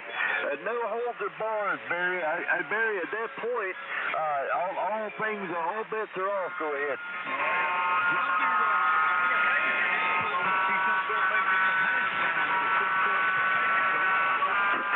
Well, you know, she had talked about it, but I've really been trying to stay off the potatoes. I have potatoes about every other meal, you know. It's just a whole lot of starch, you know. Well, my wife just killed the carbohydrates. She stopped the carbohydrates, of course, of the bread and the potatoes. She's going off of it totally. And, well, you got to have some, Joe, you know, but she was noticing that the carbohydrates were causing her to actually, can you believe this? At the moment, nothing severe, by no means, but brain fog. She would get, she was looking for something the other day in the kitchen, and she looked at and noticed that she was holding it in her left hand, for God's sake. She said, that's it. And she's been off of it for about a week and a half. You know, her mind cleared right up. It's incredible. Oh, yeah, that's real good, Barry. Yeah, that's real good. You know, sometimes, you know, I get ahead of myself, you know, and I'll be working on something, you know, and then I can't find where the tool went, you know, and man, this guy's a dick. Yeah, it turns out that well, there it is, either right beside me or right up under me as I'm sitting there working on something, you know. So yeah, it happens to the best of us. It surely does. Well, I told her, I said, you know, I've heard of this before in the past. I told the old Joe here. It don't affect everybody. Bread, you know, potatoes and all that, rice, all that carbohydrate stuff. Everybody don't get affected that way, but some people have issues with it. I know somebody that better not take a bite of any solar bean products. Oh, yeah. Well, Barry, just to give you a rundown of the last several meals, you know, last night, you know, we had tacos with French fries, and they were deep-fried French fries, and I tell you, they were good. It was a good roundabout, just something different, you know what I mean? She made some homemade tacos with some French fries. Now, the night before, you know, was steak and baked potato and salad, and the night before that was it had mashed potatoes and gravy and messing, but you know, it was you know, with potatoes, you know, being in every sort of meal, you know, this is one meal that she prepared, you know, didn't have no potatoes in it, Roger. Oh yeah, I hear you. Everything in moderation. Yeah. Well, you know what we've done? We did away with potatoes altogether in this house. We don't use potatoes here. And we don't do sugar. You won't find any kind of sugar in that. Bunch of potato eating freaks. She uses that a lot. Jackass. But what we replace potatoes with is Rick, come here, watch out. It's a tuber, which I didn't really realize that is the sweet potato. It's not an actual potato, Joe. It's a tuber, and everything belongs to the potato family. doesn't have the carbohydrates and stuff that potatoes tend to, but you can do everything with a sweet potato. You know, we have the shoestring sweet potato fries and the curly cues, and so you can do a lot. But matter of fact, he cooked me up. I love them. I was raised on them as a kid. He got me some whole sweet potatoes in the fridge that he cooked in the oven a couple of days ago, wrapped in tinfoil. Man, that's a snack within itself, Joe, and it's low calorie and no carbs, all the et cetera. Yeah, okay. Barry, what about, if you cook a stew or something, do you fudge on it a little bit and put some potatoes in the stew? Oh, yeah. I mean, Deborah, I got a radio check. Crazy about it, but, everything in moderation. This radio working? Moderation in life, and, I mean, she's got some white potatoes down. Is this radio working? I mean, what is a beef stew without white potatoes? Oh, yeah, yes, sir, yeah. Yeah, that and a little bit of onion, a little bit of carrots chopped up. Oh, yes, man, that's some good eating, too. I tell you, I think tonight we're having, he's doing Chinese tonight, which I love, man. But these are sweet and sour pork, homemade with the white rice, etc. And again, we don't eat that all. We cut back and on the carbs, but I love that Chinese, that sweet and sour pork. Are you a Chinese eater? Do you like that kind of food, Oh, yeah. I try to eat a little bit of everything, Barry. I tell you, I do. And I love rice, and different mixtures of vegetables and stuff. And I tell you, some I really enjoy is that hibachi. My wife will. I don't know. That might be Japanese food, but it's a chicken and steak hibachi with vegetables in it.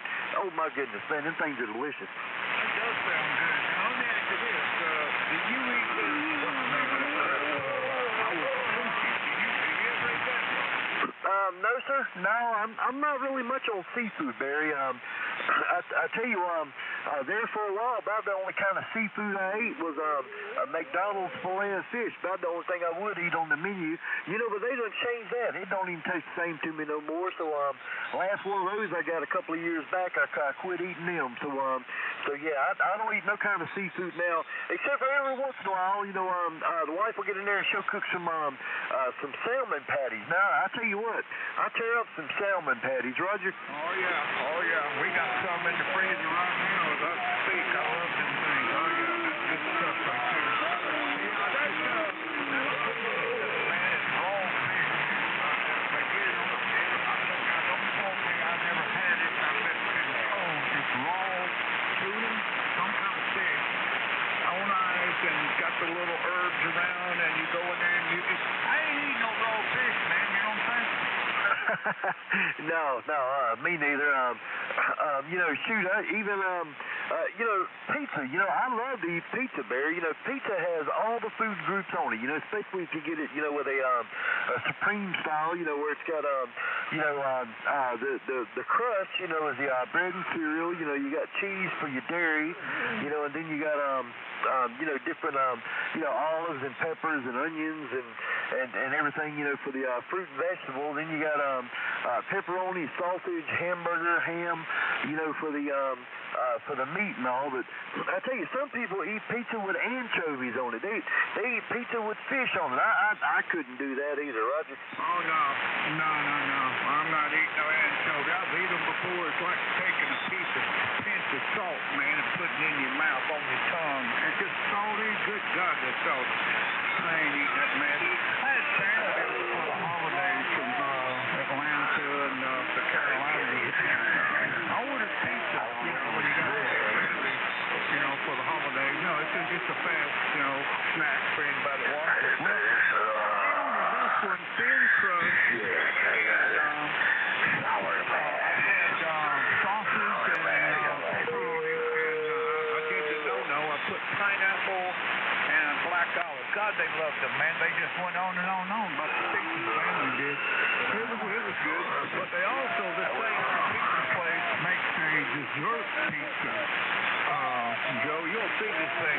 It's like a large size pizza, and one of them you get 2 types. You can get burnt apple. Oh my God, that's good, man. And they had another one that was blueberry, but you know, if you're diabetic, don't touch that. Oh yeah. I've had that apple dessert before, that apple dessert pizza, and yes sir, yeah, that stuff is mighty sweet, Barry. It sure enough is. I tell you, one little piece won't hurt nobody. You know what I mean? You know, like anything else, you know, a little bit of moderation. You know, you can fudge on some of this stuff a little bit. You know, it's not like it's gonna put you in a hospital, nothing, Roger. Oh yeah. It's like you said, you know, it's all moderation, man. You know, just don't overdo it. Don't get stupid, and you know, don't abuse your body with stuff you know that's going to cause ill effects. But oh yeah, well, that sounds good. That breakfast, man. Wow, that does sound good. Let me ask you this one: the wife, mine, she's from North Carolina, my wife, and her mama taught her from a young girl how to make a biscuit. In Georgia, we call them cathead biscuits, homemade. And oh my God, man, they could almost float to the ceiling. Your wife, she hand make, or how did she do hers? Oh yes sir. Yeah, Barry. Yeah, handmade biscuits. And yeah, I have heard them called cat heads before, but yeah, sir. Buttermilk biscuits. You know, get in there with the flour and the shortening and hand make them, Roger. Yeah. You know, I learned something from my wife, Joe. I did not know this. I ain't no cook by no means, so you know, I didn't know this. And she was cooking, and she said, "Oh man," she said, "I gotta make some buttermilk." I said, "You gotta make some buttermilk?" I said, "How do you make buttermilk?" And she said, "I take regular milk and I put vinegar in it, and it makes it into buttermilk, and I can use it in the biscuit." Are you serious? Do you know what? When she blended that together, and I took a taste of it, and Joe, I'm telling you, it was like drinking the straight out of a carton of buttermilk. Oh yeah. Hey, you know, Barry, back when I was growing up, my grandparents did everything. You know, they wouldn't buy nothing at the store hardly, and yeah, we used to sit in there and churn the butter and everything else. Oh my goodness, man, that was hard work, but you know, stuff turned out so much better and it was cheaper too. I was raised on a farm as a kid, and it was our job, Joe, AC4VO Tennessee, Friday. It was our job to take care of the animals, you know, plus the guards and stuff. We all kids had to get. That was 9 of us kids, and that was I lived with my cousins and nephews. But we grew everything, and the animals, and you know, and we didn't buy it. The elders didn't buy it. I'll tell you how we got the sugar and salt. We made our own sausage. Papa, my great-grandfather, who lived to be when I was in my late 30s, that's my great-grandfather now, Joe. He would make the sausage, and pork sausage, and we would sell that locally, and the little bit of money they got, $1 or whatever, and whatever it was back in them days, that's what they used, man, to buy the salt and the sugar, the staples that they couldn't get, and flour. We didn't produce flour, but we made our own lard, and I've helped with that ordeal, and I've even been in the process of making homemade light soap, Joe. Oh yeah. Well, you know, I was a little curious about that. You know, I'd heard about your your business with soaps and stuff, and I told my wife that one night. I said, you know, I bet he makes his own large soap. I surely do. Lye soap, excuse me. But I tell you, most of the people nowadays, they don't even know what lye soap is, Roger. Well, the problem about today's people, a lot of the younger generation, if they had to go out here and do what you and I did when we were kids, they wouldn't know how to do it, man. They wouldn't have a clue. You know, they asked kids one time in school, I forget what grade it was, 4th, 5th grade, whatever. You know, they asked them, where did this come from? They had like a can of beans in their hand or held up a chair. Every one of them said, Piggly Wiggly or some grocery store. They didn't realize these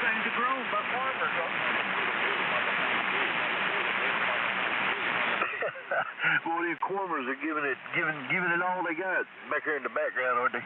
Yeah. I tell you, Barry, they just don't realize, one thing I'd say about it, at least we did survive. We grew up, with cars that didn't have anti-lock brakes, that didn't have power steering, didn't have no power windows. Nowadays, you don't ever see a vehicle that's even got manual windows in it no more. I don't know if you've noticed that or not, but you don't ever see no more hand cranks on doors, to roll the windows down. Shoot, kids nowadays, they'd be just dumbified. They wouldn't know what to do, Barry. Back in them days, we didn't have seat belts. We didn't have none of this stuff, I know it, man. Thank you for the Oh yeah, but I like those days. We didn't have the typically equipment that's down here today. The iPhones, you didn't know what an iPhone was. You didn't even know what a cell phone was. For God's sake, it didn't exist. We had the old black Bell telephone, the big old black phone. But I really believe, man, we made it. We made our own as kids. We made our own stuff out here, man. The first ham radio I ever made was my cousin Joe and I co-reading Joe made two cans, regular size, whatever, 2 cans, inches. And Joe and I went out there, man, and borrowed Papa's hammer and a nail, and we drove a hole in the bottom, and we got some string to Papa, and we put a knot in each can, and it was about 20 foot long, and Joe went on the one corner of the house, and I got on the other corner where we couldn't see each other, and we were shouting in them cans, and we were communicating, Barry, that works fine as long as you keep the string tight, but yes, sir. Yeah, I tell you, that's something you should share with the grandkids and great-grandkids, Barry. Show them some of that mess. They wouldn't know how to react to it. KW4CK, bottom of the hour.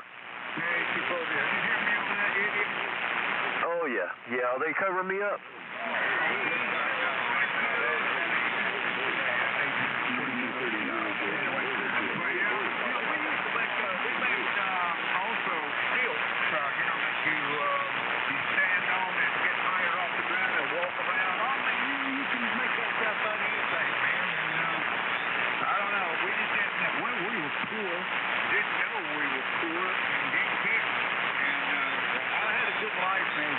We didn't have money, but I tell you another thing. We were talking business a while ago. My grandmother sent us to school many days, and here's the deal: we had to keep those sandwich bags and that wax paper. They were expensive, so it was our job as a kid to bring those back and give them back to Grandma, and she would load them up the next morning for us to go to school for lunch. And man, she would make, I love it, a cathead biscuit cold that had been cooked, the day before. Cut it in half. Joe put butter, just a churn butter. I did the same thing you did. Sat there, I couldn't tell you how many hours I up and down, and churn. But she would put churn butter and sugar, a sugar butter biscuit. Man. I had to bring the kids to school with them real ham sandwiches and apples and oranges, tried to trade us, all us kids, Joe and Kim and Jenny and all of them. They would come around, man, when they saw at lunchtime one of our sugar biscuits over. Roger. Barry, it's amazing, how different people, different walks of life, you know what I mean, different foods and stuff. That's about like cornbread. Now, I grew up with fried cornbread, and I love me some fried cornbread, but my wife, she grew up in a household where they baked cornbread. So, my wife, I tell you, she can make some really just top of the line baked cornbread, but anytime I fry the cornbread, I'm the one that's got to do it, Roger. Yeah, I was raised like your wife now. So my wife, now that's interesting you said that. Now my wife was raised with fried cornbread down in North Carolina. I was raised with baked cornbread,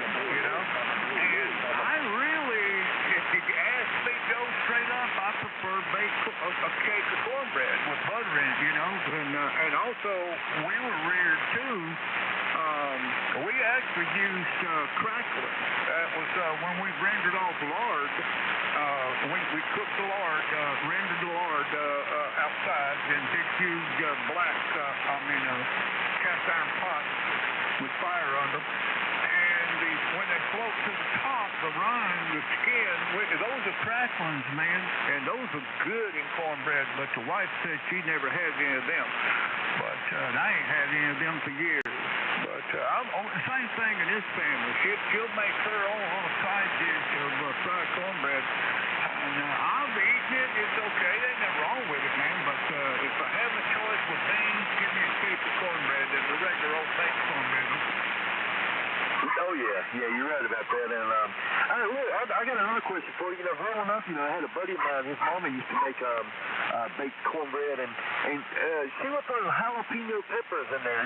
You ever try it like that, Bear? That was actually pretty good. Yeah, sure, buddy. And I'll tell you another thing too, man. If you want some good, and you can do this with your fried cornbread. Put these little pieces of corn in it, man. That's good stuff too. Oh yeah, well, we make some. My wife makes some hush puppies. They're like round ball hush puppies, and that's why she makes them with pieces of corn in it. That's pretty good. Oh man, hush puppy with a little bit of onion in it over. Y'all put onion in your hush puppy? Yes, sir. Barry, give me just a minute. My niece just walked in. She just come over from after school, and now I'm sure you can hear the chihuahuas in here cutting loose. So I'll be right back. KW4CK. All right, bro. All right, Joe. Always a pleasure, man. Enjoy your niece there. Alpha Charlie 4, Victor Oscar, Tennessee.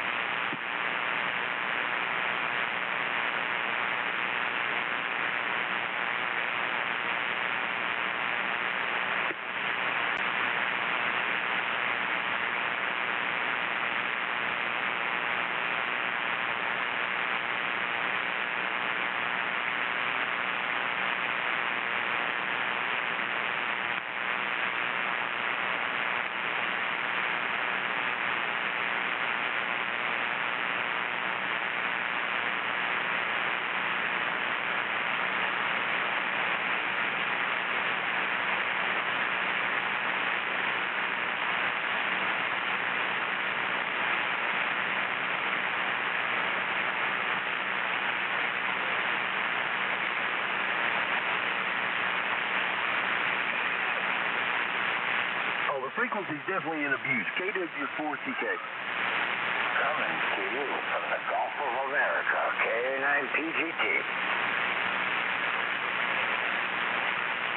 I wonder if he's going to rename that. Are they really going to rename the Gulf of Mexico to Gulf of America? Is that really going to happen? I wonder. Are we going to end up pulling in Canada into the United States? It already happened. You'll never hear Texas and Mexico again.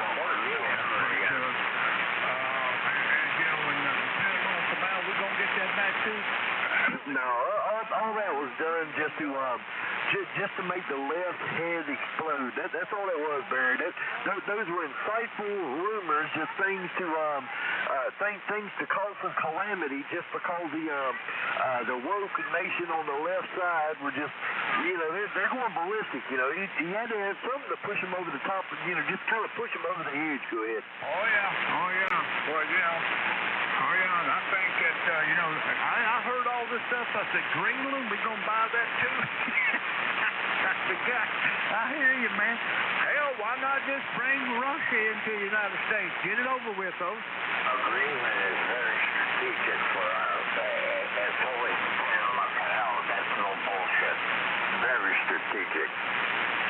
Man, you guys are making me hungry. What, you talking about all that cornbread and stuff, Chris? Yeah, that's right. You got me wanting some damn cornbread now. That's good stuff, ain't it, man? Yeah, it is. Especially if you get the right dish to go with it. Like some chili, for example. Ooh, that is, yeah. I didn't say that. Now I got to go and sweet talk the wife, chili. I don't like that sweet cornbread. I just like regular cornbread with butter on there. Yeah, you talking about that sweet jiffy, what they call jiffy cornbread? Yeah, well, they got a sweet one, and I don't care for that sweet one. I'd rather have just the regular cornbread. Yeah. I want that regular yellow, just fall apart when you pick it up cornbread. With a big slab of butter in it, man. Yeah, that's right. You got to put that butter on there, otherwise it ain't right. Oh, man, now we're talking. KK4SIJ. It's like having raisin and cinnamon toast in the morning. You got to have that hunk of butter on there.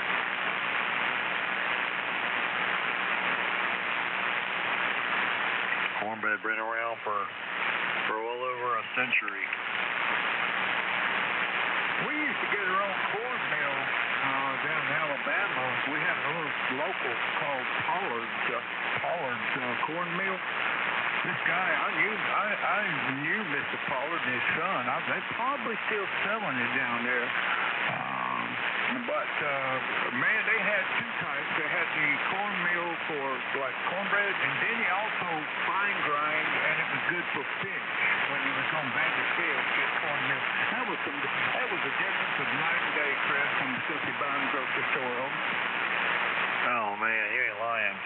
I do a lot. I like to do a lot of fishing. I'm an avid fisherman, let's say, but oh man, I do all kinds of stuff down around the Chesapeake Bay area, lower James River, Rappahannock. I'll tell you what, I'd go crabbing, shrimping, trolling, don't matter. So spot, croaker, Spanish mackerel. We load the damn boat up and make a full day out of it. And come home and it's some of the best eating. It really is. You can just catch it fresh like that. It's not imported or been frozen 3 or 4 times over. I mean, straight out of the damn sea into your frying pan. You don't get no better than that.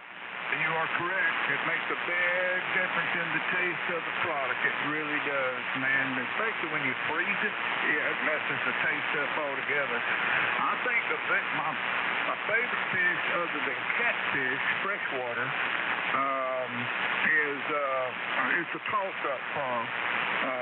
Chris, it's red snapper or grouper. God, I love that grouper. Oh, absolutely. Absolutely. I still want to say that probably Spanish mackerel is one of my favorite, and tuna, but I don't get to go out for tuna very often unless I charter a fishing boat, which I do about maybe once or twice a year. But this, on average throughout the summer, man, I catch a hell lot of Spanish mackerel out there in the bay, some cobia occasionally, and a whole hell of a lot of spot and croaker. Oh, that sounds good. I tell you, I had a friend of mine from Alaska sent me, mailed me, can you believe it? Mailed me fish, man. It was smoked salmon. Chris, I sat there and I opened the package up. He let me know he was sending it ahead of time, so look out for it. I opened it up, man, and the smell just diabolical. I put a piece. My mouth was already just drooling, because I felt this is going to be good. It was. God, you can't buy that down here. I've tried to, I can't find it anywhere, man. Alaska's got something going on up there with that smoked salmon they do. If you ever get a chance, if you hadn't already, to try it, man, give it a try. Give it a taste. I think you'll like it. That sounds good. I'll definitely keep that in mind. I think, I'll tell you, I'll keep on harping on the Spanish mackerel, but I'll tell you what, it's the best. I think it's one of the best eating fish out there. I know it can be argued over. Black sea bass are pretty good too, but you don't really catch too many of them inshore. Well, Spanish mackerel, I'm telling you, we go to the Outer Banks a lot. We got a little house down there we go to every year, a couple times a year, to stay in for a week. And I'll walk right out there, a couple blocks. It's not our little shack is not oceanfront, but just about a block or two walk away. I walked in there early in the morning. The sun comes up. Go out there and surf cast and hook up these Spanish mackerel and take them right back to the house. I mean, clean them and cook them right then and there. It's such a difference. It really is. It's vastly different. It don't get no fresher than that. It really doesn't. Especially the crabs too out of the Chesapeake Bay. Oh man, I got a whole bunch of pool traps between me and my son. We both every year we renew our license and we get the 5-pot recreational crabbing license for me and him both. So that's two of us fishing 5 pots each. We can drop 5 traps in a day, man, and we can really, 10 traps. 5 for me and 5 for him. And we can fill a whole damn bucket up full of blue crabs, man. Them bitches are delicious. Well, you know, that's interesting you mention it, HC4VO. I was down on the Outer Banks of North Carolina, and lived down there for quite a while. And we used to get those crabs, blue crabs. Oh my God, there was millions of them, you know. And that's the same place when I went down, and my friend and I, we took a net. And these things pretty much, waist deep water, and I went out and then did a big circle. We caught mackerel, man. It's incredible. Mackerel. Whole net full of mackerel. And we popped their nets. And that's the way you did them. Throw them on the bank and then eat them later on. Good stuff eating. But I talked to him not too long ago. And how did you overcatch crabs? Millions of them. He told me the crabs were gone, man. They were fished out. But how do you fish out something like that, Christos? Well, I think it primarily applies to commercial fishermen. If I'm not wrong, don't quote me on it. But commercial fishermen are limited to how many pots they can fish for crab as per their license will allow. Some are like a 50-pot, 100-pot license, 75-pot license, and that's really all you can fish. I think that's their kind of way of regulating it. I never really dove deep into all the details. I know they're going to be like 5 inches or larger, point to point. And for recreational crabbing, males and females both are available for harvest. I want to say if you're fishing commercially, you can only keep the males, if I'm not wrong. Again, I don't mess with it commercially, but I know there's a lot of guys down there. And I got a couple of buddies that do it commercially, so I have to kind of ask them to really get the details on them. But I think there is limits for recreational. If you have a fishing license in the state of Virginia, you're already granted to fish 2 pots, whether it's 2 pool traps or 2 crab pots, let's say. You can let them sit out there for the weekend. And they have to have terrapin excluders on them, which is pretty much like a plastic ring that keeps turtles from going inside the trap. So they go in there, so they can't go in there. Because without them, if you're fishing crab traps without the terrapin excluders, it's like a whole other big fee you have to pay, which I don't even fool with that because all my traps are open top, so I don't have to worry about that at all. But I have to look it up really to give you some more details about it. But there are some limits on it, and I think they primarily apply to the commercial side of it. Over. Okay. Well, let me ask you. Now, you guys got a place on the ice. Have you noticed any decrease in the fish since been going down there, Chris? Is it they chasing it out, or you still abundant?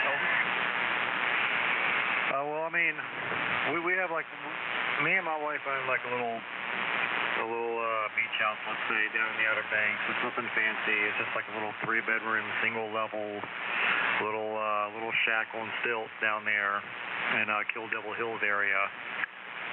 And the North Carolina laws are a little bit different than Virginia laws when it comes to crabbing.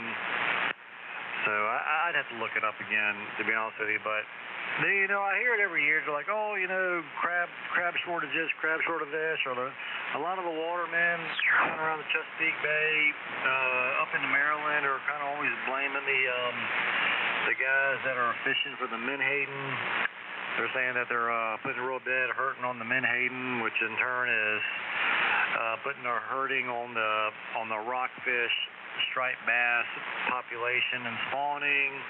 And then, at the same time, a lot of the guys that are big into crabbing are also blaming the striped bass for being overpopulated, for diminishing the crab population, blah, blah, blah, blah, blah.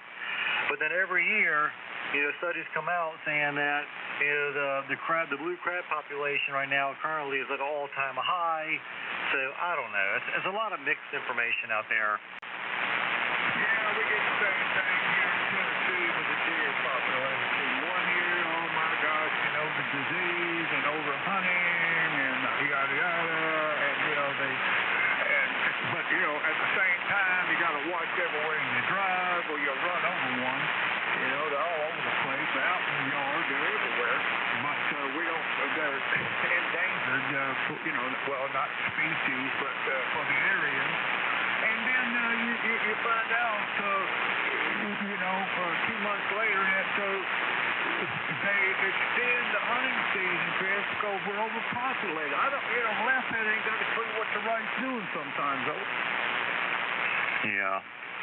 KK4SIJ. I'm trying to, again, I have to look it up now, but I want to give you an answer. I do. For crabbing, blue crabs in Virginia, I want to say that it's either 1 bushel per, I'm going by boat because I go out on the boat a lot. It's different from land and on boat. So crabbing in Virginia goes through, I think it starts like in March or May, and it ends in December. That's the season. However, if you're just using a hand line, just literally a string and a chicken leg on it, you can crab using that method year-round. It's open season if you're just using a hand line. But if you're using like trot lines, pull traps, crab pots, whatever, it's limited to like 8 months a year, I think it is. And I want to say it's it's either 1 or 2 bushels per boat per day, I believe it is. But don't hold me to it. Wow, they got that limited. Let me ask you, when you and your sons put your traps out, how long did you need to leave them in the water before you check them to see if you got the crabs or such? Was that just an hour later, or you need to leave them overnight? Or how'd you do that? Well, I usually I have pull traps, all right? I don't have crab pots. So a pull trap is basically like a small wire basket that you drop down, and when it hits the bottom, all 4 sides open up and they lay flat, so the crabs can crawl up in there and eat your bait. And you just pull the string and close the doors and you pick them up. They're small, about 1 foot by 1 foot square, and we fish 10 of them at a time, as long as either me, my wife, or me and my son is on board the boat, because that's 5 pots for each of us. Anyway, so I do that, and in addition to that, I have a permit to run a trot line as well.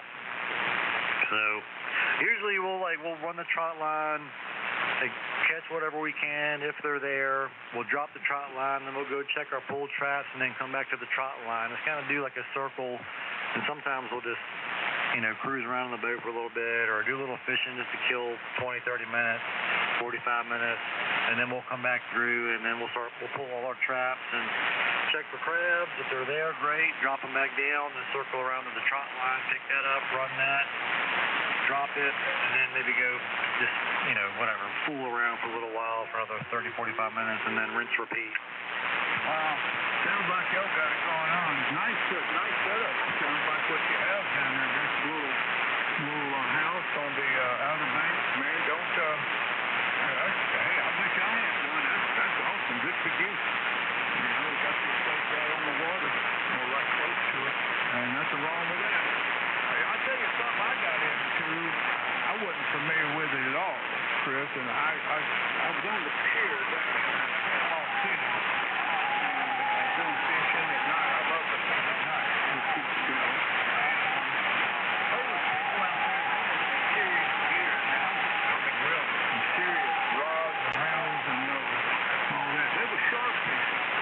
And I watched them, and a man and a woman, man and wife, each hooked a shark. And you would have seen these things, Chris, that they pulled it up. He got it close to the pier at the end, and a guy dropped a rope with one of those 3-pointed hooks and snagged that shark, and it was a hammerhead, a big one, and it took 2 rides to get that fish up to the deck of the top of the pier. And they had a electric rechargeable knives.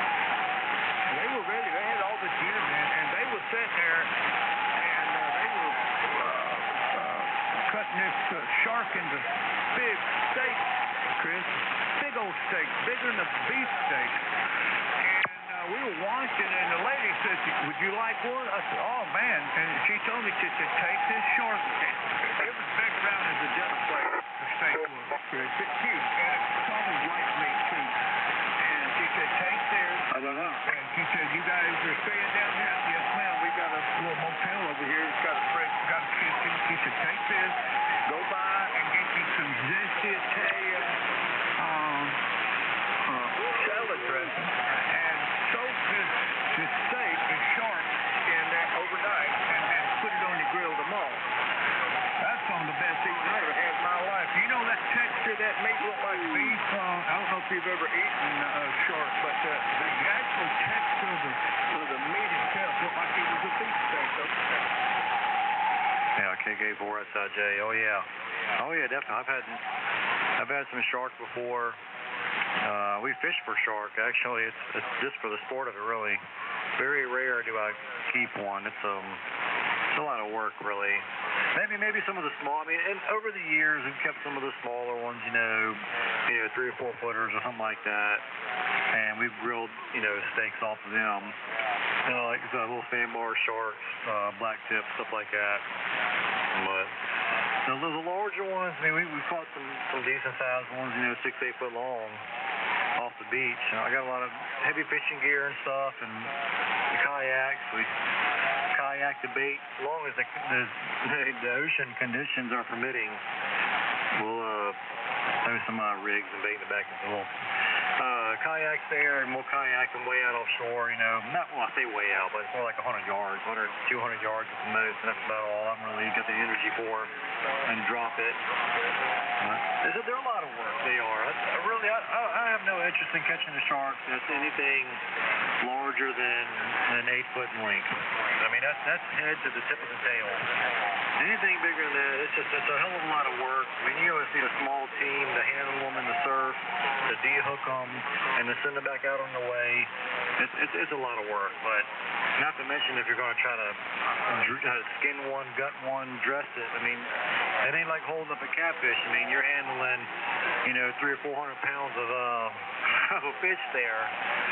So it could just be a lot of work, and it could be a lot of mess. But I've eaten some shark steaks, like I said a minute ago. Just the smaller ones are a lot easier to handle, and they're pretty damn good too, believe it or not.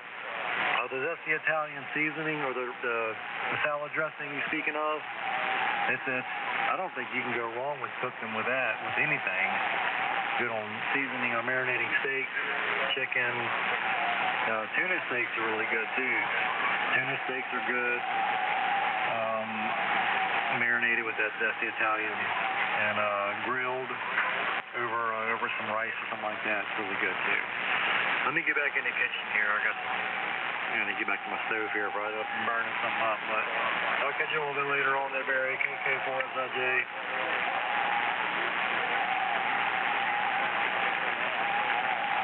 All right, man. KK4SIJ. Alpha Charlie 4 Victor Oscar. Don't burn the supper, man. See you later. Good reminiscing. This shark boat. I hadn't thought about that. It took you about an 8-pounder. That's more easier to handle. Shark like that. That thing you said, this went man and woman and hammerhead was a fish. It was huge. And I was scared you can get around it. That was a big fish. And then I got to thinking that, my gosh, man, them things are out in the water, for God's sakes, right close to us here, swallow you whole. But it sure was some good eating, man. All right, man. And spread the breeze and have a great one. We'll catch you down the logbook. AC4ZO, Tennessee. Seafood sausage. My name is Lou.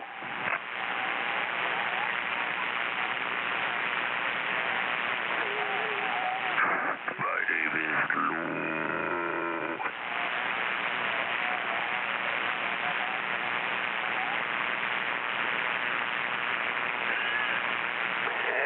You got shark. Good eat.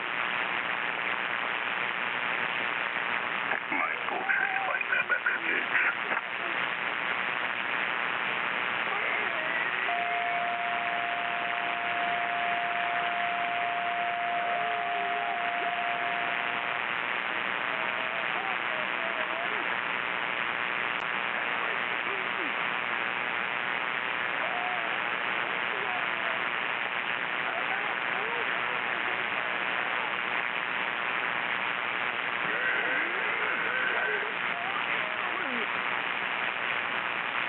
Needs some sausage.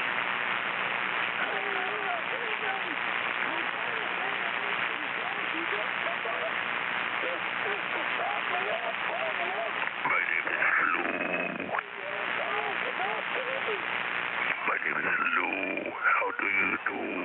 Coming out the wrong end.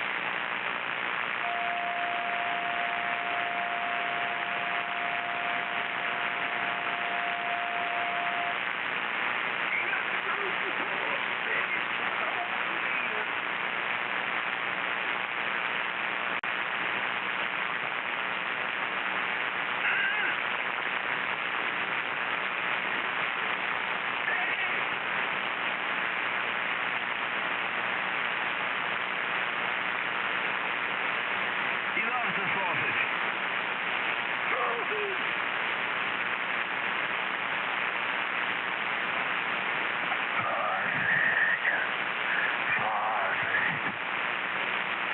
Sausage makes me groovy!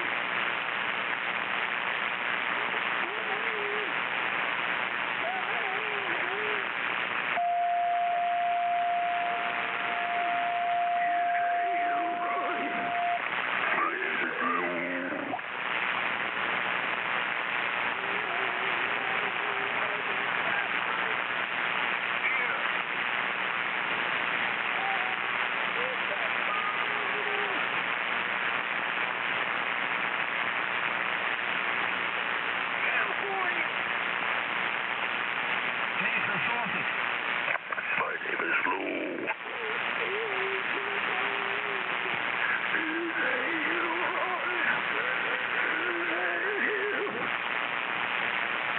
My name is Lou.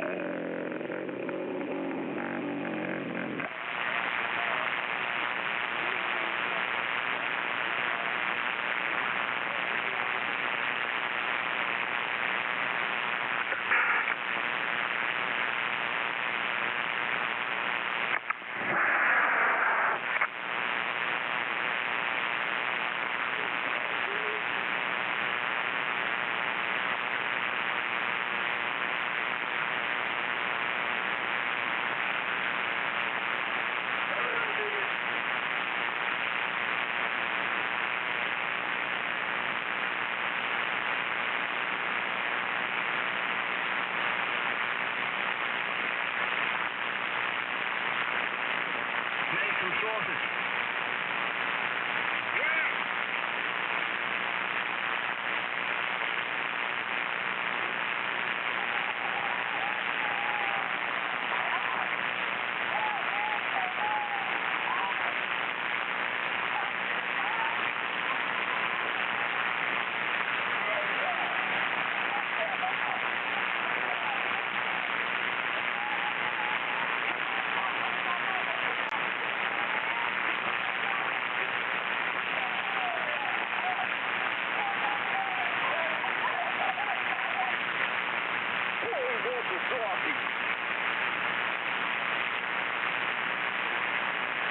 He loves the sausage.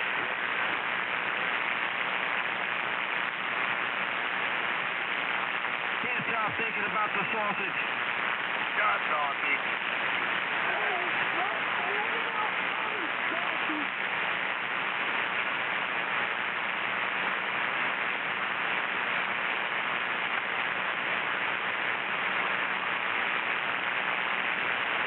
He must be a professional.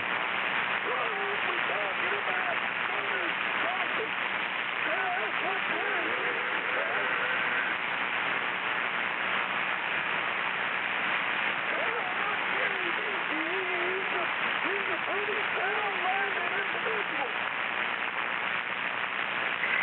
you shut up?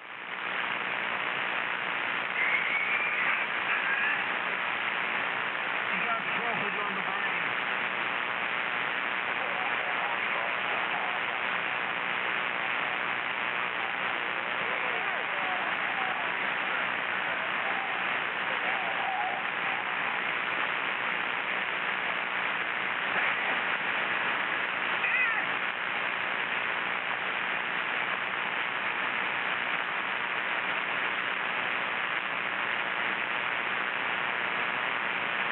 You're gonna dream about the sausage.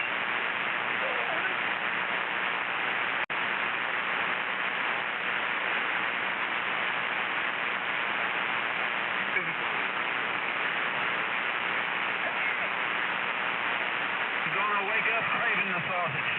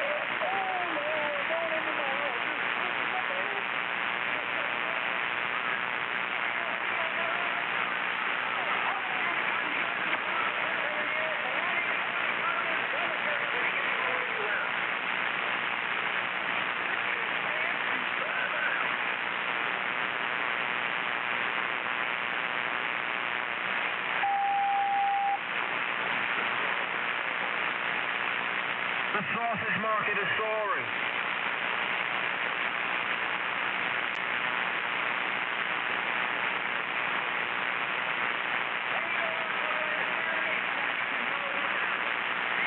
You should buy stock in the sausage market.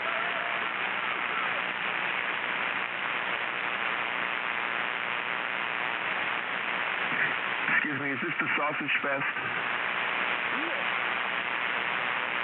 Awesome. How do I participate in the Sausage Fest? You gotta name 10 types of sausage. Yeah, shove one in your mouth so we don't have to hear you talk tonight. All right, let me work on that, 10 types of sausage. Okay, roger that, K0PKE. We're going to start with summer sausage.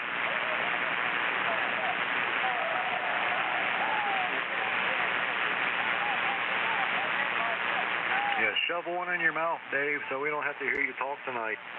You know what? That's pretty freaking rude. What the hell is your problem, pal? You're the problem. Why don't you suck on a sausage there, Chris? I don't got nothing against sausage, but I'm not going to play in y'all's retarded-ass sausage game y'all done started out here for 2 days now. Retarded? Go fuck off, man. There it is. There's the curse word. Oh my. I committed a cardinal sin. Shut the hell up, man. You know what? I just want to know when you guys will start acting y'all's age out here. Hey, Chris, you sound like a real CBR. I didn't realize you're the age police here, Chris. I'm not, but the sausage joke ended yesterday. Right now, that started your tantrum. I'm just waiting for you to start telling everybody to go F themselves, Dave. That's you're waiting for. So you're what are you, pre-crime? I'm sure it won't be long.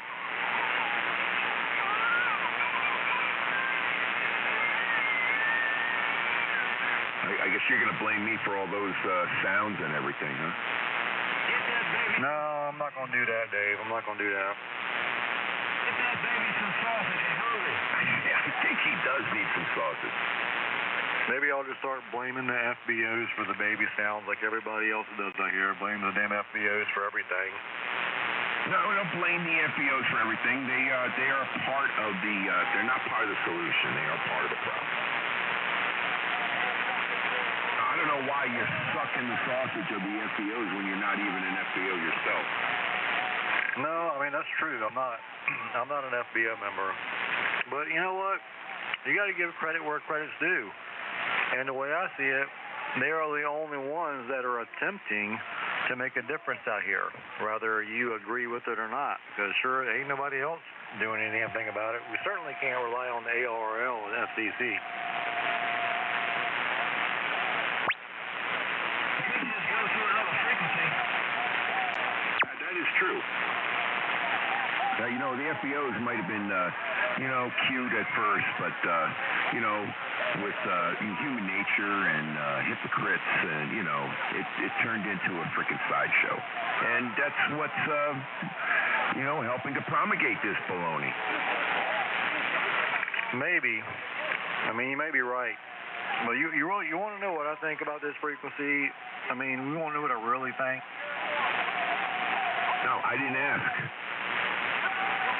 Well, I'm offering. Do you want to know? No, what did I just say? The hell did I just say? Do you clean your ears out? I said I'm not interested in your opinion because you obviously already had bias and a little anger directed immediately towards me. So what? Shove off. Hey, I'm not angry. Oh no. Oh, I don't get angry over ham radio. That would be a waste of energy. Don't take this guy's crap. No, I think you're a clown show. You and the rest of them. You might as well be an FBO. I just don't understand how somebody. You're very two-sided, Dave. I mean, one minute you're out here, you're shit-faced. You're literally telling everybody to go F themselves. And then the next minute, you're out here blaming the FBOs for the problem with every chart. I mean, you can't have it both ways, Dave. I did not ask for your opinion. Simple as that. Well, you're going to get my opinion anyway, Dave. Whoa. Calm down. Calm down there, boy.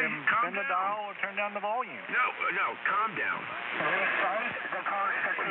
You're really getting upset, man. What's going on, man?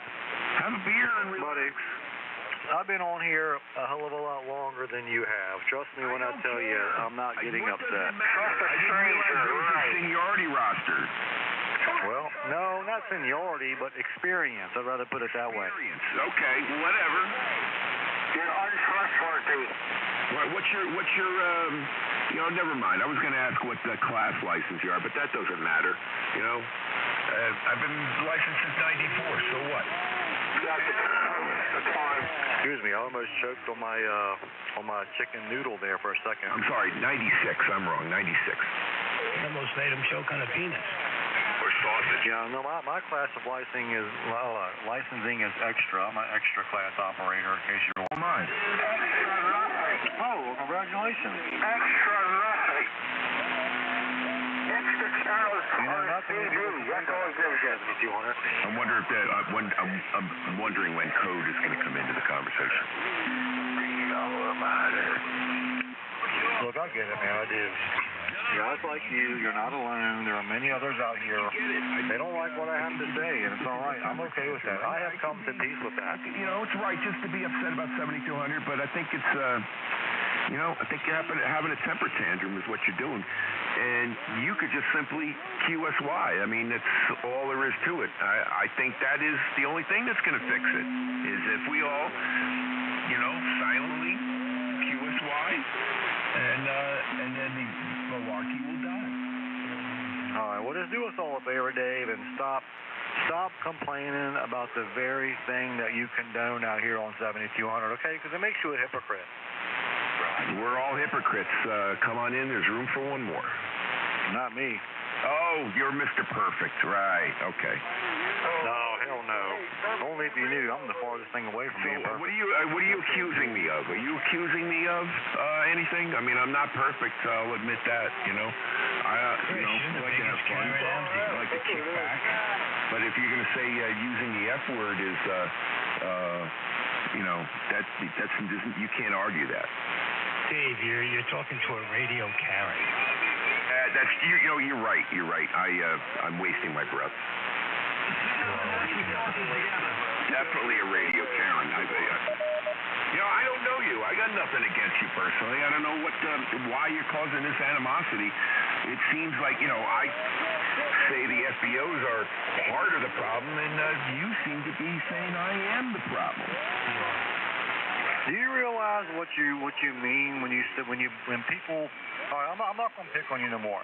When people say, "Hey, the FBOs are the problem," you are literally shaming every operator who is affiliated with that group, every single one of them, and that's not fair for you to do that. Well, if you understood the history of the FBOs, where there is no, you don't seek it out. They seek you out and make you an FBO without even asking. So let's not kid each other here, Chris. Dave, I'm very familiar with the FBOs, okay? I've been operating on this damn frequency for over 10 years, okay? I was here when W09E originally conjured this retarded ass. We clearly need to bow to your seniority. He was smart enough to get out of it while he was still ahead. Whatever. Yeah, I clearly need to bow to your seniority, okay? See, if it wasn't important, you wouldn't have mentioned it.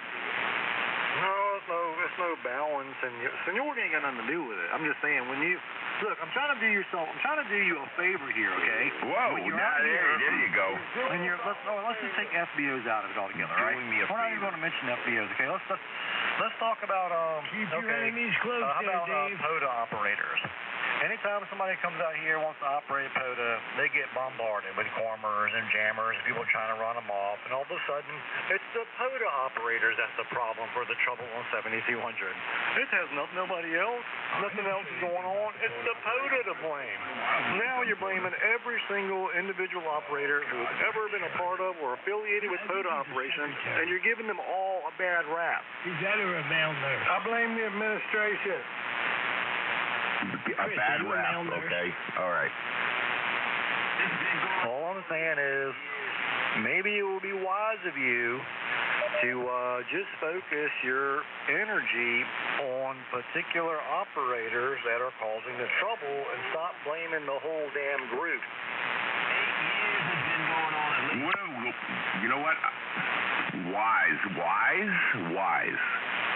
It's a frequency. If they were wise, they wouldn't be on the freeway. Come on now.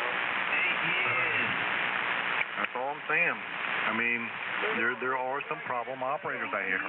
Just blame the problem operators. Go after them. Me personally, you know what I think the root cause of the whole shit show out here on 7200 is? A sheer lack of accountability being delivered upon from the Federal Communications Commission, period. You really think I'm in the mood to hear this shit? No, you didn't ask you. I didn't ask you. Yes, again. calm down. What is the problem here? We're having a conversation here, Dave. Are you incapable of having a conversation? What did I do that was incapable of having a conversation? I just to do with you, Chris. I just don't agree with you. Okay, that's fine. We're only human. You know, we don't have to agree on everything. Imagine a civilization where everybody agreed on everything. Boy, wouldn't that be that'd be a disaster. That's like I'm sorry. If I say in the past, I say something, that you can get on board with, it all of a sudden it's like there's an epiphany. Oh, well, we're really getting somewhere. Well, you know what? I don't care if you think that, you know what? It's not. I can't argue with. I know we're having a discussion, but you know what? It's really veiled as an argument. Yeah, KK4SIJ.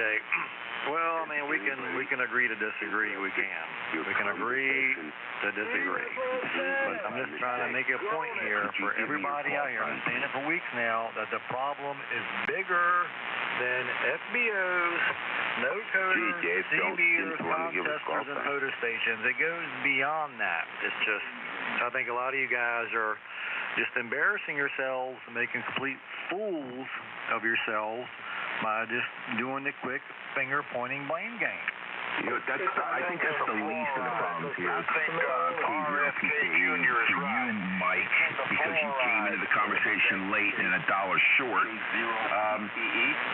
I never said the FBOs are the root of the problem. I'm just saying they're not helping. Okay. Well, I will not. I won't disagree. There are some FBO members who are giving the FBO organization a bad name. I will agree with that part. Nobody cares. I don't know. I think we've gone on too long talking about the FBOs. I think it's really not worth even arguing over. It's the fluoride in the water. Sure, fluoride. Sure, of course it's worth talking about. That's how people are able to work through their problems, is by talking about them. Shut up! Absolutely. That man is right. Shut up! Work through problems is talking about them. Set to train operators should not be drunk all the time. Dave CKA, you need help.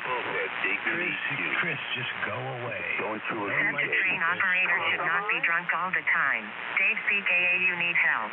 Well, Dave, all I'm saying is, when you come out here and you're telling everybody to go F off and go F themselves all the time, you're not helping the situation at all. You're not. He needs to be told to go F off. Dave? No, I never said that was I don't mean to right but again, that's the least of the. I think that's the least thing we should be worried about. But you're obviously worried about it, so that's fair. And I've apologized in the past, and again, I think there's more things. There's bigger fish to fry. Hey, look, I understand. A lot of you guys are incapable of having an intelligent conversation, really, and trying to work through problems and resolve matters in real time. A lot of you guys are here because you want to hear somebody talk about how they are felon for, sexual assault, or somebody got a warning letter, such as myself, and or what kind of criminal record somebody has, or you rather sit out here for hours on end and listen to somebody play a silly-ass air raid horn for hours on end than trying to have a conversation with another operator. You're not alone. There are plenty of them out here that are just like you, and it's a sad world. One wants your stupid drunk opinion. I see what you're saying, and I get the whole idea, which is one way of tackling the problem is just to come out and have normal conversations and not give in to the bullshit, but you just sound really angry, and I don't know, you're mentioning all these things that don't have anything to do with me, and I'm getting lumped in there, kind of like the whole FBO situation. So let's just agree to disagree, and 73. Oh, he's lumpy. KK4SIJ. Bingo, Dave. Bingo. Let's converse. Let's goddamn conversation for once out here on 7200 instead of all the damn shenanigans 24/7. Well, I did come out here and I started talking and you jumped down my throat. I'm just saying. Well, I don't know. I mean, I'm a straight shooter, Dave. I call it how I see it. I mean, I speak my mind, okay? Like I said, I'm not perfect either, Dave. I'm not, but I think it's one of my biggest flaws out here on 7200, Dave. Really do. And for many years now, I've always been a straight shooter. There's no filter on what I think or what I say. I just come out with it. Like, hey, you know what? That tree is green. I don't give a shit what anybody has to say about it. It's not an OD green. It's not a light green or dark green. You know, it's just green. Let's just call it what it is. All right? Excuse me, I had to burp. But I'm a straight shooter, Dave, and not a lot of people can handle that. Well, I mean, I think that's the spirit of 7200 is no filter, you know, First Amendment. Dave, this is Phil up at 2 bucks. Not the, even though the freedom is there, it's not, we shouldn't be dragging people through mud and bringing up, you know, this person allegedly identify yourself, this, felony or whatever, you know, the normal shenanigans. But it is First Amendment protected speech. So, like you said, no filter. And I think we can have fun with that, you know, to a degree. Yeah, AK4SRJ. Yeah, I definitely agree with that. I am freedom of speech all day long, hands down. No questions asked. Everybody has their right to their opinion or to speak their mind or speak freely. Absolutely, but I think there's kind of a gray area with that, though. There's a big gray area when it comes to, like, you know, freedom of speech. I think a lot of people, there's plenty of hams on here that don't really have the capacity to attain the intelligence to know the difference between freedom of speech and causing malicious interference. Like, there's a very, very gray area right there. Some folks are like, oh, well, it's the freedom of speech, you know, so I'm going to come out here and I'm going to jam 7200 all day long by playing music and recording and siren. You are free it's my right. It's my constitutional right. That's how I'm going to express myself out here today, is by jamming 7200 with music and air raid sirens for hours at a time. And that's where the confusion sets in, because that's not exactly what the First Amendment states when it comes to exercising freedom of speech. Radio operator consistency. For example, my call is KX2U and my name is Mike. Would you be willing, could you please identify it, Dave? It's very important. KK4, SIJ. To train operators should not be drunk all the time. Dave CKA, you need help. Mike Conti, no one wants to drunk again. I'll tell you what, I'm gonna go ahead and stand by now. I know a lot of you guys are tired of hearing me talk and babble on, so I'm just gonna turn the frequency back over to talk to you know, trying to converse through injecting elementary level comments that makes no goddamn sense at all. Like talking about sausage.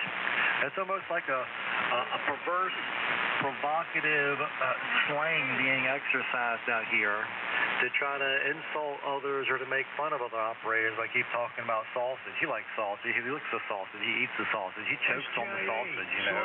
He has lots of sausages in his mouth at any given time. Like, nobody's retarded out here. Like, we understand what those comments are being implied. Like, we get it. That's what I'm saying. Like, can we just move on from that now? But probably not. That would be a far-fetched idea to think that. But anyway, we're going to turn 7200 back over. I'm going to release the frequency so you guys can talk about how you like to choke on sausage and fondle and, you know, stroke sausage links or whatever you guys want to talk about, all while there's recordings being played in the background with a little extra dash of an air raid siren, because that's what you guys thrive to come out here and hear on a regular basis. So that's just my 2 cents worth. You know, take it for what it's worth. Take it with a grain of salt. Take it with a shot of tequila. Take it with a slice of sausage if you wish. KK4SIJ. I'm going to take it with a bite of sausage. I think the sausage is hilarious. Freaking hilarious. Now, when it turns sexual, well then, I say the line, but free speech, there are no limits on free speech. Because then it's become something else. For a 5 yell fire in a crowd yesterday, that might have been a cue where you can't. Now it's pathetic, it's boring. That's when things if anybody who continues that speech line of speech. Shut up, Mike. Absolutely. What's the siren? It has nothing to do with anything but their personality. They're really warm. One trying to be drunk on the air, unfortunately. Don't fight the power of the sausage. Like sausage. That's right. Juice injector. If you were buddy, it would be interesting. You think Chris is a wave of sausage? I think that's maybe it's the pork. Maybe it's a pork problem. Reverse prerogative of Perala. Is it a pork problem? Is it a pork issue? Are you allergic to pork, or do you just is it religious reasons, or you just don't like sausage? I'm just looking for a safe space so somebody won't Maybe that's what it is. Maybe it's like all the guys, they talk about sausage out here all the time because they're just ashamed of their own insecurities. You know, it's kind of much. If you don't like sausage, that's un-American. But when you combine it with idiocy, this is what you get. Absolutely. Absolutely. So maybe I probably should have simplified my statement. I probably shouldn't have went into such detail about it. But yeah, I think there's a lot of confusion around exercising freedom of speech and just acting like a complete dumbass out here. Not liking it, the sausage is un-American. I think I need to identify before Mike has he's going to go nuclear. So cue your PK. KK4 SIJ.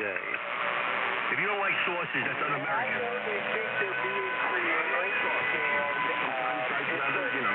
Sometimes I like beef instead of pork. Yeah, you like dog. Oh, God. I wish everybody the best of luck. I do. Yeah, I've been saying it for the past couple months now. I think 7,200 is the total loss. It is. It is a total loss. It has grown very, very strong. There's no hope for it. It's just a total loss. I mean, we need to just chalk 7,200 up for what it is and just let it be. There's beef sausage, there's venison sausage, there's pork sausage. I think it's human nature. I think you need to understand that we are fallen beings and our nature is sinful. So this is inevitable. But you can kind of curtail it, forestall a little bit, and maybe need to relocate 7,200 and see what happens. Relocate 7,200? What they need to do is just erase it from the amateur radio band plan altogether. Come on, man. Okay, thank you, F.C.C. Chairman SIJ. Yeah, just completely eliminate this frequency. Just erase it. Drop it off the band plan altogether. Chris Hollingsworth. Do that. You know how to do that? We can extricate the frequency by chiseling it out and moving it on a platform to another frequency. A juice injector. Am I the right you? What is it? Erase it. Just immediately do a cease and amateur radio manufacturing equipment unless they have updated or have completely just eliminated 7,200 altogether. It should be 7,200 customized kilohertz channel. All or nothing. It's not going to be, if it's not going to perform to the way you feel it should be, then you want to just nuke it for everybody. Sounds like a Democrat to me.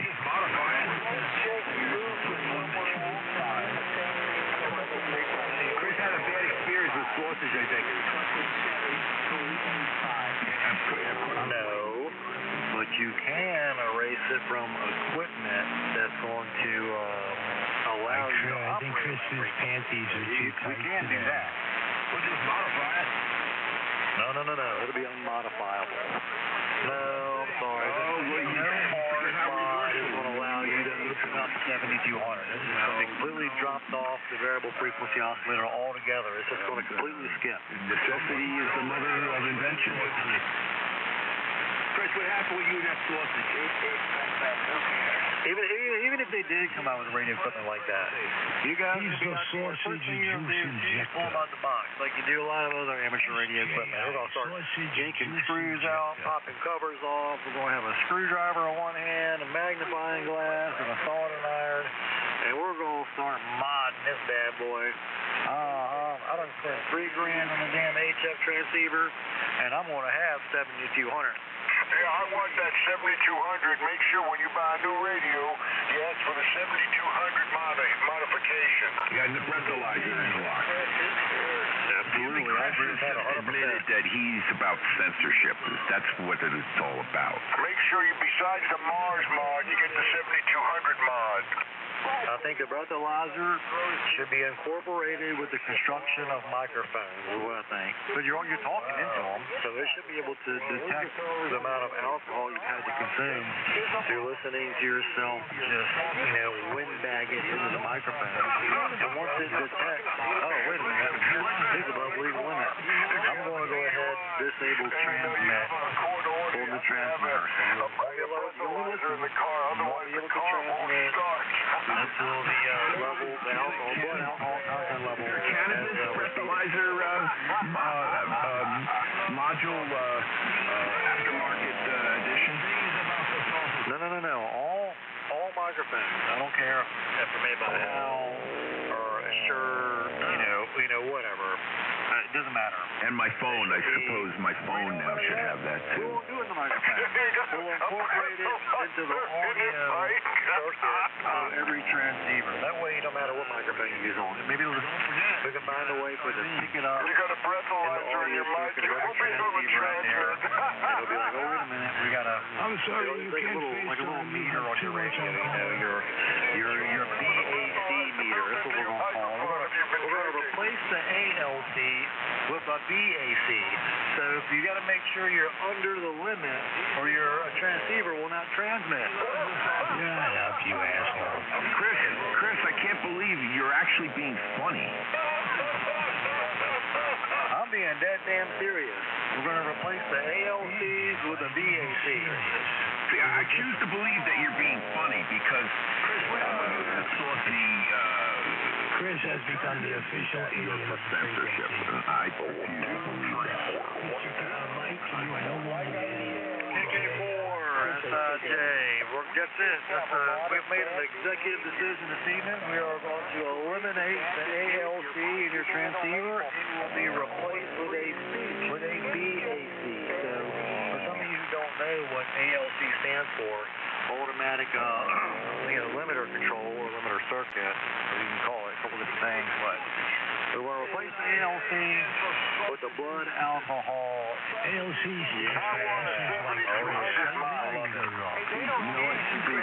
asses like Chris. You're fucking not having normal conversations. I love it. And you're not the idea. Oh, you're being funny. No, you're being dead serious. Well, you see, ladies and gentlemen, not only is he talking down to us as amateur operators, but he's also for censorship. That, to me, is, that's kind of commie. What do you mean censorship? I'm not talking down to anybody. I'm simply making a statement on what I think would be a method of improving amateur radio. Just like I'm also going to state the same thing when it comes to automobiles. Absolutely not. You should not drive your vehicle if you are above the legal limit. That's not me being commie. That's me promoting people being responsible and potentially saving the lives of other motorists out there, or lives of operators, radio operators, however you want to look at it. Yeah, I'm not trying to censor anybody over with my FTDX10. Your sausage. Come on, Chris. You know this is really turning into a shit show. You're really being silly. You know, I'm going to choose to believe that you're trying to be funny. You're trying to help Canadians, which is what I enjoy about Ferguson. But I don't know, man. Well, I'm hopeful. I'm giving you guys what you want. This is what you want, and I am here to deliver. No, you're revealing yourself to be, you know, ultra Karen, actually, is what you're doing. Revealing myself to be what? Because I'm expressing myself, I'm making a statement, I'm voicing my opinion. That doesn't mean squat. Oh, this is hilarious. Chris, but this is actually good. This is good radio. This is good amateur operation. I like it. We're going to take away the ALC, and we're going to replace it with the BAC. What about sausage, Chris? What about sausage? To alcohol and control. Chris, what do you think about sausage? Why don't we just get rid of all voice privileges? Yeah, 40 after. Let's get rid of all phone privileges. We're going to get rid of all phone privileges. That'll fix it.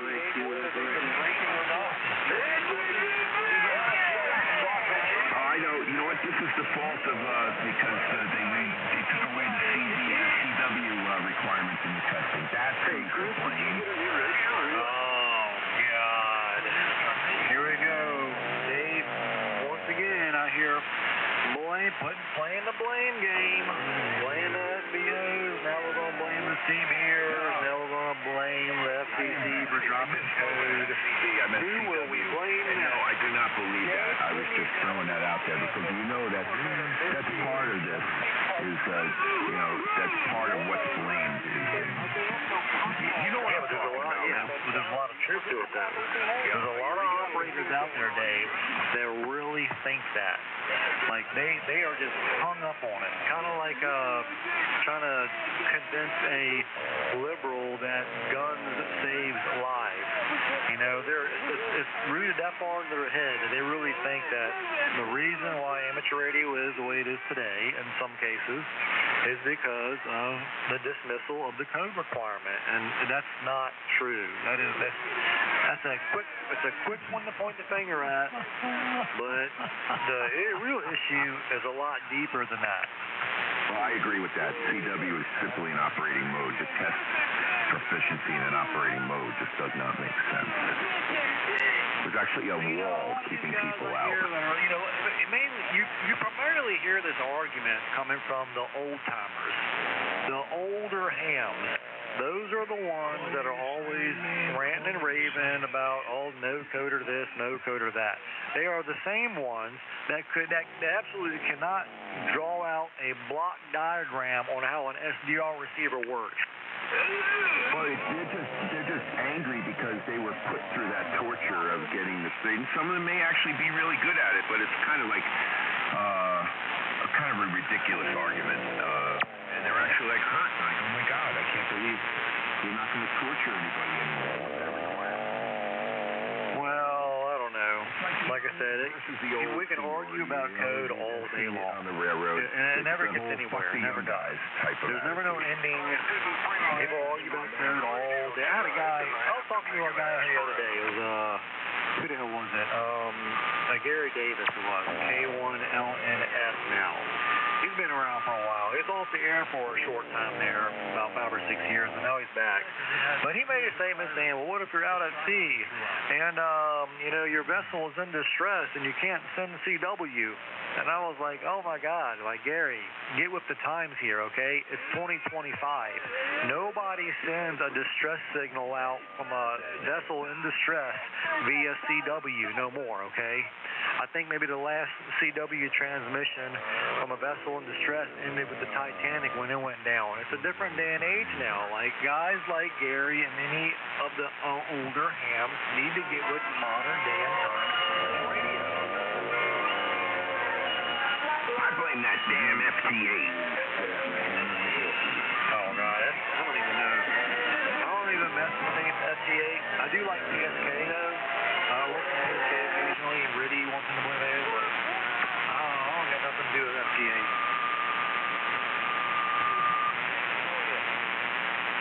I wouldn't say complicated, but I don't really find much joy in just having computers computers talk to computers. Like, I don't really get, I like to have a conversation. Like, I want to hear who I'm talking to. I want to get to know who you are, where you're from, what your economy maybe looks like, or what kind of palm trees you have in your country, whatever have you. Not just, just share signal reports and talk to each other through macros. I mean, that's ridiculous and boring. That's for people who don't really have the mental capacity or intellect to have a conversation with another human being. They're just letting the computers talk to computers.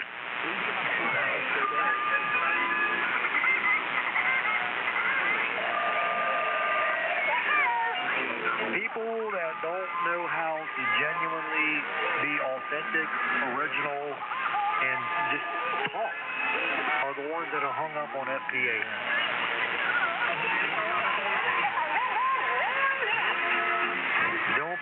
Like I said, I just don't mess with FTA. I'm not against it. Don't get me wrong. I'm not against it. Clearly, you sound like you're an FTA operator. I'm not against it. It's just not for me. I don't think Chris likes sauces too much. Yeah, you said that already. KK4, SLJ. The K0PK, well, that's just the nature of the FTA. It's short and sweet. But there's other digital modes. That's right. There's lots of different modes you can operate with amateur radio. I've dabbled in just about all of them. Not all of them, but a lot of them. There's some Jason DX that I still enjoy doing. Just rattling, poking fun, having a good laugh on ham radio is my primary operating mode. But talk a little bit of VHF, UHF, I like to mess around D-Star, PSK, RIDI. I played around with the DW years ago. It wasn't for me, never really stuck with it, don't care for it. And love to build antennas, repair and sync amplifiers. And what else can I say? Yeah, satellite. Amateur radio satellite, VHF, UHF. That was a fun time. Yeah, anyway, I know there's a lot of other avenues that I've yet to explore. That's what I love about amateur radio. It's such a, there's just so many different avenues for people to go down instead of just being hung up on Channel 19 all day. But that's where you're at. K0PK, well, I think we're sucking the oxygen out of the frequency here. So let's see who else wants to jump in there. No, Dave, no. I'm not going to let you get off that easy. I didn't say I was going anywhere. Okay, wait. I was in the chair, down to the chair with the spotlight. So what else you want?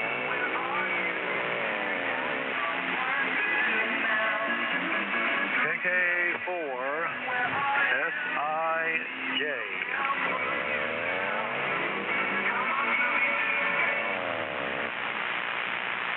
I'd like to know where my buddy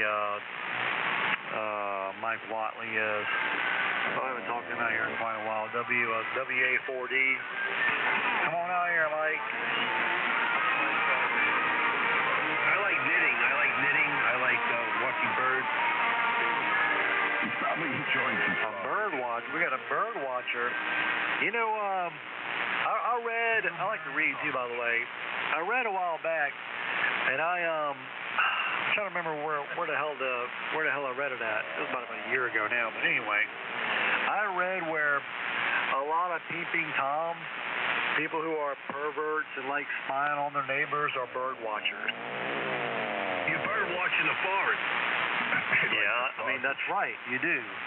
You bird watch, like out in a park somewhere, in the middle of the woods, whatever. But what I'm saying is, people who are peeping, like perverts and peeping toms, what they have in common as far as hobbies go is bird watching. That's crazy.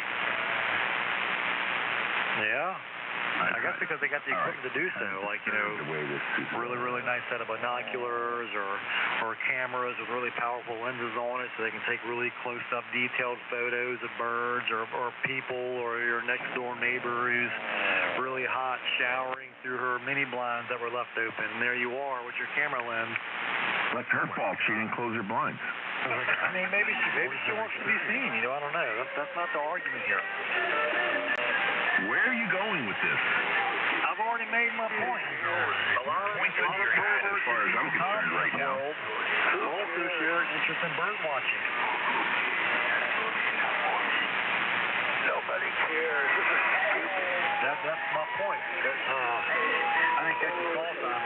guess I mean he likes the bird watch. How about the railroad buffs that take pictures of trains? Like photographers or what? Yeah, that focus on trains. That's what I mean. Yeah, I mean, I guess people who are train enthusiasts, maybe it's because they like to run train on women too. I don't know. See, now it's going sexual. What's up with you? He's just a Sunday man. I'm only speculating, man. I mean, I could be wrong.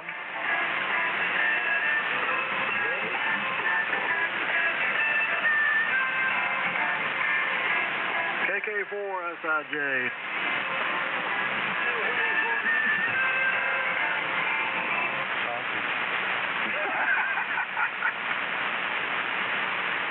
I came over right at the perfect time. Now you too can own I told you already. I said it's really no different. And that I'm not against F.C.C. Okay, that's just not for me. Me personally, when I operate CSK, I'm operating ready like I am typing out in real time. I'm talking off the top of my head through my fingertips across the amateur radio waves. I'm not just hitting F8 or FT or, F10, and then transmitting a pre-populated message to another operator. Like I am talking through my fingertips. Roger that. Still computers. Yeah, it's computers, sure. But the point is, most people that are hung up on that, they like to communicate through macros, are incapable of having a genuine conversation, because I guess they just don't know how to talk to people. People ain't worth talking to. Whatever, look, we can argue about it all day long, but if there were more operators on FTA that were authentic and genuine and were willing to actually have a conversation through their fingertips and not communicate through macros, well, then there you go. Maybe I would eat bird. There you go. We went from FTA to Peeping Toms right back to FTA. I need to have a special microphone adapter put on him. KK4 SIJ and 50 after. We're going to make animal sounds. He loves the sausage. I agree, the sausage. K0PKE, sausage time. You know Jimmy Dean, the Sausage King? I think he's dead now, but he has a really nice piece of property over here on the James River just below the city of Richmond. I've seen it a bunch of times. It's a really nice house up on the hill. He got a really nice lawn out there, and he's got a flower bed out there with it's designed to resemble the D for Jimmy Dean, like the JD Jimmy Dean brand, the emblem is out there in his front yard. When you pass by the river, you can see it. Is he still alive? Jimmy Dean. Is he still Jimmy alive? Dean, the Sausage King. Yeah, but is he still alive? Oh, no, he's gone, man. He became a sausage. Didn't he, wasn't he also the one who did Big John, the song Big John? I don't know about that, but the guy's dead and gone now. I'm pretty sure. I'm going to look him up now. I can't remember when he actually... the commercials for Jimmy Dean when he passed away, but I don't think he's alive anymore. I remember the commercials for Jimmy Dean sausage. Pure pork sausage. Yeah, he died. Yeah. Oh, man, he's been gone now, man. He died back in 2010. Wow. I didn't think it'd been that long.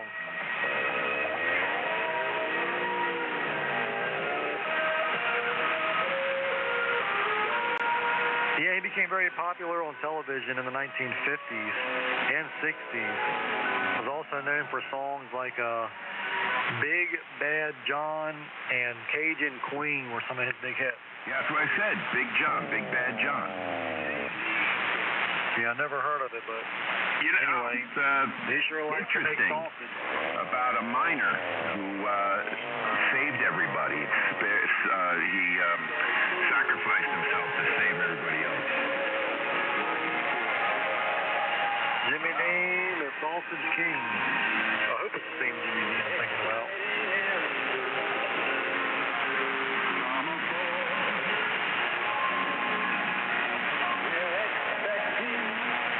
Yeah, it is him. Yep, that's right. It's him. Yep. He was born in Plainview, Texas, 1928. And yes, that's right. Varina, Virginia. That's probably like a 30-minute drive from my house. I can pull up in his driveway. Old Jimmy Dean, the Sausage King. Every morning at the mine, you could see him arrive. He stood 6'6" and weighed 245. Kind of broad at the shoulder and narrow at the hip. And everybody knew you didn't give no lip to Big John. Oh, boy. Oh, Jimmy Dean. I've had a lot of his songs over the years. Pretty sure some of y'all are laughing at that comment, but anyway, K24, SIJ, he had a really nice sound, by the way. I remember years ago, back in the late 90s, early 2000s, he was going up to James River, like going to the city of Richmond. He used to have a really, really big motor yacht that sat out there. He had like his own little cutaway in the bank with his own private dock. Had a really nice boat that used to be tied up there for years, but I don't know, I guess as he got older, I guess he sold it or something. I don't know what happened to it, but anyway, we went up there one day and it was gone. But man, he has a really nice house, or whoever owns it now. Maybe his wife or kids or something inherited the property if he had any. I don't know. I can deal with the arguing, but this music is annoying.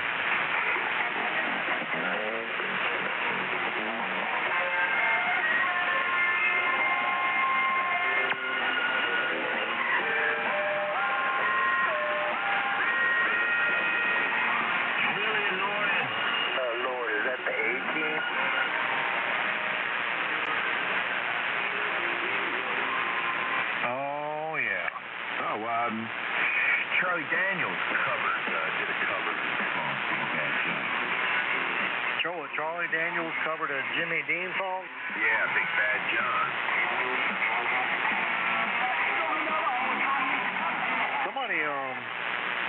Somebody did a cover song. I don't know who it was. I love it. But it was from, oh shit, who the hell was it called? The guy you just spoke of. What the hell's his name? Something Daniels? Charlie Daniels. Charlie Daniels, The Devil Went Down to Georgia. Exactly. Well, somebody made a song that kind of covered that, but it talked about devil smoking pot and weed and stuff like that. You heard that one? Say again? Talked about what? Talked about smoking weed. I'm not familiar. The devil went to Jamaica. Yeah, that's it. The Devil Went to Jamaica. You've never heard that one, man? You got to pull it up. That's a funny one there. But it kind of goes in tune and rhyme with The Devil Went Down to Georgia, but instead the devil went to Jamaica. Oh, that's a funny man. The devil went down to Jamaica. He was looking for a boulder pack or something like that. He's looking for a big fatty. Oh, just look it up, man. If you never heard it before, you're in for a real treat. I think you'll enjoy it. Well, somebody will start playing it on the 7200 here in a minute. The Devil Went to Jamaica. Interesting. There you go. Listen to this one. That's a good one. Yeah, it was only a matter of time. I can't believe you're condoning this. Ain't nothing I can do to stop him. Oh. Devil went to Jamaica. He was looking to sell some weed. He was being found. They were standing in line. It was excellent weed indeed. When he came across this young man who was likewise peddling pot, and the devil slid down the boots to the kid and said, "Boy, let me tell you what. You kind of figured I'm a reefer head, of course. And after all this time, I guess that I'm a connoisseur of sorts. Now, your stuff smells okay. You sure that's Charlie Daniels? Of course. I'll bet $1 million in cash against your stats because I think mine's better than yours. You ain't smoked nothing yet. One hit of this grass will kick your ass. You got yourself a bed. That robot of happy mixture is the bomb. The kind of stuff you smoke in Vietnam.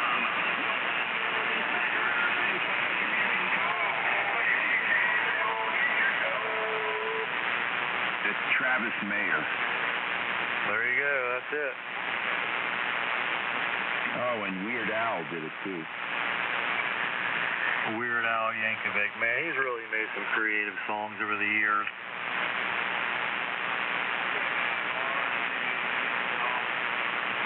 Come on in, KK4SIJ.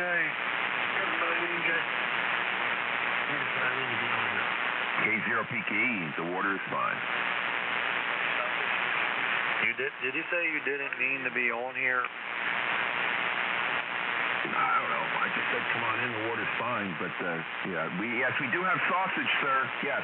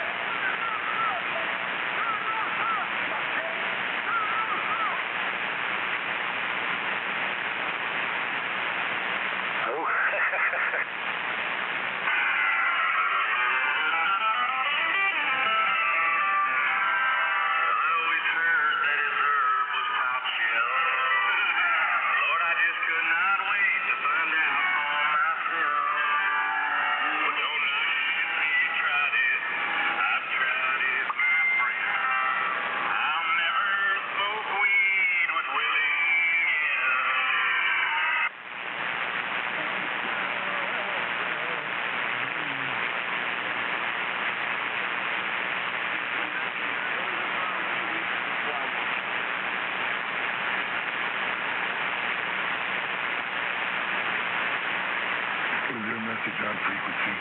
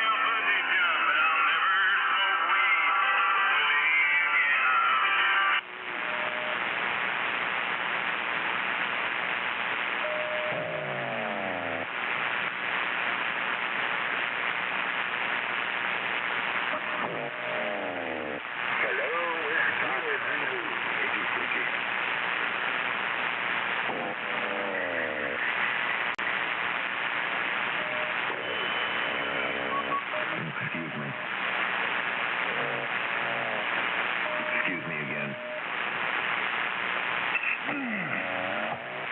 K0PKE. I must have a lot of gas or something. Take some sausage for that. And then put some tough acid connector. Oh, boy.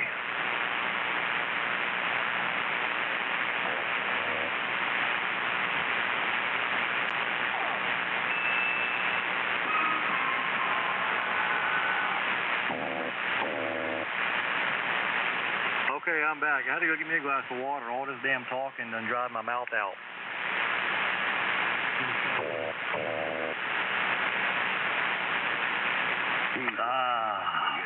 Well, that's good right there.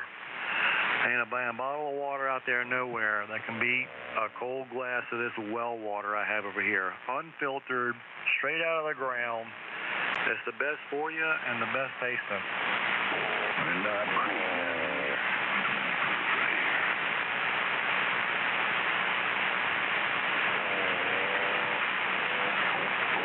Yeah, that's just what you need, a full glass of 120 proof liquor.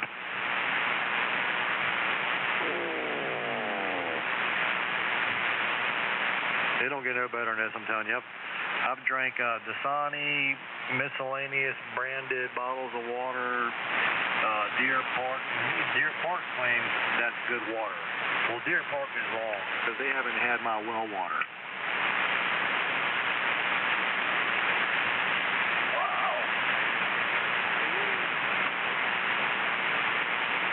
Did you guys know that the color of the bottle cap on bottled water that you buy at the store, it stands for something? Are you guys aware of that? It's a symbol for which the process of the water was processed for your drinking. Like whether it was filtered or distilled or done through reverse osmosis. I think it's like a white cap, a blue cap, and there's a black cap. Did you guys know that? Yep. I think for like your cheap bottle of water that has a white cap on it, I believe it's just your basic like processed water, you know, minerals added for flavor, you know, whatever, blah, blah, blah. And I think the blue cap, and I could be wrong, the blue cap I think might be distilled or it might be done through reverse osmosis. I'm not really sure. And then there's the black cap. Federally mandated. I don't know about the law side of it, but you can probably look it up on the internet and learn more about it. But if you pay attention to that next time you go to the store and you go to buy a bottle of water, look at all the different bottles of water that you have there in the refrigerator section of your local convenience store or your grocery store. Pay attention to the color of the caps. And then read the fine print on the label for which that water was processed. Don't forget microparticles of plastic. Well, I don't know about all that. It's just different ways of filtering and processing water, and the color of the caps are placed on those bottles to kind of describe that, I guess. Like they're color coded or something. There's a lot of information about that on the internet. Chris, are you broadcasting again? He makes a lot of sense. How about you? No, I'm having a conversation, Dave. A conversation with nobody. Having a conversation with me, W-A-2-Y-A. Well, you just jumped in there at the last second, Dave. How's it going? K0PK. I was listening. You see what happens, Dave, when you speak out loud, understanding the situation. How far is? Yeah, Chris, get a thicker skin. Relax. No, we're talking about bottled water here. You take your goddamn sausage serious, well, I take my water serious. I actually do take my water very serious. I filter it at home. I'm telling you. Come on over here. I'll give you a sample, or I'll mail you a damn mason jar of it, and you can sit down and have your very own taste test and tell me which one you think tastes better. How about New York water? Have you ever tried New York water? I've never set foot in New York. Likely never will set foot in New York. You got it at least once and try the water. Yeah, maybe, I don't know. If I do, it'll probably be in bottled water from a store somewhere. I sure as hell ain't gonna drink it out of a tap. Oh my God, that's where you gotta drink it from. I'm serious. I doubt that. I highly doubt that. Oh yeah, the best water in the world, buddy. Imagine what's found in tap water in the city of New York. With all the wastewater that those plants have to process. No, sir. You couldn't be farther from the truth. How can you say that? It's just tap water. It's like manufactured water. No, it's the reservoir where it comes from. It's the pipeline it's delivered in. I worked on that pipeline. You'd be shocked to see what you find in there. Rats, alligators, and so on. W-A-2-I-S. Well, you filter it, of course. So, I mean, no. We're not filtering. We're going to drink it straight out of the tap. Okay, go ahead.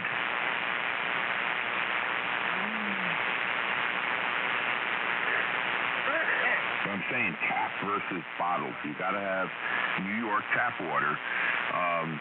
And when I used to work up there, I used to refill my water bottles with out of the fountain because I had a filter on it. But that's New York water, baby. That's right. That's what they make the pizza with. That's why it's got the best pizza in the world. That's why you got blue cap. Hey, I tell you what, years ago, I was doing some utility work in the city of Richmond, repairing a water line. And it was a water line that came off of the main line that supplied, tap water to the office buildings there. Anyway, it had broke. It was old, like cast pipe. It split. It was leaking. It was coming up through the ground. So we dug it all out. And when we cut the pipe, the broke section out, you can see inside of it. And boy, would you be disgusted to see what was inside that damn pipe. You would think it's like, oh, nice, clean, clear pipe, for drinking water. Like, nope, wrong. Try looks like the inside of a clogged artery. Like there was so much deposits in there, like a bright orange slime-like texture on the inside of the tubing, and that's where all that tap water was going through to those neighboring, industrial buildings. And people in there, making coffee and tea, and you wash your hands with it, brush your tools with it, whatever, hopefully drinking out of the tap from it. Oh man! Only if they had seen the inside of that pipe, they probably would never drink that water again.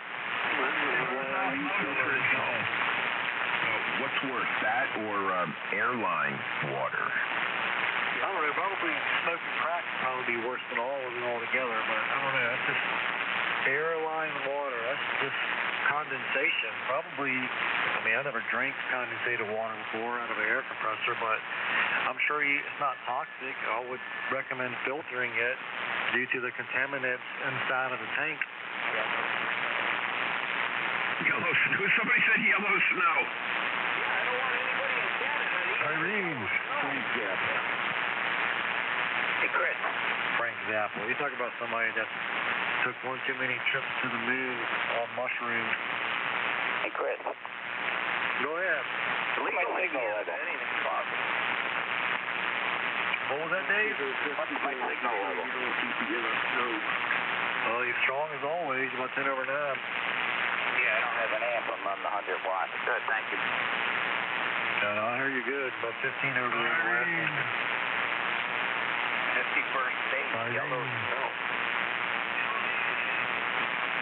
Wow, you're 10 over by me, Dave. Thank you. What antenna are you using?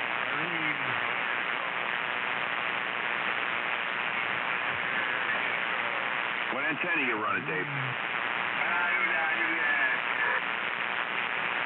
Why, it's like everything's the same, except I only run the 100 watts. Well, What the fuck is that noise? Well, what's your antenna? The siren. Dipole, 23 Oh, dipole. here.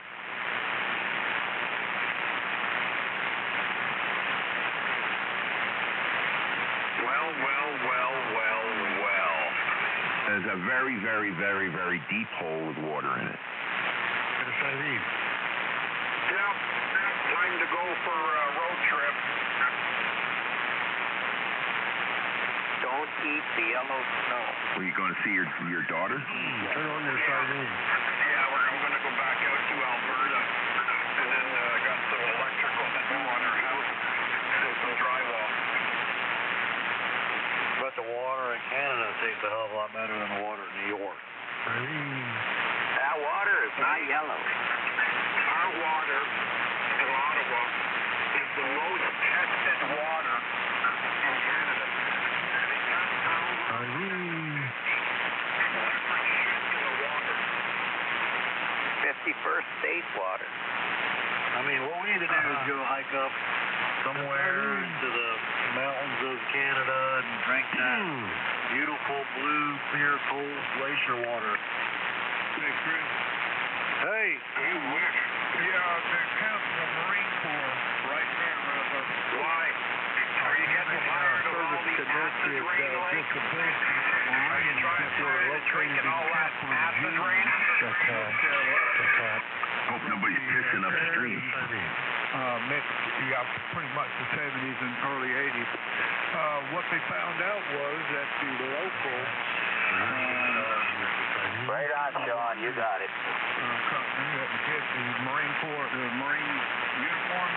DX Engineering makes the great water. Chemicals were draining Canada for pure water. Put in a DX Engineering like that. Drinking it and bathing in that mess. And right now, if you go to the VA, and they out, matter of fact, if they look at your records and see that you were stationed in Camp Virginia, North Carolina, in that time frame, you a possibility strongly can get disablement to service connected. They'll pay you for the rest of your life. Or they hurt a lot of guys. There's a lot of guys suffering from that exposure down there. Those people get probably did not. You know what? I don't know a lot of the details about that, but I remember seeing a lot of commercials about it though. On the radio, on television, about military personnel being stationed on or near Camp Lejeune. It had something to do with water contamination. Yeah. That's a laundry company, whoever, it was a big company that did all the uniforms that the Marines paid for, and they would pick up the laundry and uniforms and do it. From what we found out, what my doctor told me, is that they were doing their chemicals, draining them in, I guess, to the water supply, and they didn't know The Marine Corps didn't know, and they had it in the fountain and the showers and made coffee, you know, what you do with water. So, anyway, I'll throw that out. Drinking water, be careful. That's really interesting. So if I'm understanding you correctly, the laundry service was just some sort of business, and it was taking care of all the military uniforms. And are you saying that they were disposing discharging their wastewater into the ground, and it was contaminating the water and the soil? Like Love Canal.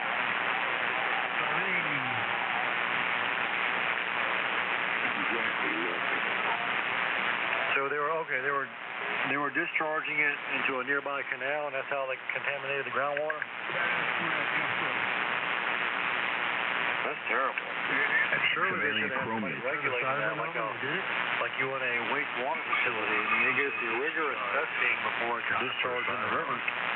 Well, they didn't catch it for years. I mean, you know, they just, they didn't know it. And again, Marines went through X2U, came out, and they were supposed, you know, I mean, you got guys, Marines in New York. You got Marines all over the world. I mean, all over this country that spent time in Camp Lejeune, and they've been exposed to this, and they're having cancerous and all kinds of medical issues because of that water. It's killing guys. Chris, guys are dying from it, basically. Well, that's terrible. It's really, really terrible. It reminds me of a movie that I watched one time. Aaron Brockovich. It was based on a true story. And who the hell was it? Who the hell was in that damn movie, man? That one chick, Julia something. Damn, I can't remember her name now, but she's pretty good looking for her day. Julie Roberts. Anyway, about the local chemical company that was contaminating groundwater, made a bunch of people sick, and in the end, they, filed suit, had a big law settlement out of it. Julia Roberts. That sounds like a good movie. I don't remember the name of it, but that was good. Yep, it was called Aaron Brockovich, because it was named after the woman who got a job in a local law firm and started pursuing the case for him. She got a job in a small-time law firm, which took on this big, multi-billion-dollar business, and ultimately, won the lawsuit. Also took on the power company and won. There's another situation I'm thinking of that had to do with Teflon. The Teflon coating in the frying pans and stuff from DuPont. They say that Teflon can be found in about, I think it's about 99 or 95% of all living creatures today, including you and I right now, that they could find traces of Teflon in your system. Yep. Well, take this. This was on the news this morning. I don't know if you guys heard this or not. Kind of scared me a little bit. Men in America, age 55 and older, there's a 4 in 10. Think about that. 4 men in 10 will end up with dementia. What's causing that? The sausage. Oh, yeah, sausage. Yeah. 4 in 10, man. 4 in 10 is 55. So somebody right here, 10 people on this frequency, right here, right now, at the age of 55 and older, 4 of you possibly will have dementia. Yeah, that's scary. K0PK. I know I'm getting there, so I'm on. 70. I hear you, brother. You know what, Barry, I'm going to go ahead and crack the code on that right now. It's going to be a result, long-term effect of a long-term result of ingesting alcohol. Alcoholism will ultimately kill all your brain cells in your damn head, and then lead to dementia, probably Alzheimer's after that, or vice versa. And of course, that'll probably account for maybe 8 out of 10 hams, 7,200. Yeah, but that's voluntary. I need to do the research. What is the difference? Well, I lost a father to Alzheimer's. Okay? And but what is the difference between dementia and Alzheimer's? I'm thinking possibly you can bring on dementia. Oh yeah, the report did say about the 4 out of 10. You can change that by your diet, the food that you take, includes the drink. And that was one of the things that you could get ahead of it and not have dementia. So I think that Alzheimer's is a real disease that affects the human brain. I think it's a couple enzymes that affect the brain. Scientific breakthrough diagnosis. Drinking alcohol or you've been making drugs, whatever could cause it. Taking alcohol and drugs. Yeah, KK4SIJ. Yeah, I agree. I mean, my grandfather had Alzheimer's from my mother's side. He had a small farm down in Tallahassee, Florida. But anyway, I remember one particular situation where he had turned up missing one time. Nobody knew where he was at. And what had happened was, for some reason, he decided to go for a drive in a vehicle and didn't tell anybody. Only thing he took with him was a dog. Had a little Dachshund dog named Little Man. That was his name, Little Man, little wiener dog. And that little wiener dog and my grandfather went on probably one of the best damn road trips the two of them have ever been on. And the only one that can remember any of it would be the damn wiener dog. Anyway, he was ended up pulled over by state police. And he was found, a couple 100 miles away from his home residence. And then, was picked up and was brought back home and stuff like that. But of course, he was suffering from Alzheimer's too. Like, he just couldn't, he knew what he was doing, but at the same time, he didn't know, what he was doing, if that makes any sense. That's kind of how it was described to us, or to me from my mom, because it was her dad. Oh, yeah, mom killed my dad. His Alzheimer's is a terrible disease. All diseases are terrible, but this one is really.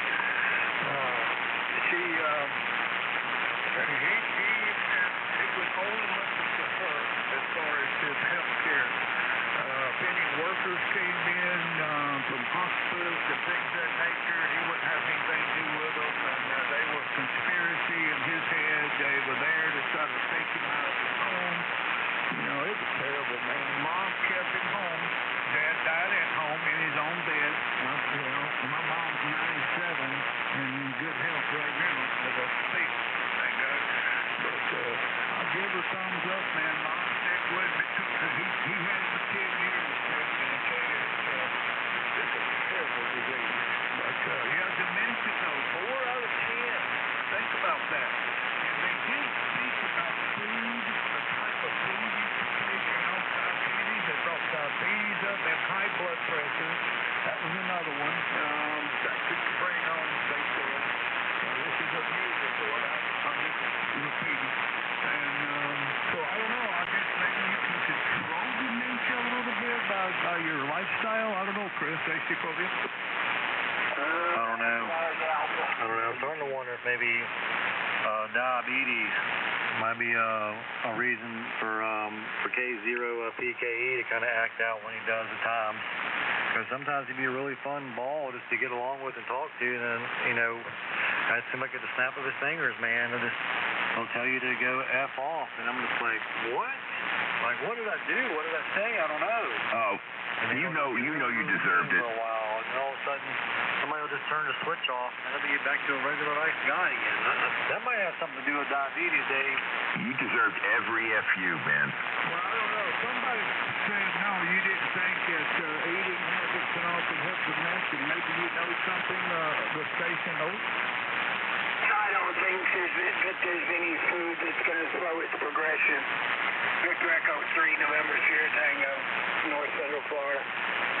Okay, well, appreciate the input. Yeah, I don't know. This is on the news. I'm just repeating what the talking heads said this morning on the news. First thing I heard, actually, was that's a 4 out of 10 men, 55 years of age older, going to get dementia. Then they started talking about food and drink and blood pressure and diabetes. Yeah, so like you say,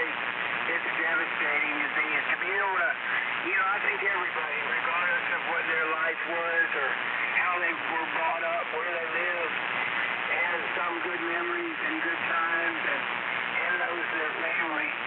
And so long as that, you know, as they be dying on top of it, there's nothing pretty about it. Oh, yeah, like my father with Alzheimer's, he did not even know my mother at the end, and it's the most devastating disease. I mean, Mom just held on with everything she could, and she did have one interesting. And I heard that the research that Alzheimer's patients do this sometimes. They don't want clothes. He would walk around just come out of bed with totally naked. And Mom, Jim, get your clothes up. You know, Dad, he'd have to go back and put his clothes back on. But he had a thing where he would see children, and they was all in the house running to and fro, and they was outside peeking into the windows, and he came in and told Mom, get these kids, and they're everywhere. And Mom stood there in the living room and said, all you kids get out of here. We don't want you here, please. Then my father looked at Mom and said, you didn't have to be so mean to the children. So, I mean, what are you going to do, right? No, that's just it. What are you going to do? A buddy of mine's dad had it bad. You were talking earlier, I said you're listening about going for a drive. He got in a car. I live in a small town. It's called Interlaken. Anyway, there's another town about 15 miles away. Excuse me. It's called Palatka, Florida. This old man, I think he was in his mid-80s, got in the car naked and drove to town and went through this drive-through liquor store. Interesting enough, it's called Dean Still. And they come out and come up to your car and you know, wait on you, ask you what you want. Well, needless to say, they call the police on him. Guy arrested. Didn't know where he was. Took him to jail. Yeah. That's sad stuff, man. I hope I heard there was a breakthrough with Alzheimer's. Supposedly they've tried medications that too. But what Mom was able to research, you know, she was just told there. The fact that human brain and all that kind of stuff that causes it, it's an actual disease. But I heard that the medical profession is trying out some new medications. Maybe it'll be a good for it. 7-3, sir. We'll let Chris back to it. Thanks for the break, Chris. Thanks for closing. Appreciate it, Chris. I just had to throw something in there, man. We'll be on frequency. It's A3 NSC, name is Jim. We'll be clear.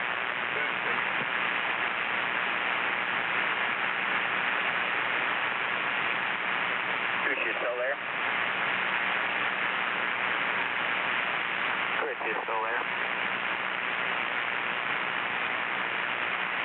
The people on frequency, because of my knowledge of water processing from the power plant, you should always have a water filter. Always use a water filter, even if you have a private well. You don't know what's been dumped into the ground miles from you. Yeah, if you have your own well and have your water tested, and your check's good, you should be all right. Have it tested on somewhere on a regular basis. That's what I got. Well, there you guys. Other than a little iron, she's good to go. Any of you guys got comments on what's going on with John F. Kennedy Jr. and fluoride in our water and products? You know, they say they put fluoride in our drinking water from the tubes. You know, what do y'all think of it? Is fluoride a bad thing, or do you know? It's classified as a carcinogen. And, you know, there's carcinogens in lots of stuff. Diet Coke, all kinds of them. However, you think about water, you would want to get a glass of water and hopefully it not be already contaminated. That's my take on it. It's a proven carcinogen. Fluoride comment? Yeah, go ahead, Tom. That is, fluoride is a byproduct of aluminum processing, and those people are selling it and telling the public it's good for them. But like the other gentleman said, fluoride is a toxic poison. It doesn't belong in your water, and most companies have to tell you if it's in your water, and it can be filtered out if it is in your water. And they've been putting that crap in water for years and years in this country, man. It has to do with the teeth. That's what they say. My dentist is sure my toothache that swollen I did up. They're serious about that Virginia stuff. There's voluntary, you hate to have a child forced to drink one. Delance's one of them that some people take for seizures. Make your freaking teeth fall right out. Break off. Get loose. Just have your teeth fall out. Ooh.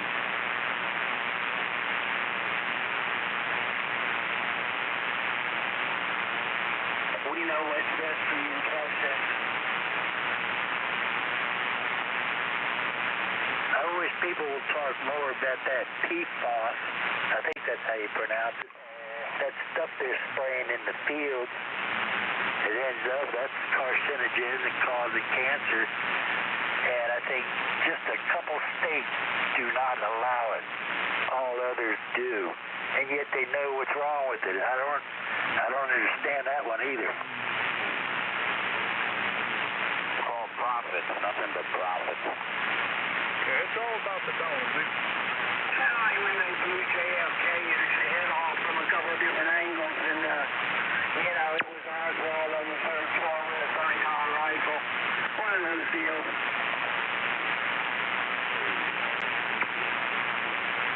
I'm the man on the grassy knoll.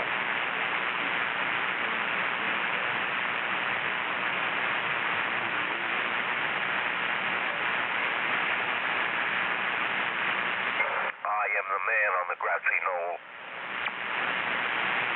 He took one right to the throat. One more comment on filtration. One on the back of the car trying to retrieve the top of the skull. I remember that day in the HC4BO. I was there watching that live. What's your take on it, partner? I don't know. I've heard so much, you know, this and that, and you know, it was the Cubans, it was the mafia. I mean, you hear so much. I just watched the man get his head blown off going in a car. That's all I know. And you know, I don't know. There's so much lies and stuff going on. I don't know if we really will ever know the real truth. HC4BO, what's your thoughts, Cobra? My thoughts is why isn't the full record exposed? Trump said he was going to open them up. It didn't happen. Not criticizing anything behind his back. I'm just saying. I heard more than once from gun shop owners, from all kinds of people, businessmen, that his desire to get us out of Vietnam, you know, the military-industrial complex stuff, and a few other reasons that the mafia, particularly Marcello, and the CIA collaborators have got that weird. But disassembling the CIA, that's another reason you have to go. We were going to get rid of the CIA. Yeah.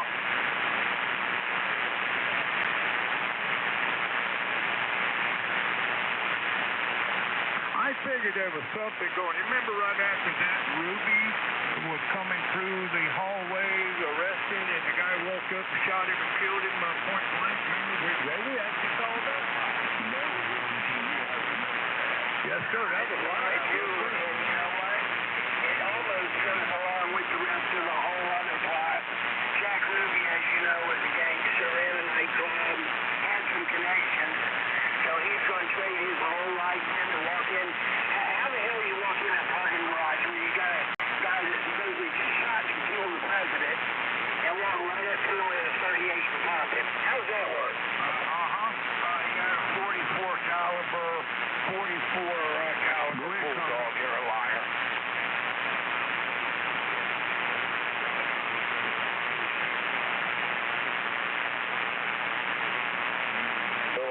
Industrial complex. So he was kind of like one of the boys that nobody really thought he would do something like that. It was normal to see him in activities like that. I hear what you're saying, yeah.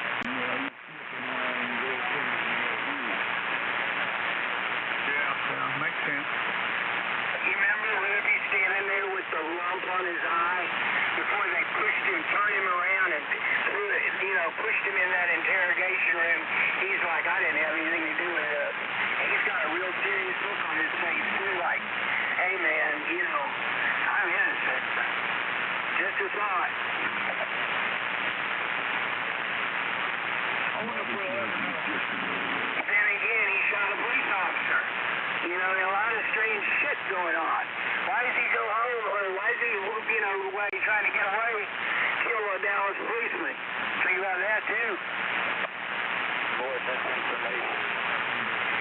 K4SIJ30F. Yeah, AC4V. So you're saying you don't think this perfectly through is now good? Shut up, Elmo. We're talking. Now, kind of, I'll step away from the radio for a minute, but circling back to the fluoride topic, it's used in a wide variety of applications, like mouthwash and toothpaste, for example. I mean, they put it all in your mouth, you know, to clean your gums and clean your teeth with it. Yeah, but I heard the comment. But also, though, Chris, he'll say right on the bottle of it, don't swallow. If you do swallow, call the medical people. They just right on the tooth. Yeah, but I mean, I don't know. I guess a part of me would think that your body still absorbs it, you know, to an extent. Of course it does. Anything you place under your tongue, it's just going to go right into your blood system. Naturally, you're going to get it in your blood. Comment station. Go ahead, sir. Yeah, this fluoride is a toxic poison. I've said this element. It's a toxic poison. You shouldn't be forced to drink it. If you want to drink it, voluntary. That's up to you. And you shouldn't be able to swim, or they shouldn't be able to chlorinate the hell out of these swimming pools, especially public ones, where people are swimming in another carcinogen. But that's voluntary. Yeah, I mean, I agree. There's definitely a hell of a lot of chemicals in pools. I've swam in many pools over the years, but personally, we live close to a lake over here, so we just go take the boat right to the lake, and then enjoy nature's vast swimming pool. Yeah, but Chris, I'm thankful to have a lake in the backyard. Yeah, but Chris, some of these lakes I wouldn't want to put my toes in, man. All that crap is going. They got these chemical companies and stuff dumping these lakes, man. You ain't safe just diving in a lake, man. It could be worse than fluoride. Hell, I guess the point is you're not safe no matter where you go or what you do or eat. You don't have any privacy left either. Yeah, true. Some places are worse than You others. have a cell phone, you might as well have a bug and a GPS on you. That's about what it is. I ain't worried about it. I'll go out there and jump butt damn naked into that damn lake. You don't go for it, I know that. Damn right. Won't bother me a bit. Well, we can't do that here. I'm in Irwin, Tennessee, and during that hurricane that came through here, wiped out this whole city. Well, we have a nuclear plant here in this town that we make, only plant in the United States, actually, that does this. We make the fuel cells that go with nuclear submarines. That's what we do. Been doing it for quite a few years. They had some storage out in the back, and that stuff they keep it in hush-hush. That stuff went into our river. Because it's right on the river. They had to use the river water to produce the nuclear stuff, keep it cool. I think that's what they do. But, yeah, we lost some of those containers, went actually into the river, and they haven't got them all out. They haven't found them all. So you got serious radioactivity stuff in the daggum rivers, and this is the same river that we make money when people come and do the rafting and all that. Everybody's in that river here during the spring. You keep your mouth shut about it. Loose lips and shit. Actually, my brother sells heavy steel to him. How about the nuclear bomb that's missing off the coast of Georgia? I physically tied the island. Can't find it. Undetonated nuclear device. Oh, hell, just lose it all, then.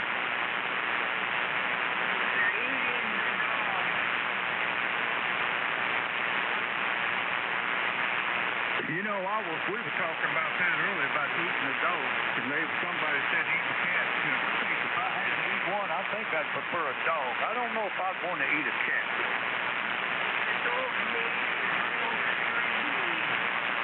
Elmo, do you eat dog meat? I have.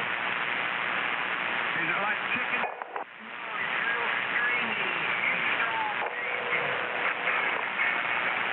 Yeah, what? Delicacy. Elmo, the gentleman might be listening to CB talk. What is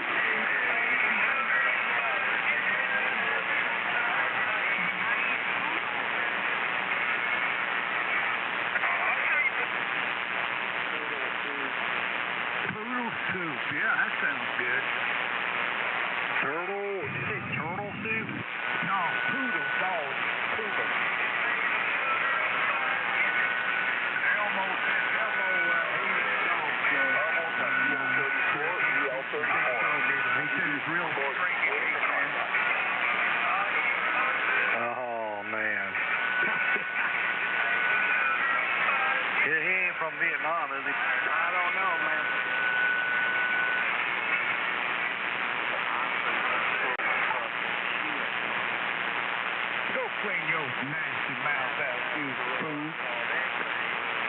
Somebody's days are numbered. Is that you, Dave? No, that was another idiot that comes in and hell vulgar. It's screwball. That wasn't Dave, that's just. Yeah, we're in FCOs, that dummy. Yeah, K2U is that you, over? No, I think top of that station. He's a punk. This is KX2U. No, that wasn't Dave. Oh, damn. I wanted to tell Dave that I'd take back that diabetic comment that I made about him. And I wanted to replace it with bipolar. Over. Well, he's on back. I was in the kitchen. I heard when you thought Mike was K0PT. Yeah, well, that's kind of hard trying to hear it through all the music being played. But yeah, Dave, I want to take back that comment I made about you about being diabetic. I hope I'm not diabetic. I mean, I'm going back on keto. I mean, why would I be upset about you saying I'm diabetic? Well, I just don't think that it was a fitting comment to make. I want to say bipolar would be more appropriate.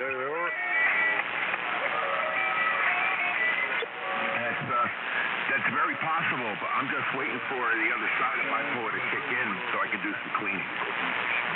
Well, maybe Dave is doing what I'm trying to do, and possibly what you're doing, Chris, is enjoy life.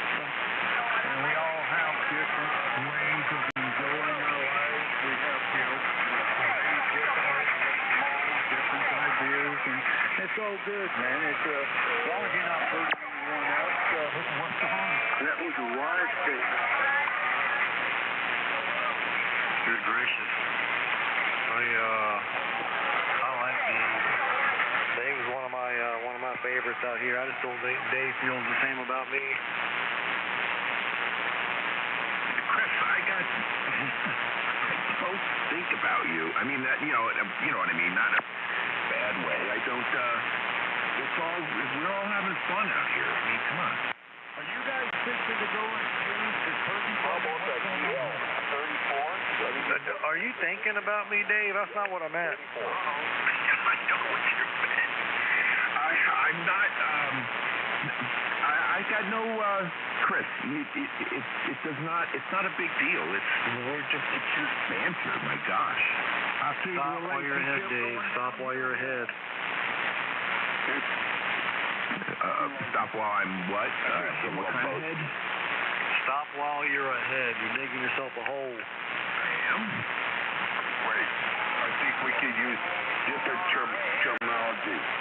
While you're ahead should be changed with maybe while you're in front. Ahead could be misinterpreted. Well, yeah, that's one way to put it. I need a lawyer. Yeah. Where are you located at, Dave? I'm in Nazareth, Pennsylvania. You're doing a nice signal down here. My name's Barry, Alpha Charlie Full Vector Officer. I'm in northeast Tennessee in the Appalachian Smokies. Dave, I got you 15 over. It's a nice job, old man. Well, oh wow, this music's pretty loud. All I have right now is, well, I have a KX Commander that's got to be a little tuned a little bit. But right now I'm running it on a simple 40-meter inverted V. It's not up very high. I've been wanting to get my 40-meter full-wave loop back up, but it's just too damn cold. And that thing, before I had my amp, that thing worked through pileups. I'm telling you. Right now, all I have is just a simple, it's a mobile amp, Metron mobile amp. So I'm only maybe doing I know my meter watts, maybe 500, maybe 550 watts. Well, you're 15 over solid all night long. It's been working for you, whatever you got going on for you. Nice audio, too. Excellent audio.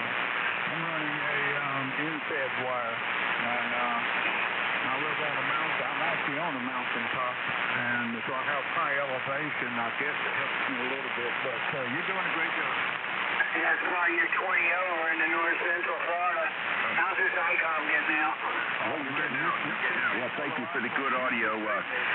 Believe it or not, this is a Amazon special. It's a BCD1 microphone, and of course I've played with the settings here in this FCC. It took me a while to get it sorted out with the gain on the desk mic, radio, bass, treble, all that stuff. It was a real RE20 and FPL40. And this one was just how's this thing sounding, man? I've got an $18.95 microphone I'm using on this radio.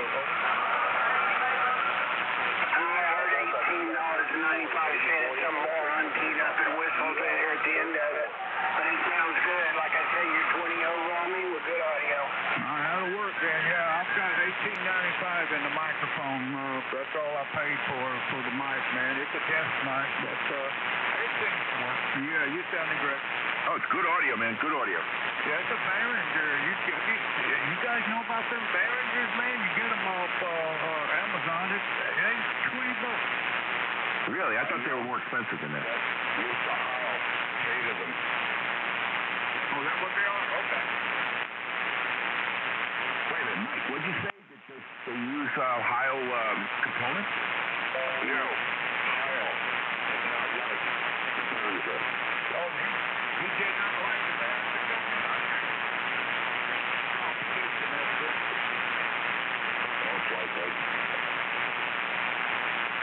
All that mess is made in China. What was that, Chris? All those damn microphones and parts are all made in China. Yeah, unfortunately. Well, yeah, damn near. Go to a Walmart. Walmart has become nationally recognized as a distribution hub for China. I'll be willing to bet you that if you walk through Walmart, just pick any random product, whether clothing, shoes, whatever, automotive, you will find that probably 90% of the products that you come across are manufactured in China or some other foreign country. It is very, very rare that you'll find products in Walmart that are made in the United States. Well, there's proof to that. We have a dear friend. She works at Walmart, good friend of my wife and myself. And she told us 3 Christmases ago, Chris, and she was at her and her husband were going to buy 5 gifts, and they were going to be American. And, you know, she said the first place she had to leave was the store she worked in. She said, I can't accomplish the 5 different American-made gifts. And she told me at the end of Christmas they were not able to accomplish that. They could not find 5 made-in-America only gifts to give to the kids. I went the other day to one local here. I changed my own oil on my vehicle. I got a new Tahoe, and I use OEM parts. Go to Walmart, bought an AC Delco oil filter. Get it home, look at the box, made in China. Yep. It's all because it can be manufactured faster and cheaper in a foreign country, and they import it back to the United States, mark the price up on it, whatever, 100, 200, 300% of what it costs to manufacture it, and then there's your profit margin. Time to make America great again. Yep, I agree with that. But, here's the deal. How can supply America with 90% of products and medication? You guys go take a look at prescription drugs that if you take and get it, there's a large percentage possibility that product, that medication you're taking for your medical issues was made in China. That's scary. But how can China be going bankrupt and with their economy? They have worked for their economy. I don't understand how they haven't come from when they tell them to go. Yes, it's bad about that, and you're exactly right. I got a couple that I gotta take. And unless you get the brand, which, the doctor doesn't usually write for the brand, because it's $1,000. The generic is $50. Right on the ball, made in China. Yep. Now, just because, I'm we got a lot of products in our homes that are made in China, or Korea, or Vietnam, Philippines, whatever, Japan. But, just because it's made in a foreign country doesn't always mean it's a bad product.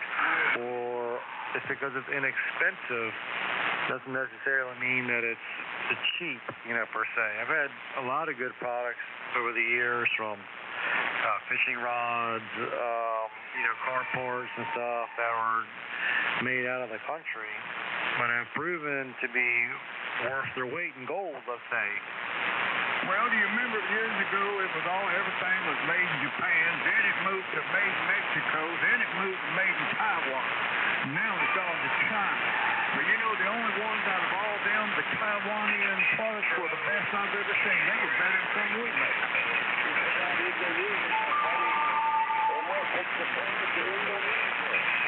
That's very true.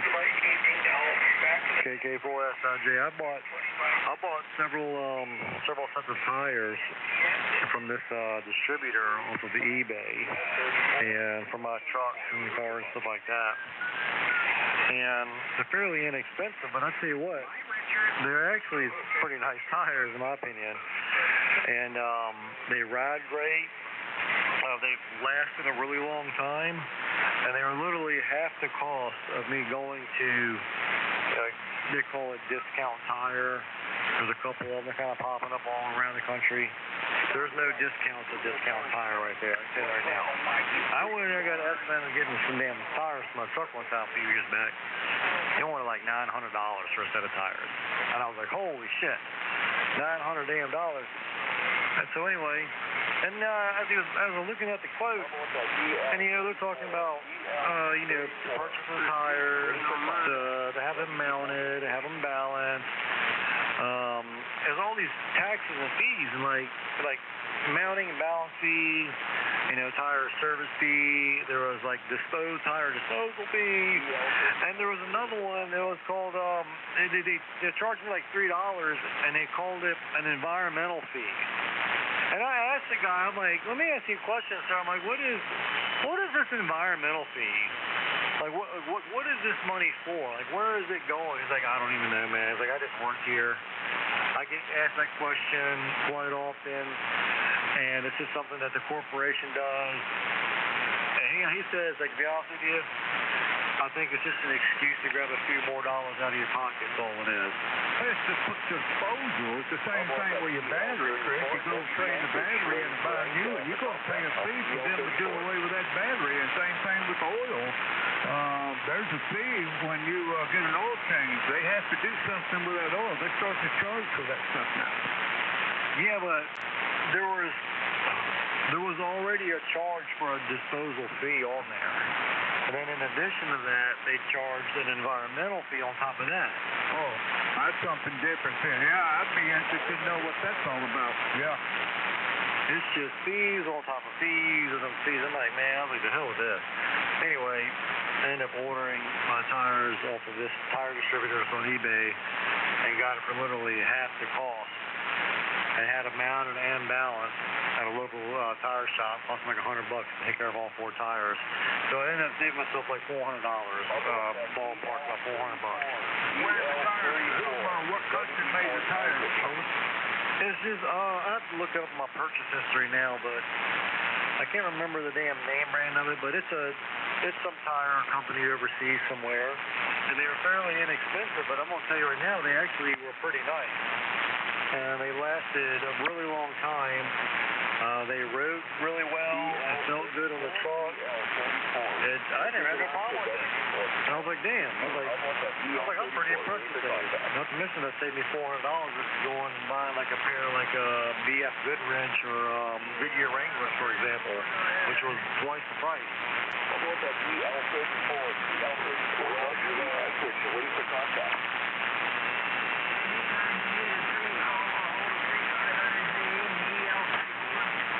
Anyway, man, I guess the point I was trying to make, just not everything that comes from China is necessarily junk. I agree with that, yeah. I agree with that. I just hate that they have a monopoly on our country and our politicians of how allowed it to happen to us. You know, I remember back in Alabama 15, 20 years ago, there was two companies there, Van Heusen Church Company and Russell Mills. Russell Mills and Van Heusen in southeast Alabama. They waited, Chris, to November to count over 1,500 women, mostly women, some men, seamstress, that they were fired. And they moved the Russell Mill and the Van Heusen church factories to Mexico. And I won't buy one. I guess I'll go without a shirt before I put a Van Heusen on or anything from Russell Mill. And I mean, it's put them out of work, man, right before Christmas. Unbelievable. And then I found out later, like 2 years later, Russell and Van Heusen moved to Mexico because it was costing them too much for labor. I guess the Mexican people wanted a raise or whatever. They moved lock, stock, and barrel to China. They're still in China, Chris. Oh, yeah. Once we got the government wanting to do like, let me say this first. I'm a strong supporter of American manufacturing. I am. I don't mind buying products from China and Japan, but however, there definitely needs to be a much better balance over here in our economy, and not having, like you say, foreign countries that dominate the market with goods over here and imports and stuff like that. But anyway, that's just kind of where I stand on that, Barry. But anyway, KK4SIJ. Well, I'm talking on Japanese radio. It's a Kenwood. And I mean, come on, you're talking, I would assume, on a radio. I'm hearing your voice coming from a piece of equipment that was made overseas. But let me ask you, what are your thoughts about President Trump and the tariff? You think tariff is going to be a good thing or a bad thing, or do you have what's your thoughts on tariffs, folks? I don't really follow politics a whole lot. I mean, I'm Republican. I voted for Donald Trump, that's for sure. I support the Republican Party. As far as tariff goes, I do think there's pros and cons to it, in my opinion. I'd like to believe that one of the big pros to it is to promote, American manufacturing. That would be one way to avoid the tariffs. Would be to stop importing, from other countries. Ford Motor Company, for example, moving factories like Mexico and stuff like that, and stop the tariffs. Okay, well, how about moving your manufacturing back to the United States, and you would avoid it altogether. So I think that might be some of the science behind it, to try to, promote American manufacturing. Well, but they're just going to find loopholes around it. That's what they're going to do. You're going to increase tariffs for like automobiles, for example. All thing they're going to do is just ship them over here in parts. I don't think there's no tariffs on importing automotive parts. And then they'll just assemble them here in the United States and then sell them that way. I mean, there's always going to be ways around it, I don't know. Maybe tariffs not a bad idea. It'd be just a way for the United States to further generate revenue, which wouldn't be a bad thing, because right now our nation's deficit is at an all-time high, especially every time goddamn Zelensky comes over here, he flies out of here with another $50 million, $1 billion or whatever it is. I'll be glad when that comes to a stop. I will. I think that needs to stop, really. I'm kind of derailing now, but that damn supporting Ukraine, that should have ended a year ago. I'm okay with helping people and helping other countries, but there has to come a point where you have to draw the line and say, hey, we've gone far enough. Now, the United States decides to continue to support Ukraine with food, medical supplies, humanitarian aid, that's fine. But the military side of it, the military support, and just shelling out millions of dollars and billions of dollars over there, I think that needs to stop. I agree with that. Billions, and not millions, billions of dollars. Well, I've heard people talk about the tariffs and scaring the tariffs. It's like the gentleman said, he's taken 2 medications from China. If they throw a tariff from China, they're worried about their medications going up. They won't be able to afford them, and even common goods that we take for granted for Walmart and everywhere. I mean, things in your house that you use, on a regular basis come from, Mexico and China and places like that. And then people starting to be a little concerned that if it goes a tariff, what's it going to cost me just to make ends meet? So it's a concern that all of us are taking a look at, and hopefully it'll be the right way, but who knows? Yeah, well, that's kind of the downside of the tariffs, really, because it's just going to, increase cost of living, increase the cost of goods, cost of purchasing cars, trucks, clothing, whatever it is. It's going to cost you more because, of course, the businesses, the corporations, they're not going to lose money over it. No, they're going to increase. You're going to put a heavier tax on me for me to import my goods into another country. Well, okay, now that's just going to increase the purchase price of a damn new vehicle. I'll tell you at a Honda, something like that. The price of them are going to go up. Just to offset that expense. Yeah, the other safety had to come and whisper. Amen, brother. But what happens if Quebec shuts off the hydro to the states?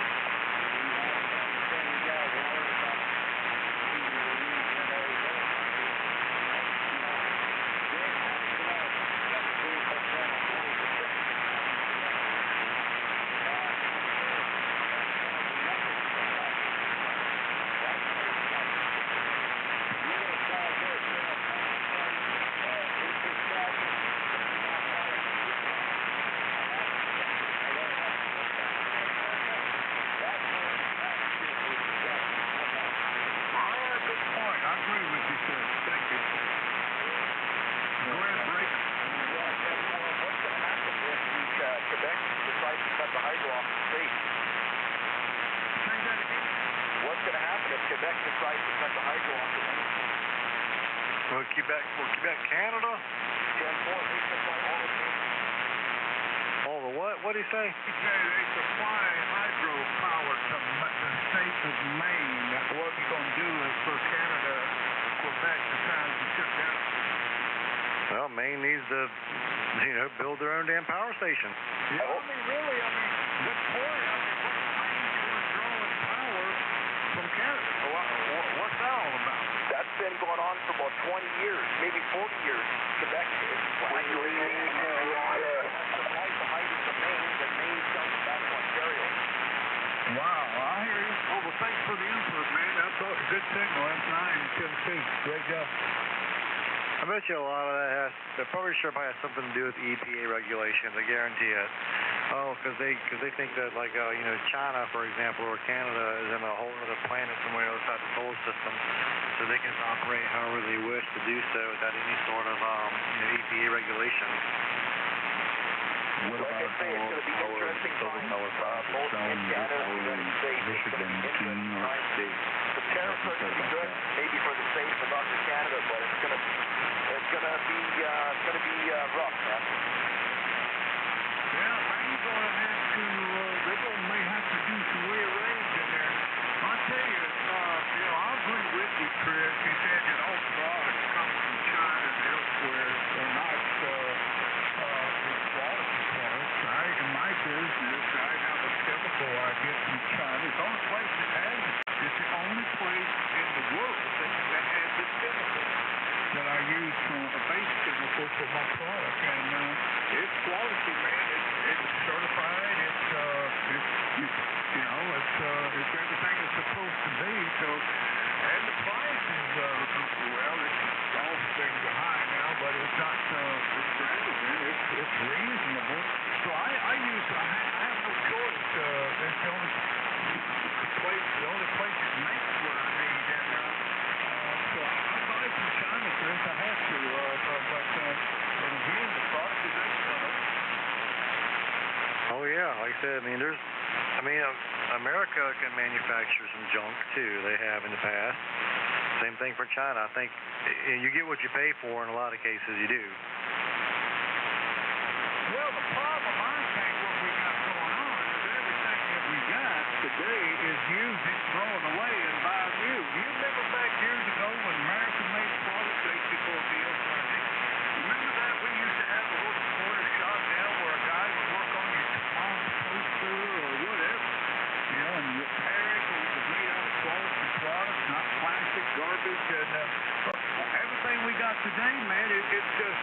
society we live in now. Use it, when it breaks, throw it away, go buy a new one. Yep, that's right. Back in the days, when they used to build stuff that lasts, but the problem is you got to follow the money, Barry. You got to follow the money. See, when you manufacture a good quality product that can be repaired or serviced or built to last, that is going to really put a hurting on the retail market. All right. I mean, if they built amateur radio equipment today, like they did back in the 50s.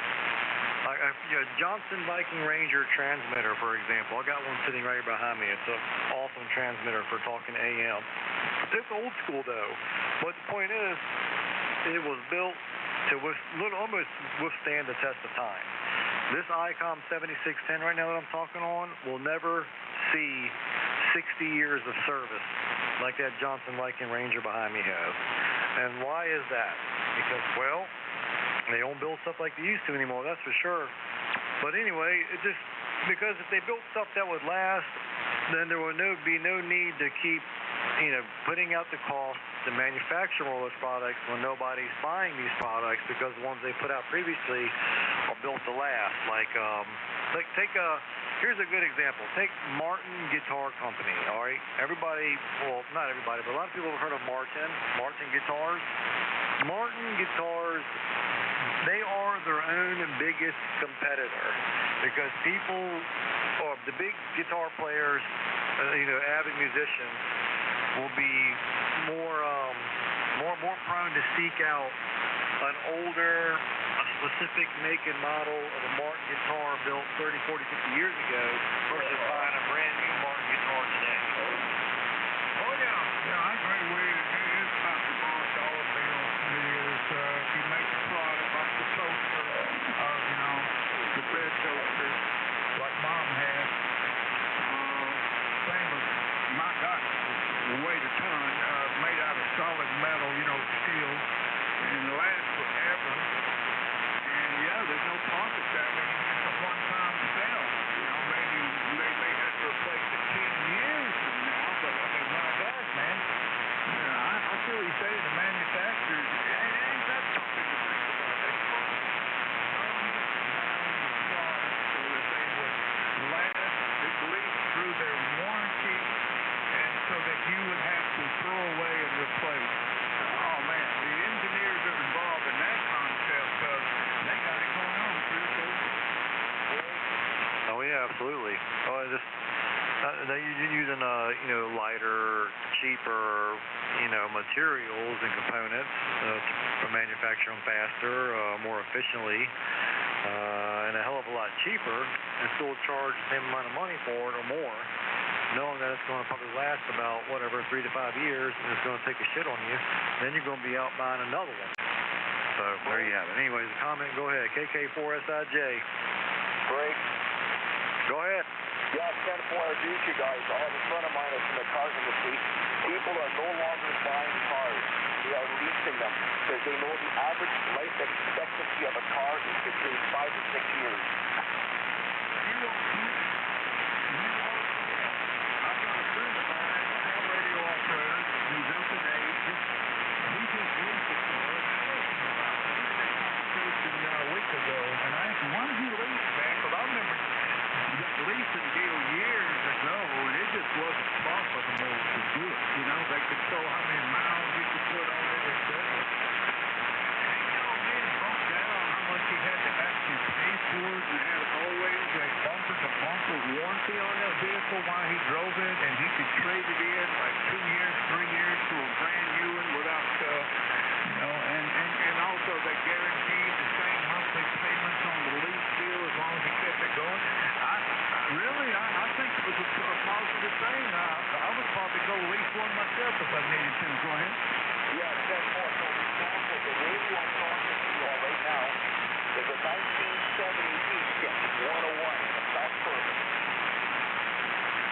Okay. Okay.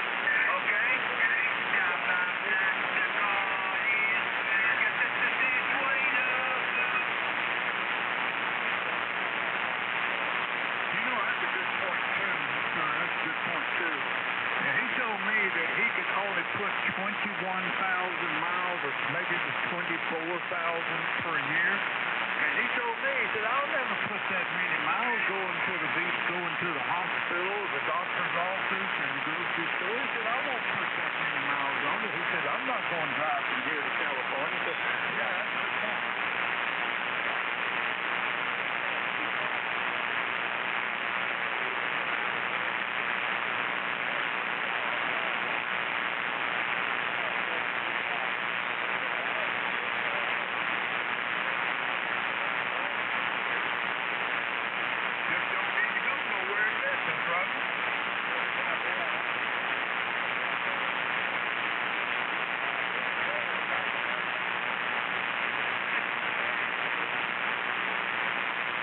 I'll tell you what, I got my everyday driver. All right, we got 4 vehicles over here between me and my wife and my oldest son. My vehicles, I got 2 trucks. 2 trucks for me. My wife has a car, and then the older son has a truck. But my 2 vehicles, my everyday driver. Okay, my everyday driver, the truck that I drive all around town and back and forth to work every day, is a 1990.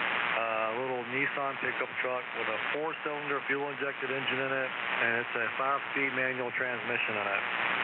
And I'll tell you what, that thing, that truck don't owe me nothing. I owe that truck a lot. Let's say that. That thing is great on gas. I run back and forth to work every damn day, drive around town all week long on $40 worth of gas. It's a solid truck. Runs damn good. I mean, it's got the paint ain't that great on it, whatever. It's got its flaws. It's a 1990 truck, but I wouldn't trade it for the world. But anyway, and I got another vehicle for 2001, Dodge Ram 3500. I've done a real good job of trying to take care of that over the years. I want to pull campers, trailers, go on road trips with it. Like, that's the truck that I use for that. And taking good care of it. It's in the shop right now, actually, getting a bunch of front end work done to it, keeping the maintenance up on it. But I'd rather spend $1,500 that's going to cost me to get the front end work done on it instead of paying $700 every month for a damn new truck for 5 to 10 years. It beats it hands down. Oh yeah. Well, thing of it is, you're saving gas. With that 3,500, I'd hate to try to figure what kind of miles you get to the gallon compared to that Nissan. But what gets me is, I understand it has to do with the advancement in oil and the advancement in the tolerance of engines in automobiles today. Why you can get 200,000 miles per engine or more than that if you baby it and do the maintenance on it. But you remember back in the years ago, 20, 30 years ago, you never would have a vehicle that would go over. I never had one that would hardly make it over 100,000 miles. It was time to start looking for another vehicle at 100,000 miles.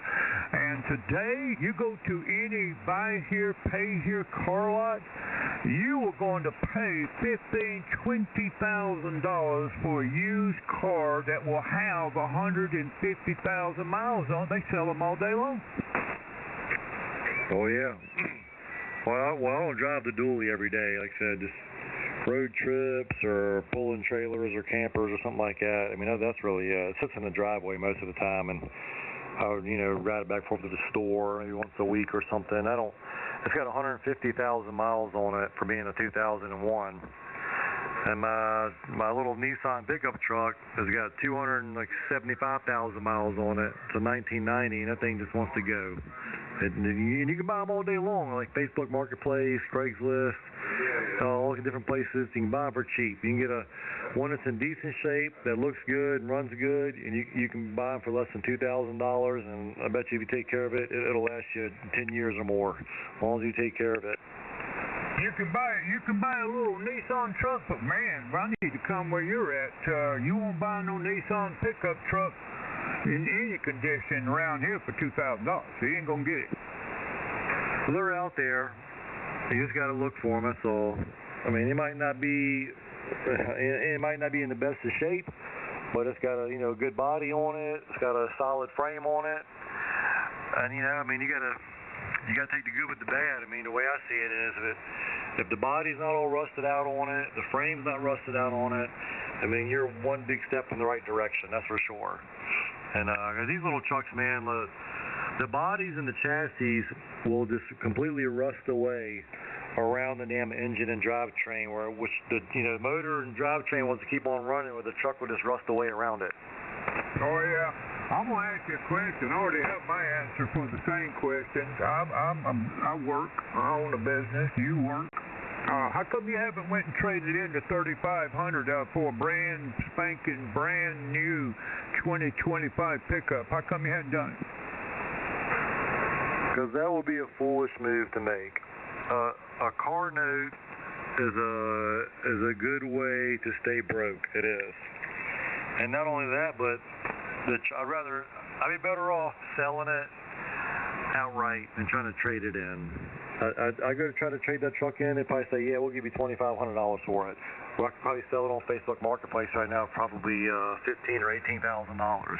It's fully loaded, four-wheel drive, all that stuff. And but I don't want the payment though. Like why? Like why would I want a Ram, a $3,500 or a brand new truck? Let's just say a brand new truck, period, and going to go spend $60,000, $70,000, $80,000 on a damn brand new truck with only a $2,500 trade-in value, and then I'm locked in for 10 years at $700 or $800 a month, not to mention the insurance and the property taxes that's going to follow. The hell with that. Same reason here. My brother just bought a brand new. Check this out now. This will blow your mind.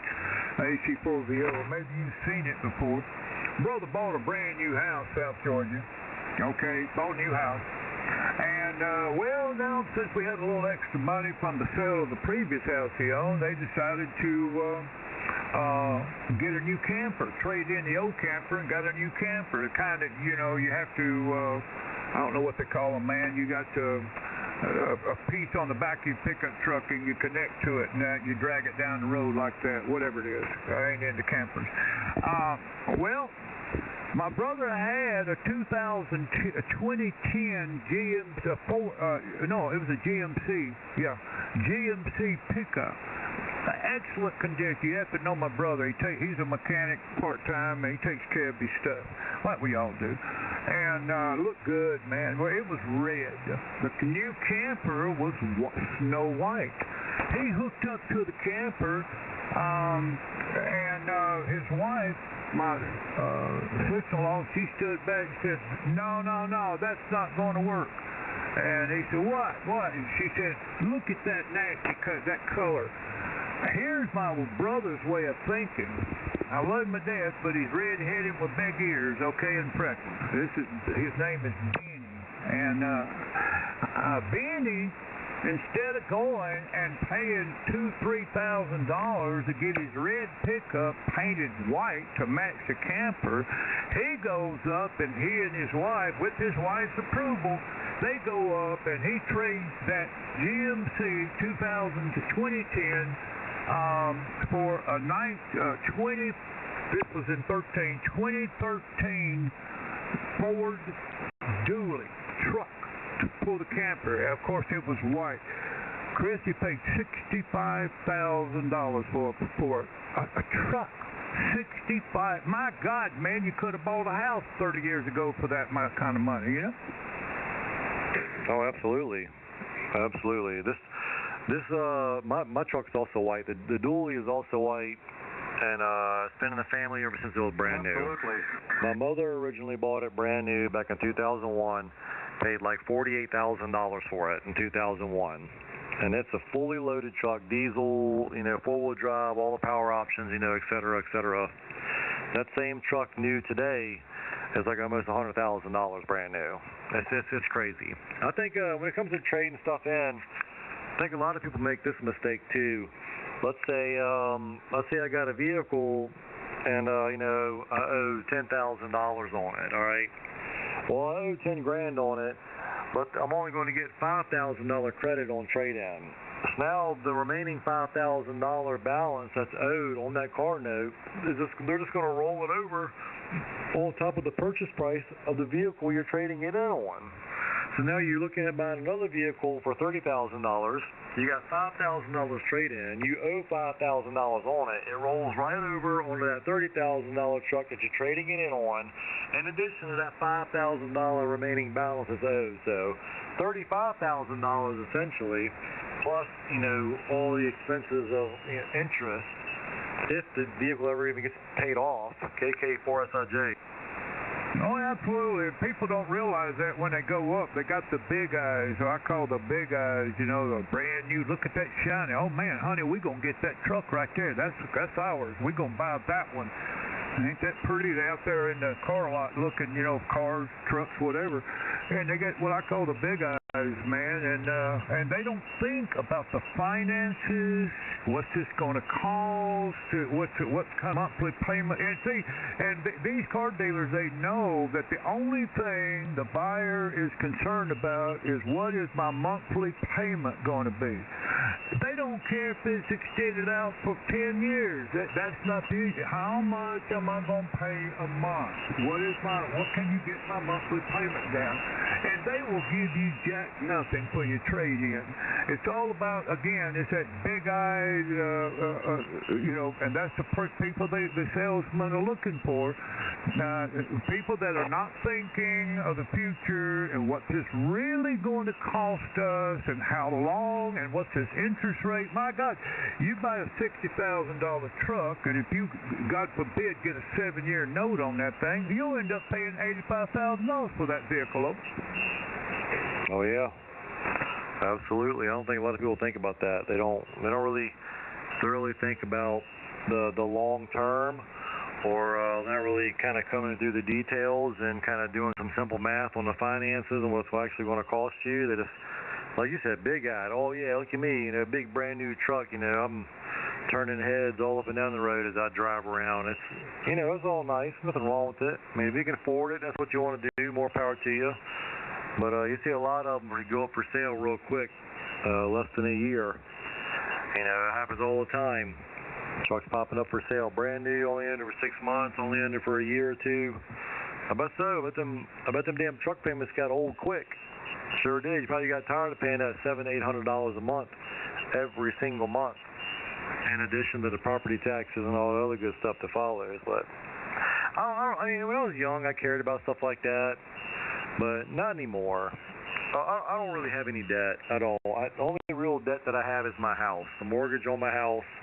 Everything else we have is paid for. The house in the Carolinas it's paid for. I mean, we got insurance and taxes and stuff like that we got to take care of. But all the vehicles are paid for. All of my radio equipment's paid for. Imagine that. I see DX Engineering.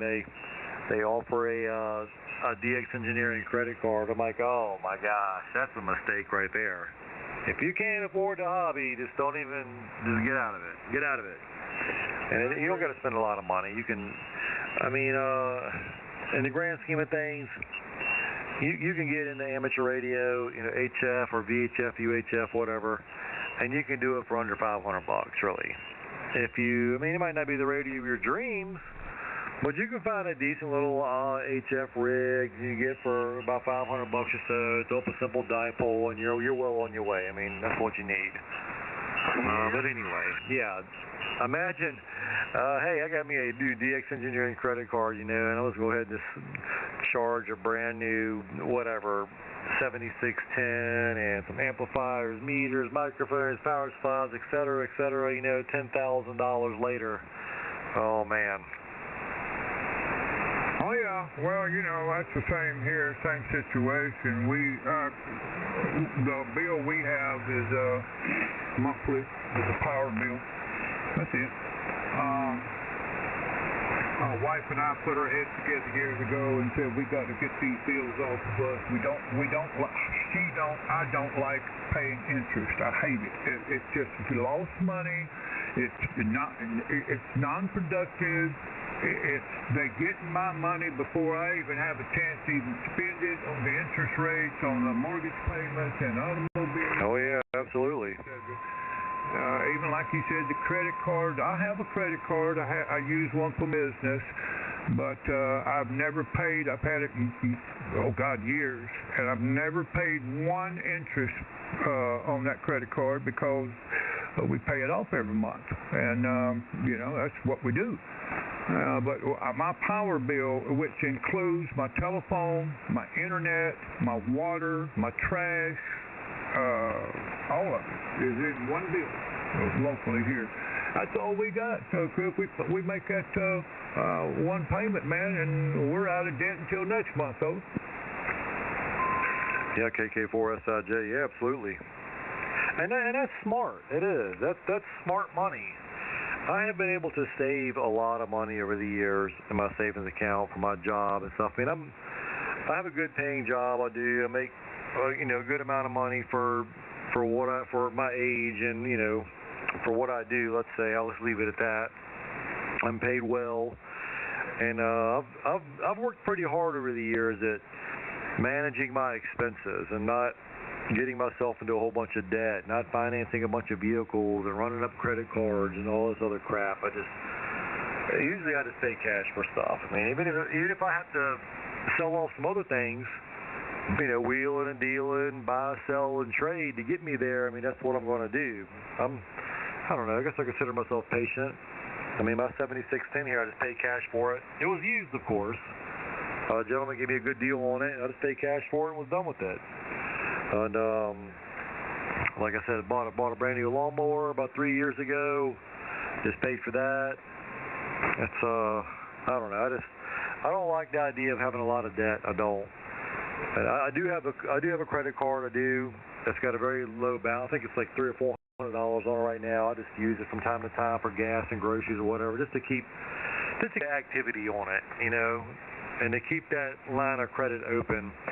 And it really helps your credit score as well, being able to show like how much available credit you have, to you, can really impact your credit score in a positive way. About the credit availability. Anyway, KK4SIJ. Oh yeah. Come on in, station. Go ahead. Yeah, Roger. I was just sitting here listening to y'all. Want to comment on the new vehicles. The wife's got to have a new car. She's got a 2001 Tahoe, and we looked at a Ford Explorer. It's an average price around $48,000 to $54,000. And I really got to commend the salesman there up in North Georgia. He said, don't put no money down. He said, rates are coming down, and your payment's going to be what your payment's going to be. Yeah. Well, like I said, there's nothing wrong with that. I mean, I'm not against it. I mean, everybody has a choice. They can do what they want. But if I have to buy another vehicle today, the last thing I'm going to do is buy a brand new one. Absolutely not. I will find one that's 3 to 5 years old, that's been well taken care of, and probably be probably a little less than half the cost of a brand new one, and that's the route that I'll take.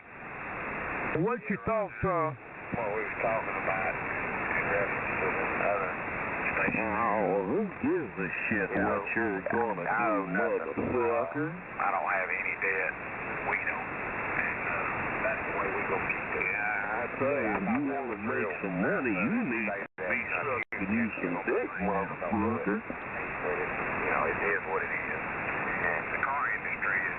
How about that EL34? EL34. Give you an example. And it's in the machine. How about that EL34? Waiting for contact. Motor-driven thing. I bought a brand new tractor in 2022. At that time, it was $50,000. And now they're about $65,000. And that went up through COVID there. And I believe all in that. I think it was greed and the big corporations that needed more money. But that's the last piece of equipment I bought. And but I've got a dually that's from 2000, and it's not even hit 400,000 yet. It's still rocking right along. That Tahoe's got 320, I'll say 328, something like that. right along. I've got a 86 GMC, four-wheel drive. Alright, it split mileage twice on it, and I'm second owner. First owner was my father, and all I need, I don't think. How about that EL34? We're waiting for contact. $1,000 a month.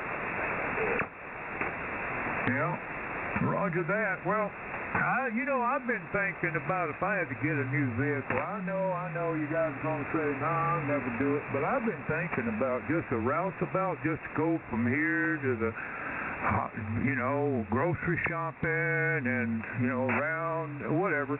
I've been thinking about if I could get one reasonable, I wouldn't mind having one of them little EV cars, electrics, only charge it here at the house, pull in and plug it up.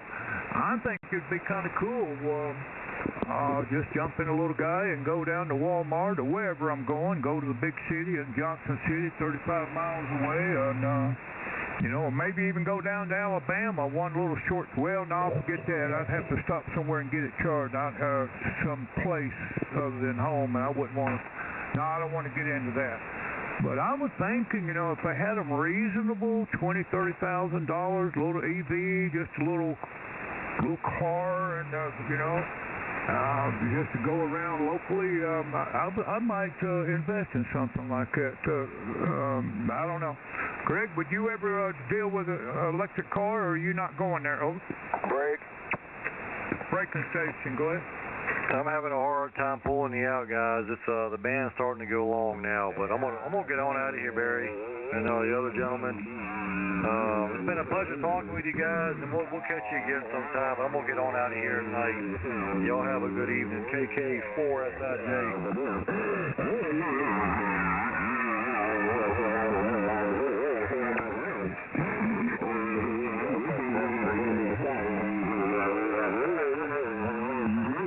Hey, Roger. All right, guys. Well, y'all, it's been a pleasure. It's really been nice here on 7200 tonight, and hopefully we can do it in the future. Good conversation. 73, blessings to all. Sleep well. Alpha Charlie 4, Victor Oscar, Tennessee, Cliff. All right, Barry, take care. I heard you, man. Okay. Yeah. Well, have a good night, and we'll catch you down uptown. 732 W4JGG.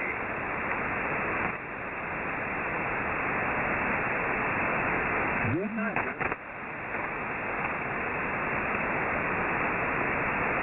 Well, I guess he ran you motherfuckers off the goddamn channel. Boy, you must be a fucking faggot.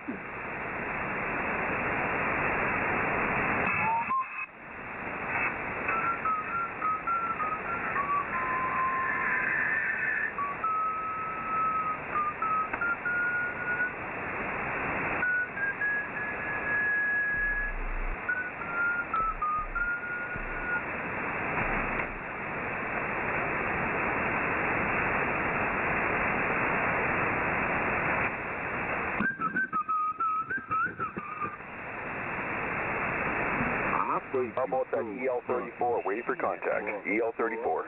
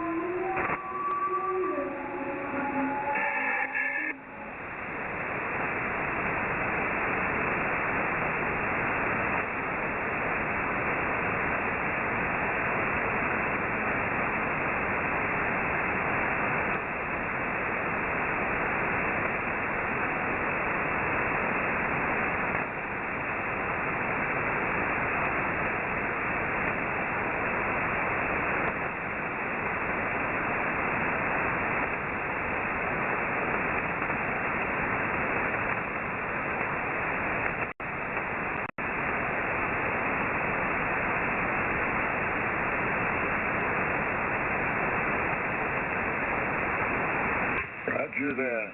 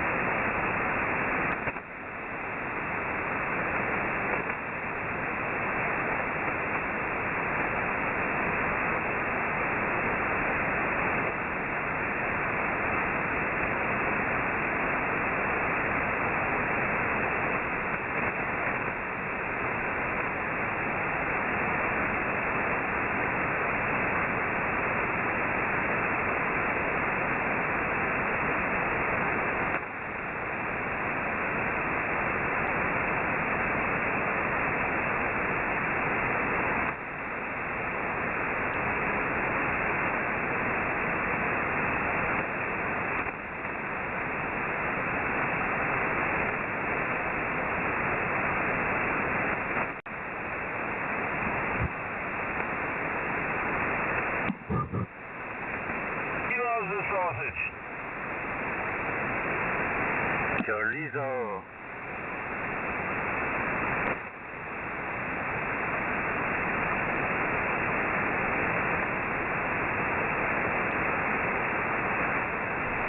Roger that.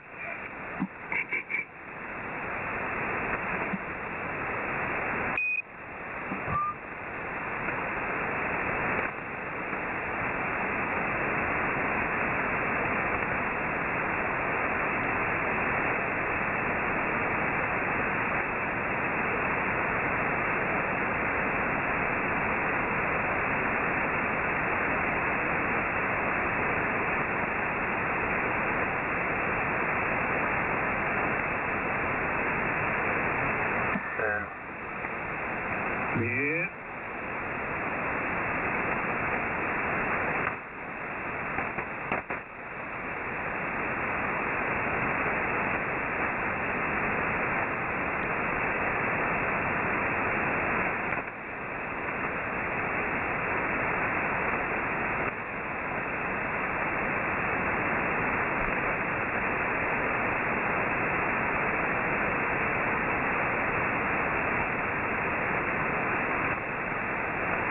Good evening.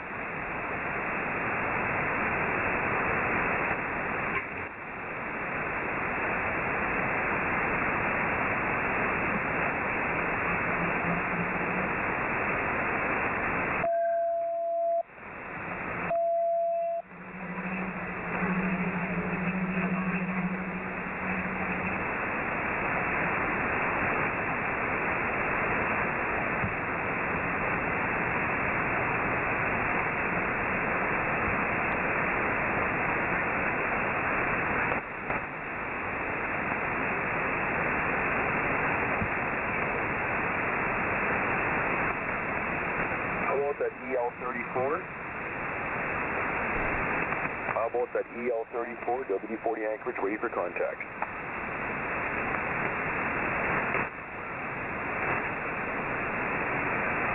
Roger that. Oh, roger that. How about that EL34?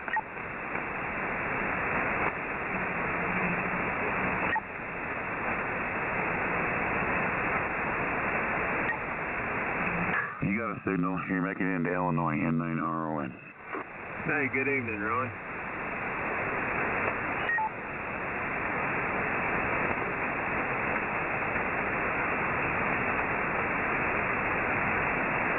Hey, 450 bit.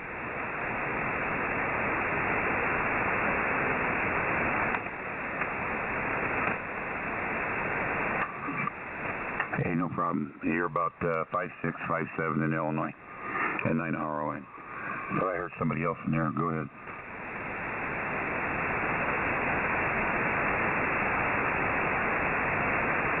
Maybe not. At 9 RON.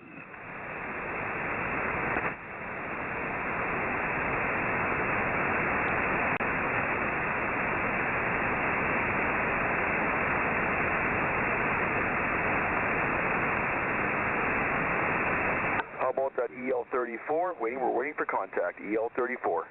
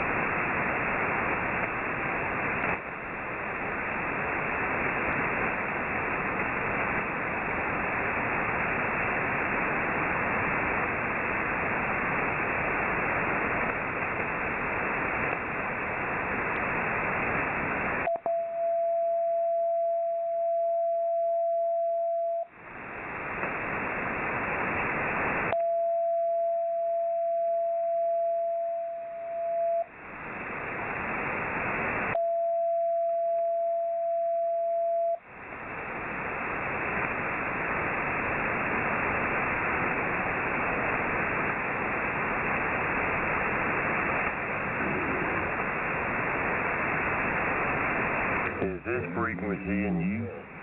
Yes, this frequency in use.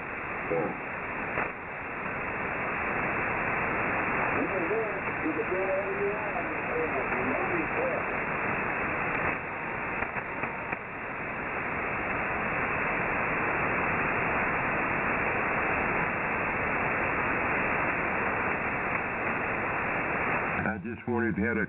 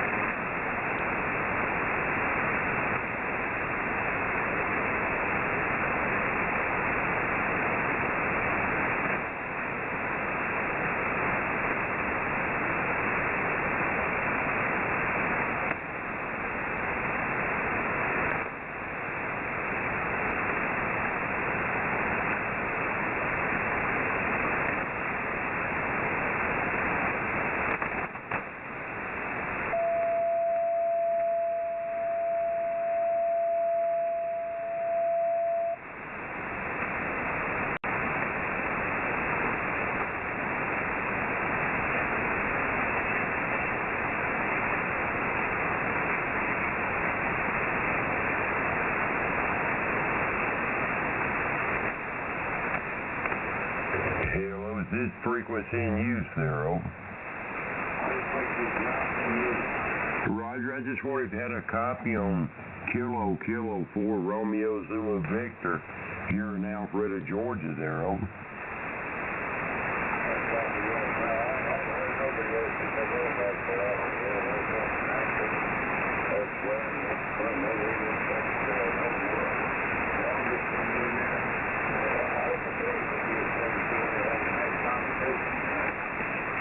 Roger on that. Anyway, you're sounding great here in Georgia.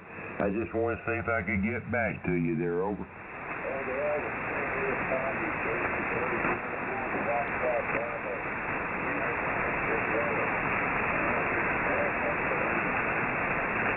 Anyway, you're sounding great here in Alpharetta, Georgia there, over.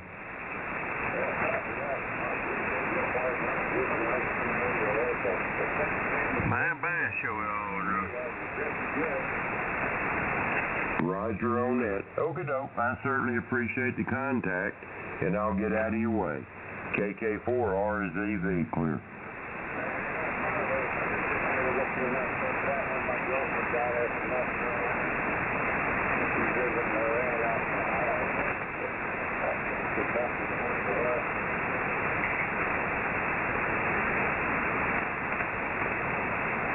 Roger on that. Okie doke. 73s. Take care. KK4RZV clear.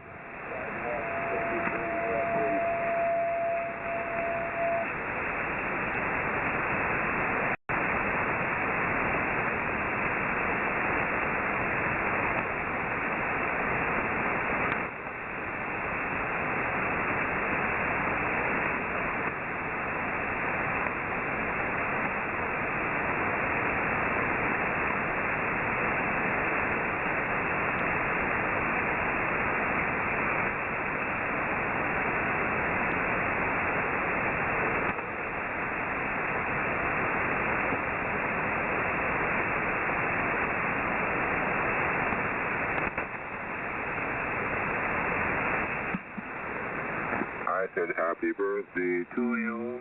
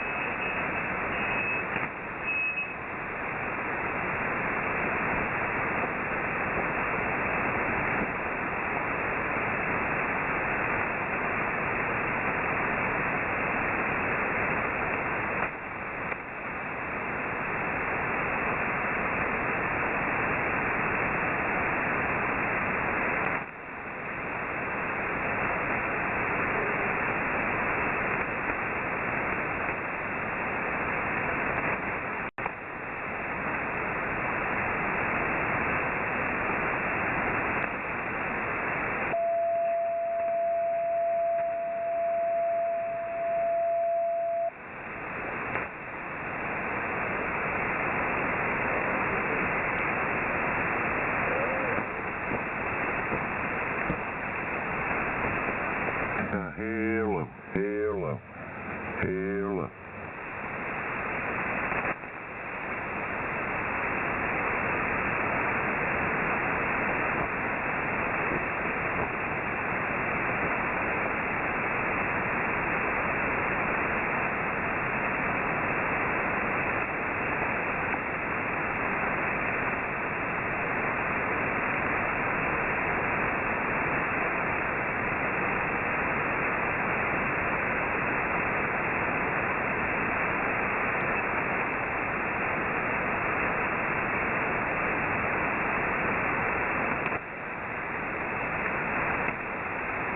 Hello, hello test.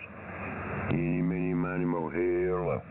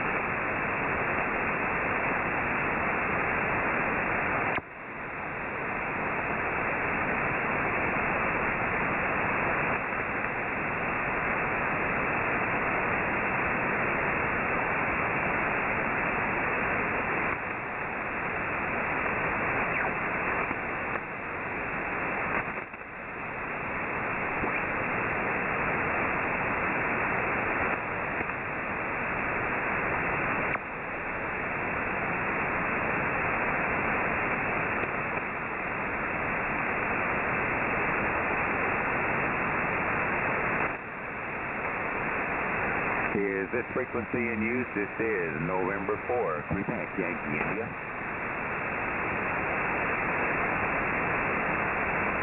KC4ZWW, KC4ZWW, in for QYI.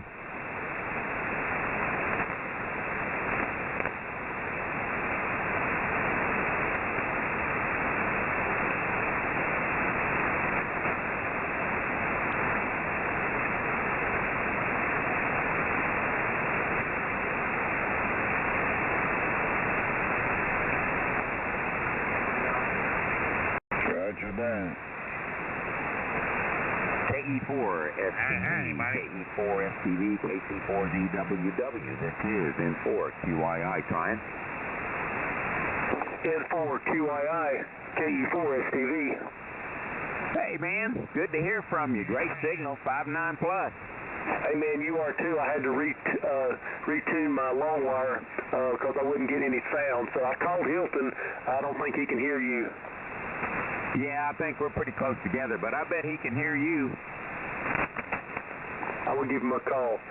KC4ZWW, this is KE4STV. KE4STV, KC4ZWW. Hey, Tim. Hey, bud, you guys both are coming in great. I must be on the good end of the signal now. Yeah, there's another gentleman up there on, I think it was 204, was coming out of North Carolina, and he was 5.9 or plus. Yeah, I could hear the guy on 7.204, but I couldn't hear who he was talking to. Yeah, the other gentleman was up in Pennsylvania. Oh, okay, all right.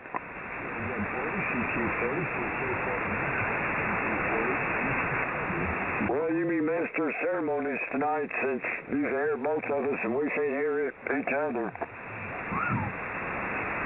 Hey, yeah, I can just relay. How's that?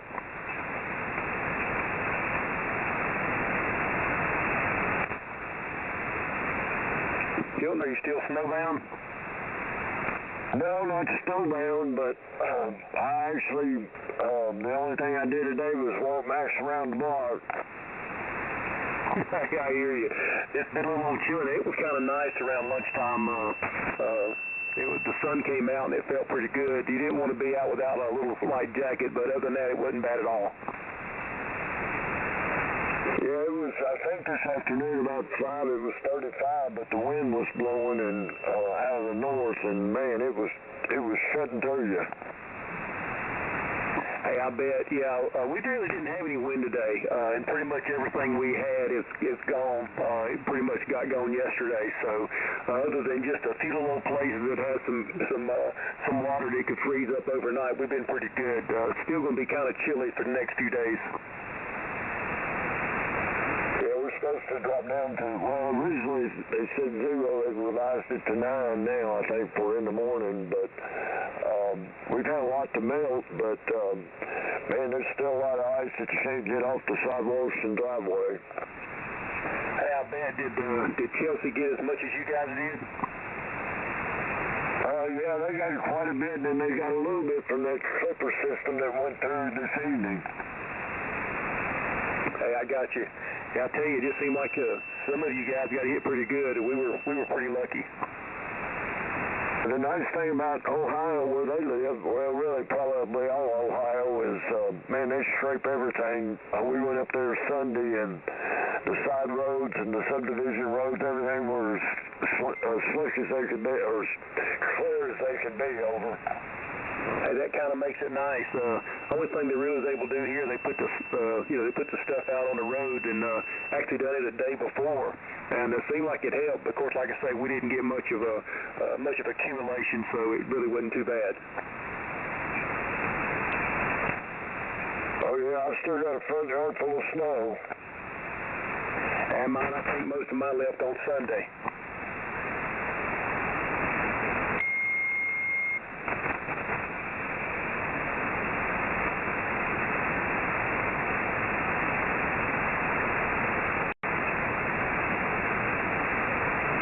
Talked to Wes in several days. I don't think they got as much snow as we got. I think they've had some of the cold weather. Yeah, I talked to him the other night, and he said that they had, I think they had a good little bit, but not near as much as you did.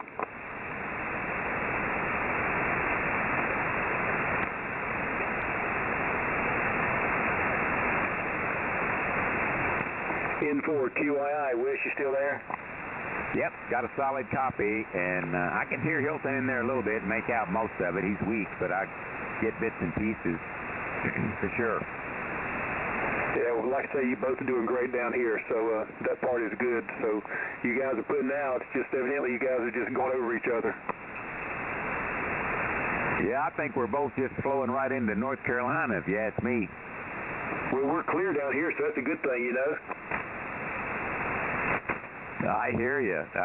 No, yeah, it's awesome. I heard a guy earlier from North Carolina. I thought, man, we got propagation that way.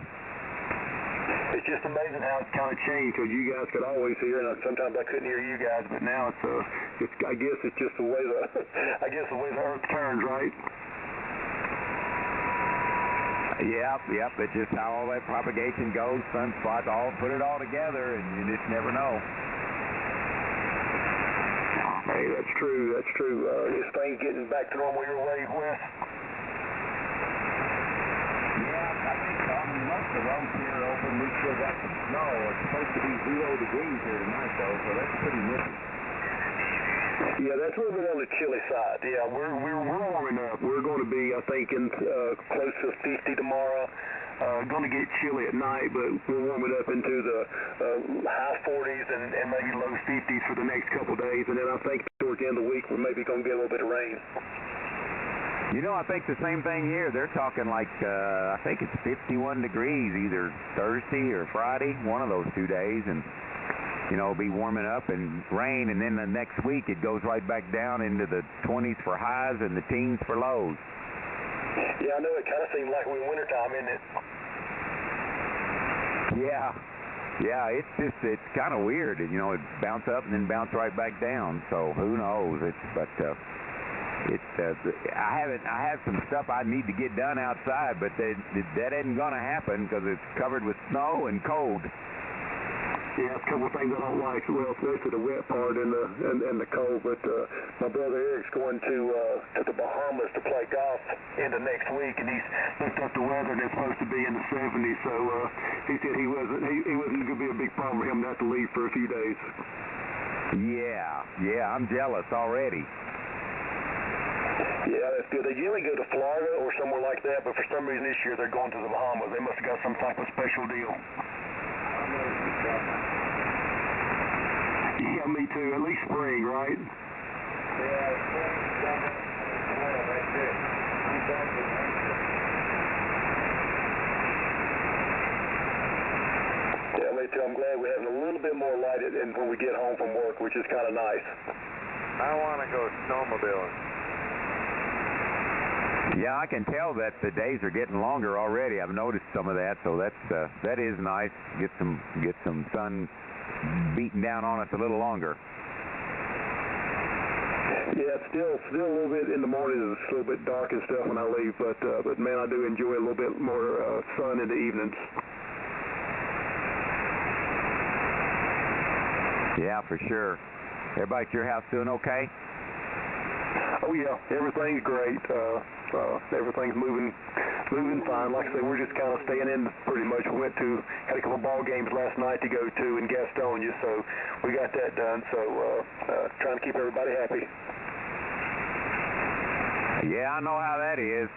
But you know, I'll tell you what, the folks here are about to go stir crazy. I was talking to a lady at church the day before yesterday, and our kids, they didn't start back to school till Monday, and that was from before Christmas. Good gracious. We got started, and of course they was off for a day, and then I think yesterday, they were 2 hours late, but still, they're back in full swing today now. Yeah, I felt sorry for my daughter, Tina. They started in on Monday, and I'll be darned if her kids didn't get the stomach bug, so they still hadn't been to school. Oh, my goodness. They need a break, don't they? Yeah, she called her mom going, I need a break here. I'm about to go crazy. I bet. So bad thing about that stomach bug, it kind of goes through the family a lot of times. Yeah, you're exactly right. I told her keep that stuff over there at her house. Yeah, I don't blame you.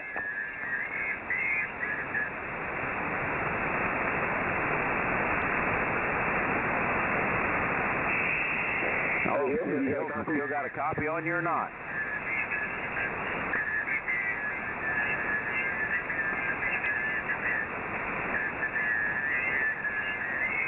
KC4ZWW, KE4STV.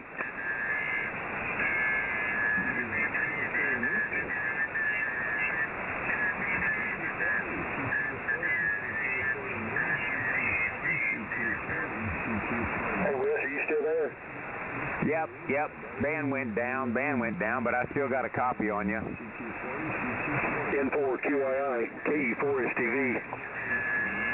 KE4STV, this is N4QII. I noticed the band dropped down, so you're there, but you're weak. Hey, Wes, I can barely hear you. It's just kind of gone away right quick, and I haven't heard anything back from Hilton. Okay, well, you just came back up just then, so if you faded down and then it's bounced back up.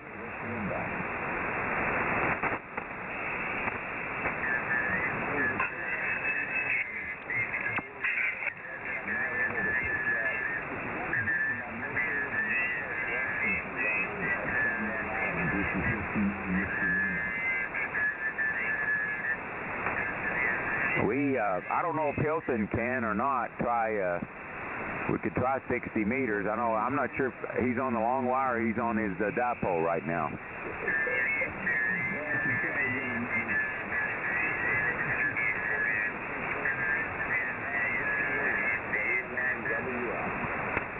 KE4STV, this is N4QII. You may have faded away there, Tim.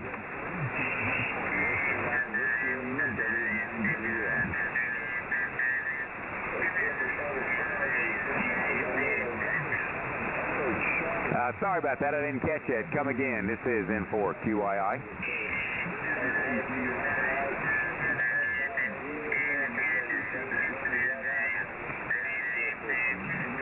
Yes, sir. It sure did, didn't it? It just immediately shifted. That's this time of year.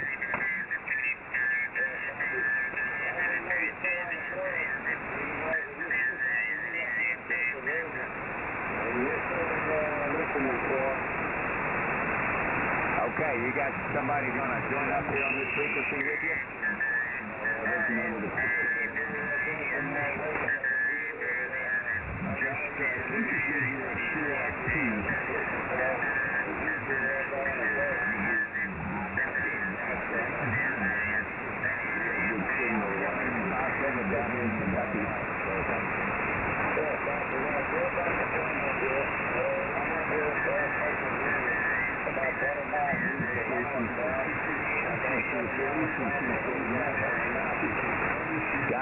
Gotcha.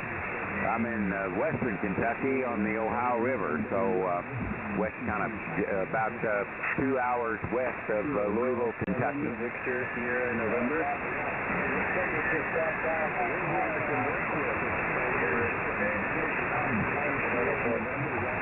Yep, Roger. It sure is. It's up and down tonight. Victor Sierra November.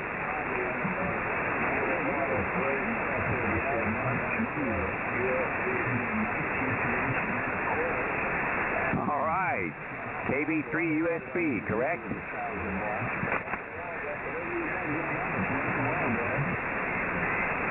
Would you have ever known that USB would be a popular call sign with the last three letters? We've only got 144 vertical size. That's 1,000 watts.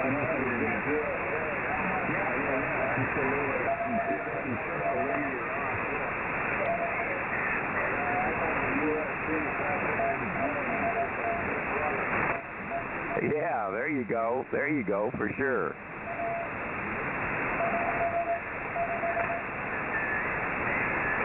So is it Kilo Bravo 3 United Fox Bravo or Sierra Bravo? Got it. Okay, I wrote it down the first time. Sorry about that, but I got it now.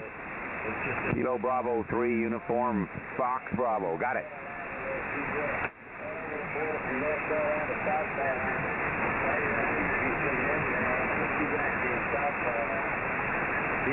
ground mounted, but there's about 140 meters of radios that we've scattered out around the place, so it's very well grounded, we'll say that.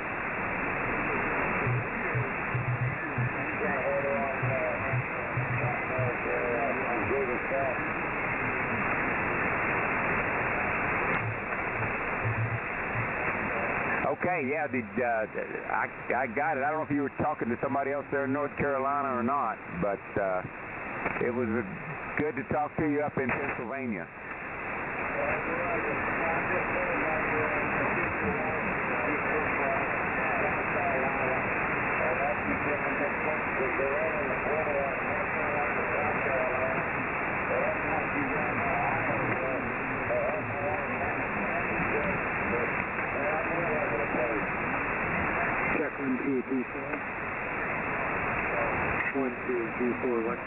I think I hear somebody in there. I wasn't sure if he was talking to you or not, so I'm going to go ahead and clear off the frequency. My buddy from North Carolina kind of faded away there, but Kilo Bravo 3, Uniform Fox Bravo, this is N4 QII. Enjoyed the QSO, and you have a great evening. 73. The second operator here, if you want to talk to him, that's the guy whose antenna I'm using. Frequency is in use. Roger, frequency in use.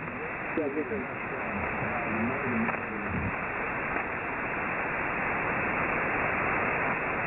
Yeah, there's a lot of radios. I'll clear my call and I'll hand it to my buddy here. This is Kilo Golf 7 Victor Sierra November. Whiskey 7, Whiskey Echo Kilo. Whiskey 7, Whiskey Echo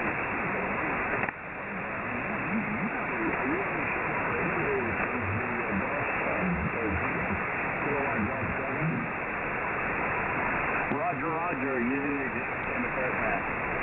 Alright, well.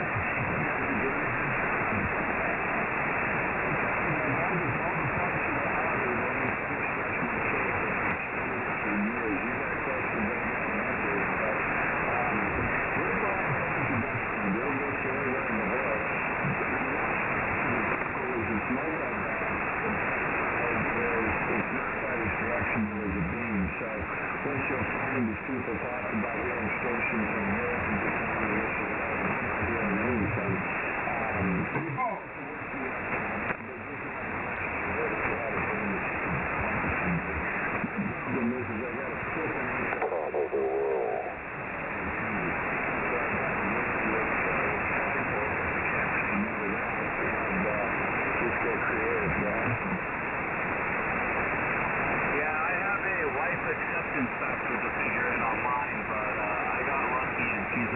One vertical in the back, so not too bad.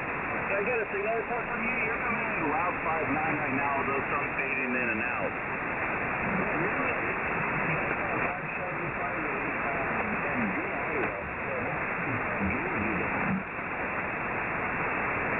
I'm going to hand it over to my buddy to talk about his gear, since we're using my antenna, but his radio. So my antenna is the KX Commander Signature 9, and this is Whiskey 7, Whiskey Echo Kilo. I'm clearing and handing over to my friend. Roger, yeah, this is Kilo Golf 7. Hello. There's quite a lot of equipment here on the other end. So we're using the hand mic that came with my Icon IC705 and an amplifier box that I built, which consists of a KL505 passing through a low-pass filter to handle the dirty CB amp harmonics, and then through a power meter to the antenna. So there's quite a few boxes in the middle of all this, and quite a few places where I have found loose coax in the past, so we've fixed those problems, and so that's pretty much the whole station. Over to you. There you go, yeah. The connections, the better off you're going to be in terms of your signal, because each one sounds great to receive them if they're not. This one is Lewis, the Icon 776U, and then I'm working through the Papa Whiskey 2 Romeo. But I've got a 100-foot transmission line from there going straight out to the flagpole, and then I do the tuning at the base of the flagpole. So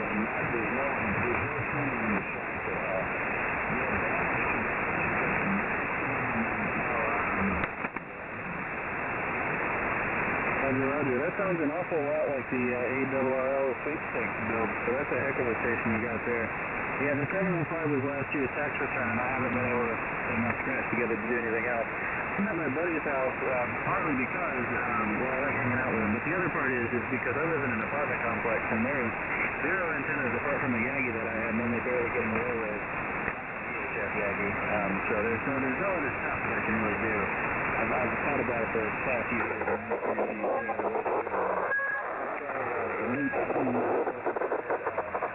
Antennas outside on the patio. That's too much yelling outside that I get. I'm on the first floor as well. Apart from doing the old hotel thing where you hang a fishing pole out the window and have guy wires hanging off to the ground, counterpoise wires hanging to the ground, there's not a whole lot I can do. So I have optimized my setup to, in as few cases as possible and to be highly portable. KX2U over to you.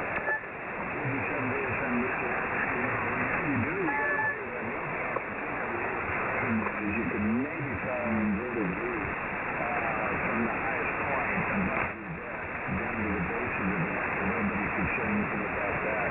The inverted V is super directional, so I don't know what direction your station, but whatever it is. Check the video. I don't know.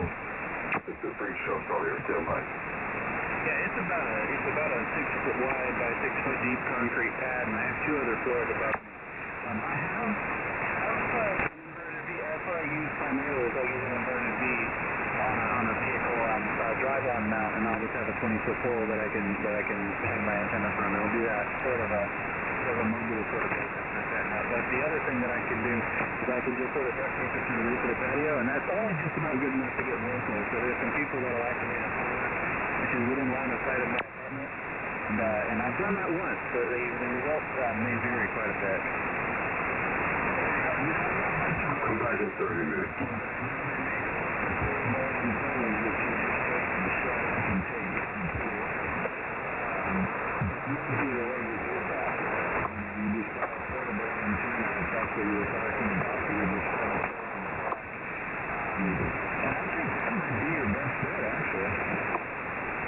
Yeah, the station that I usually use is this radio and this amplifier, plus it's sort of a clone of a soda beam, except I built it myself at the end hopper series.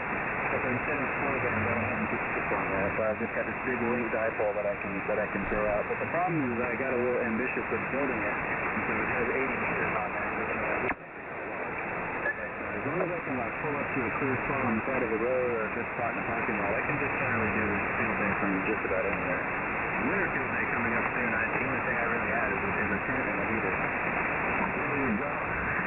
I can't imagine you sound pretty young.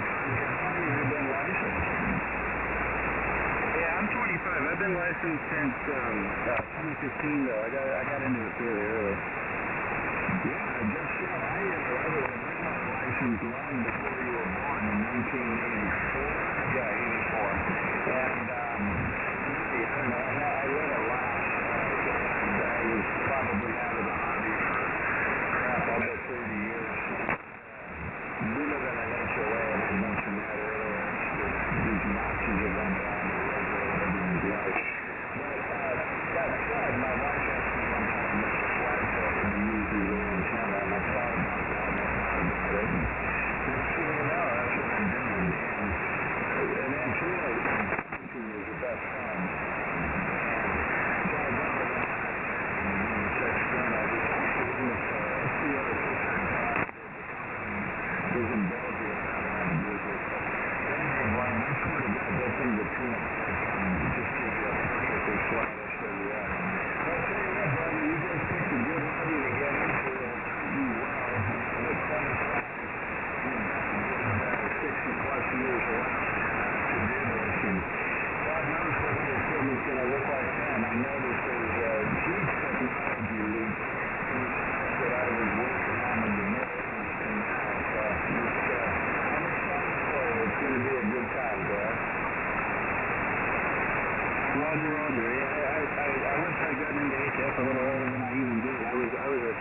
for about 6 years. But went to a field day and never looked back. So I'm going to keep on keeping on. I appreciate the words of encouragement.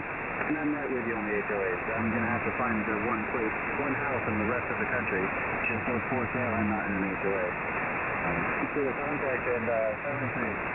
Yeah, absolutely. Yes, you're actually looking at it, and you're obviously serious about the hobby.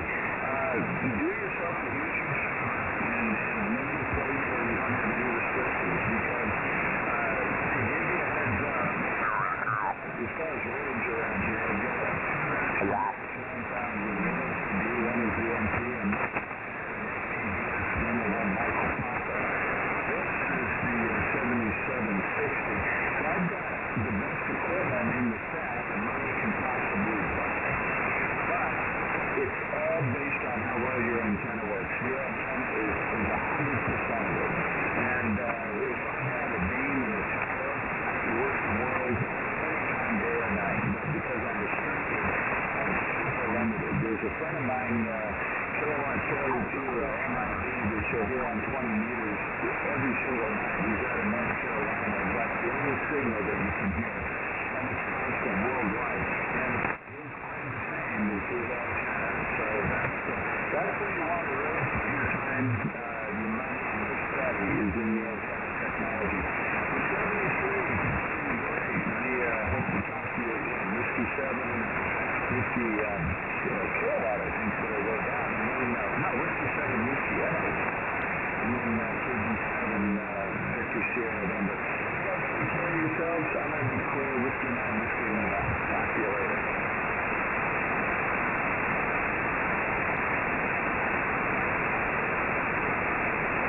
Okay. KG2BBL. The frequency is clear. I'll copy it.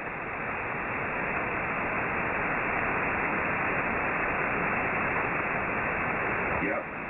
Got you the same. Yeah, that's one of those guys finish up. And Marcel was horrendous before. But we're good. So what's going on?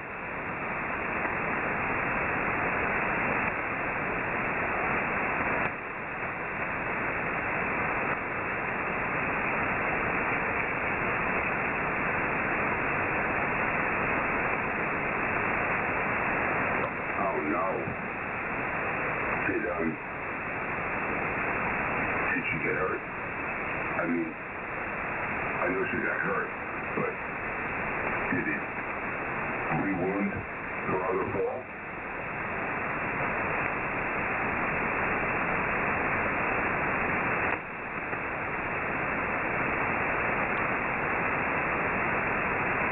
That sucks, man. I'm so sorry. Wow.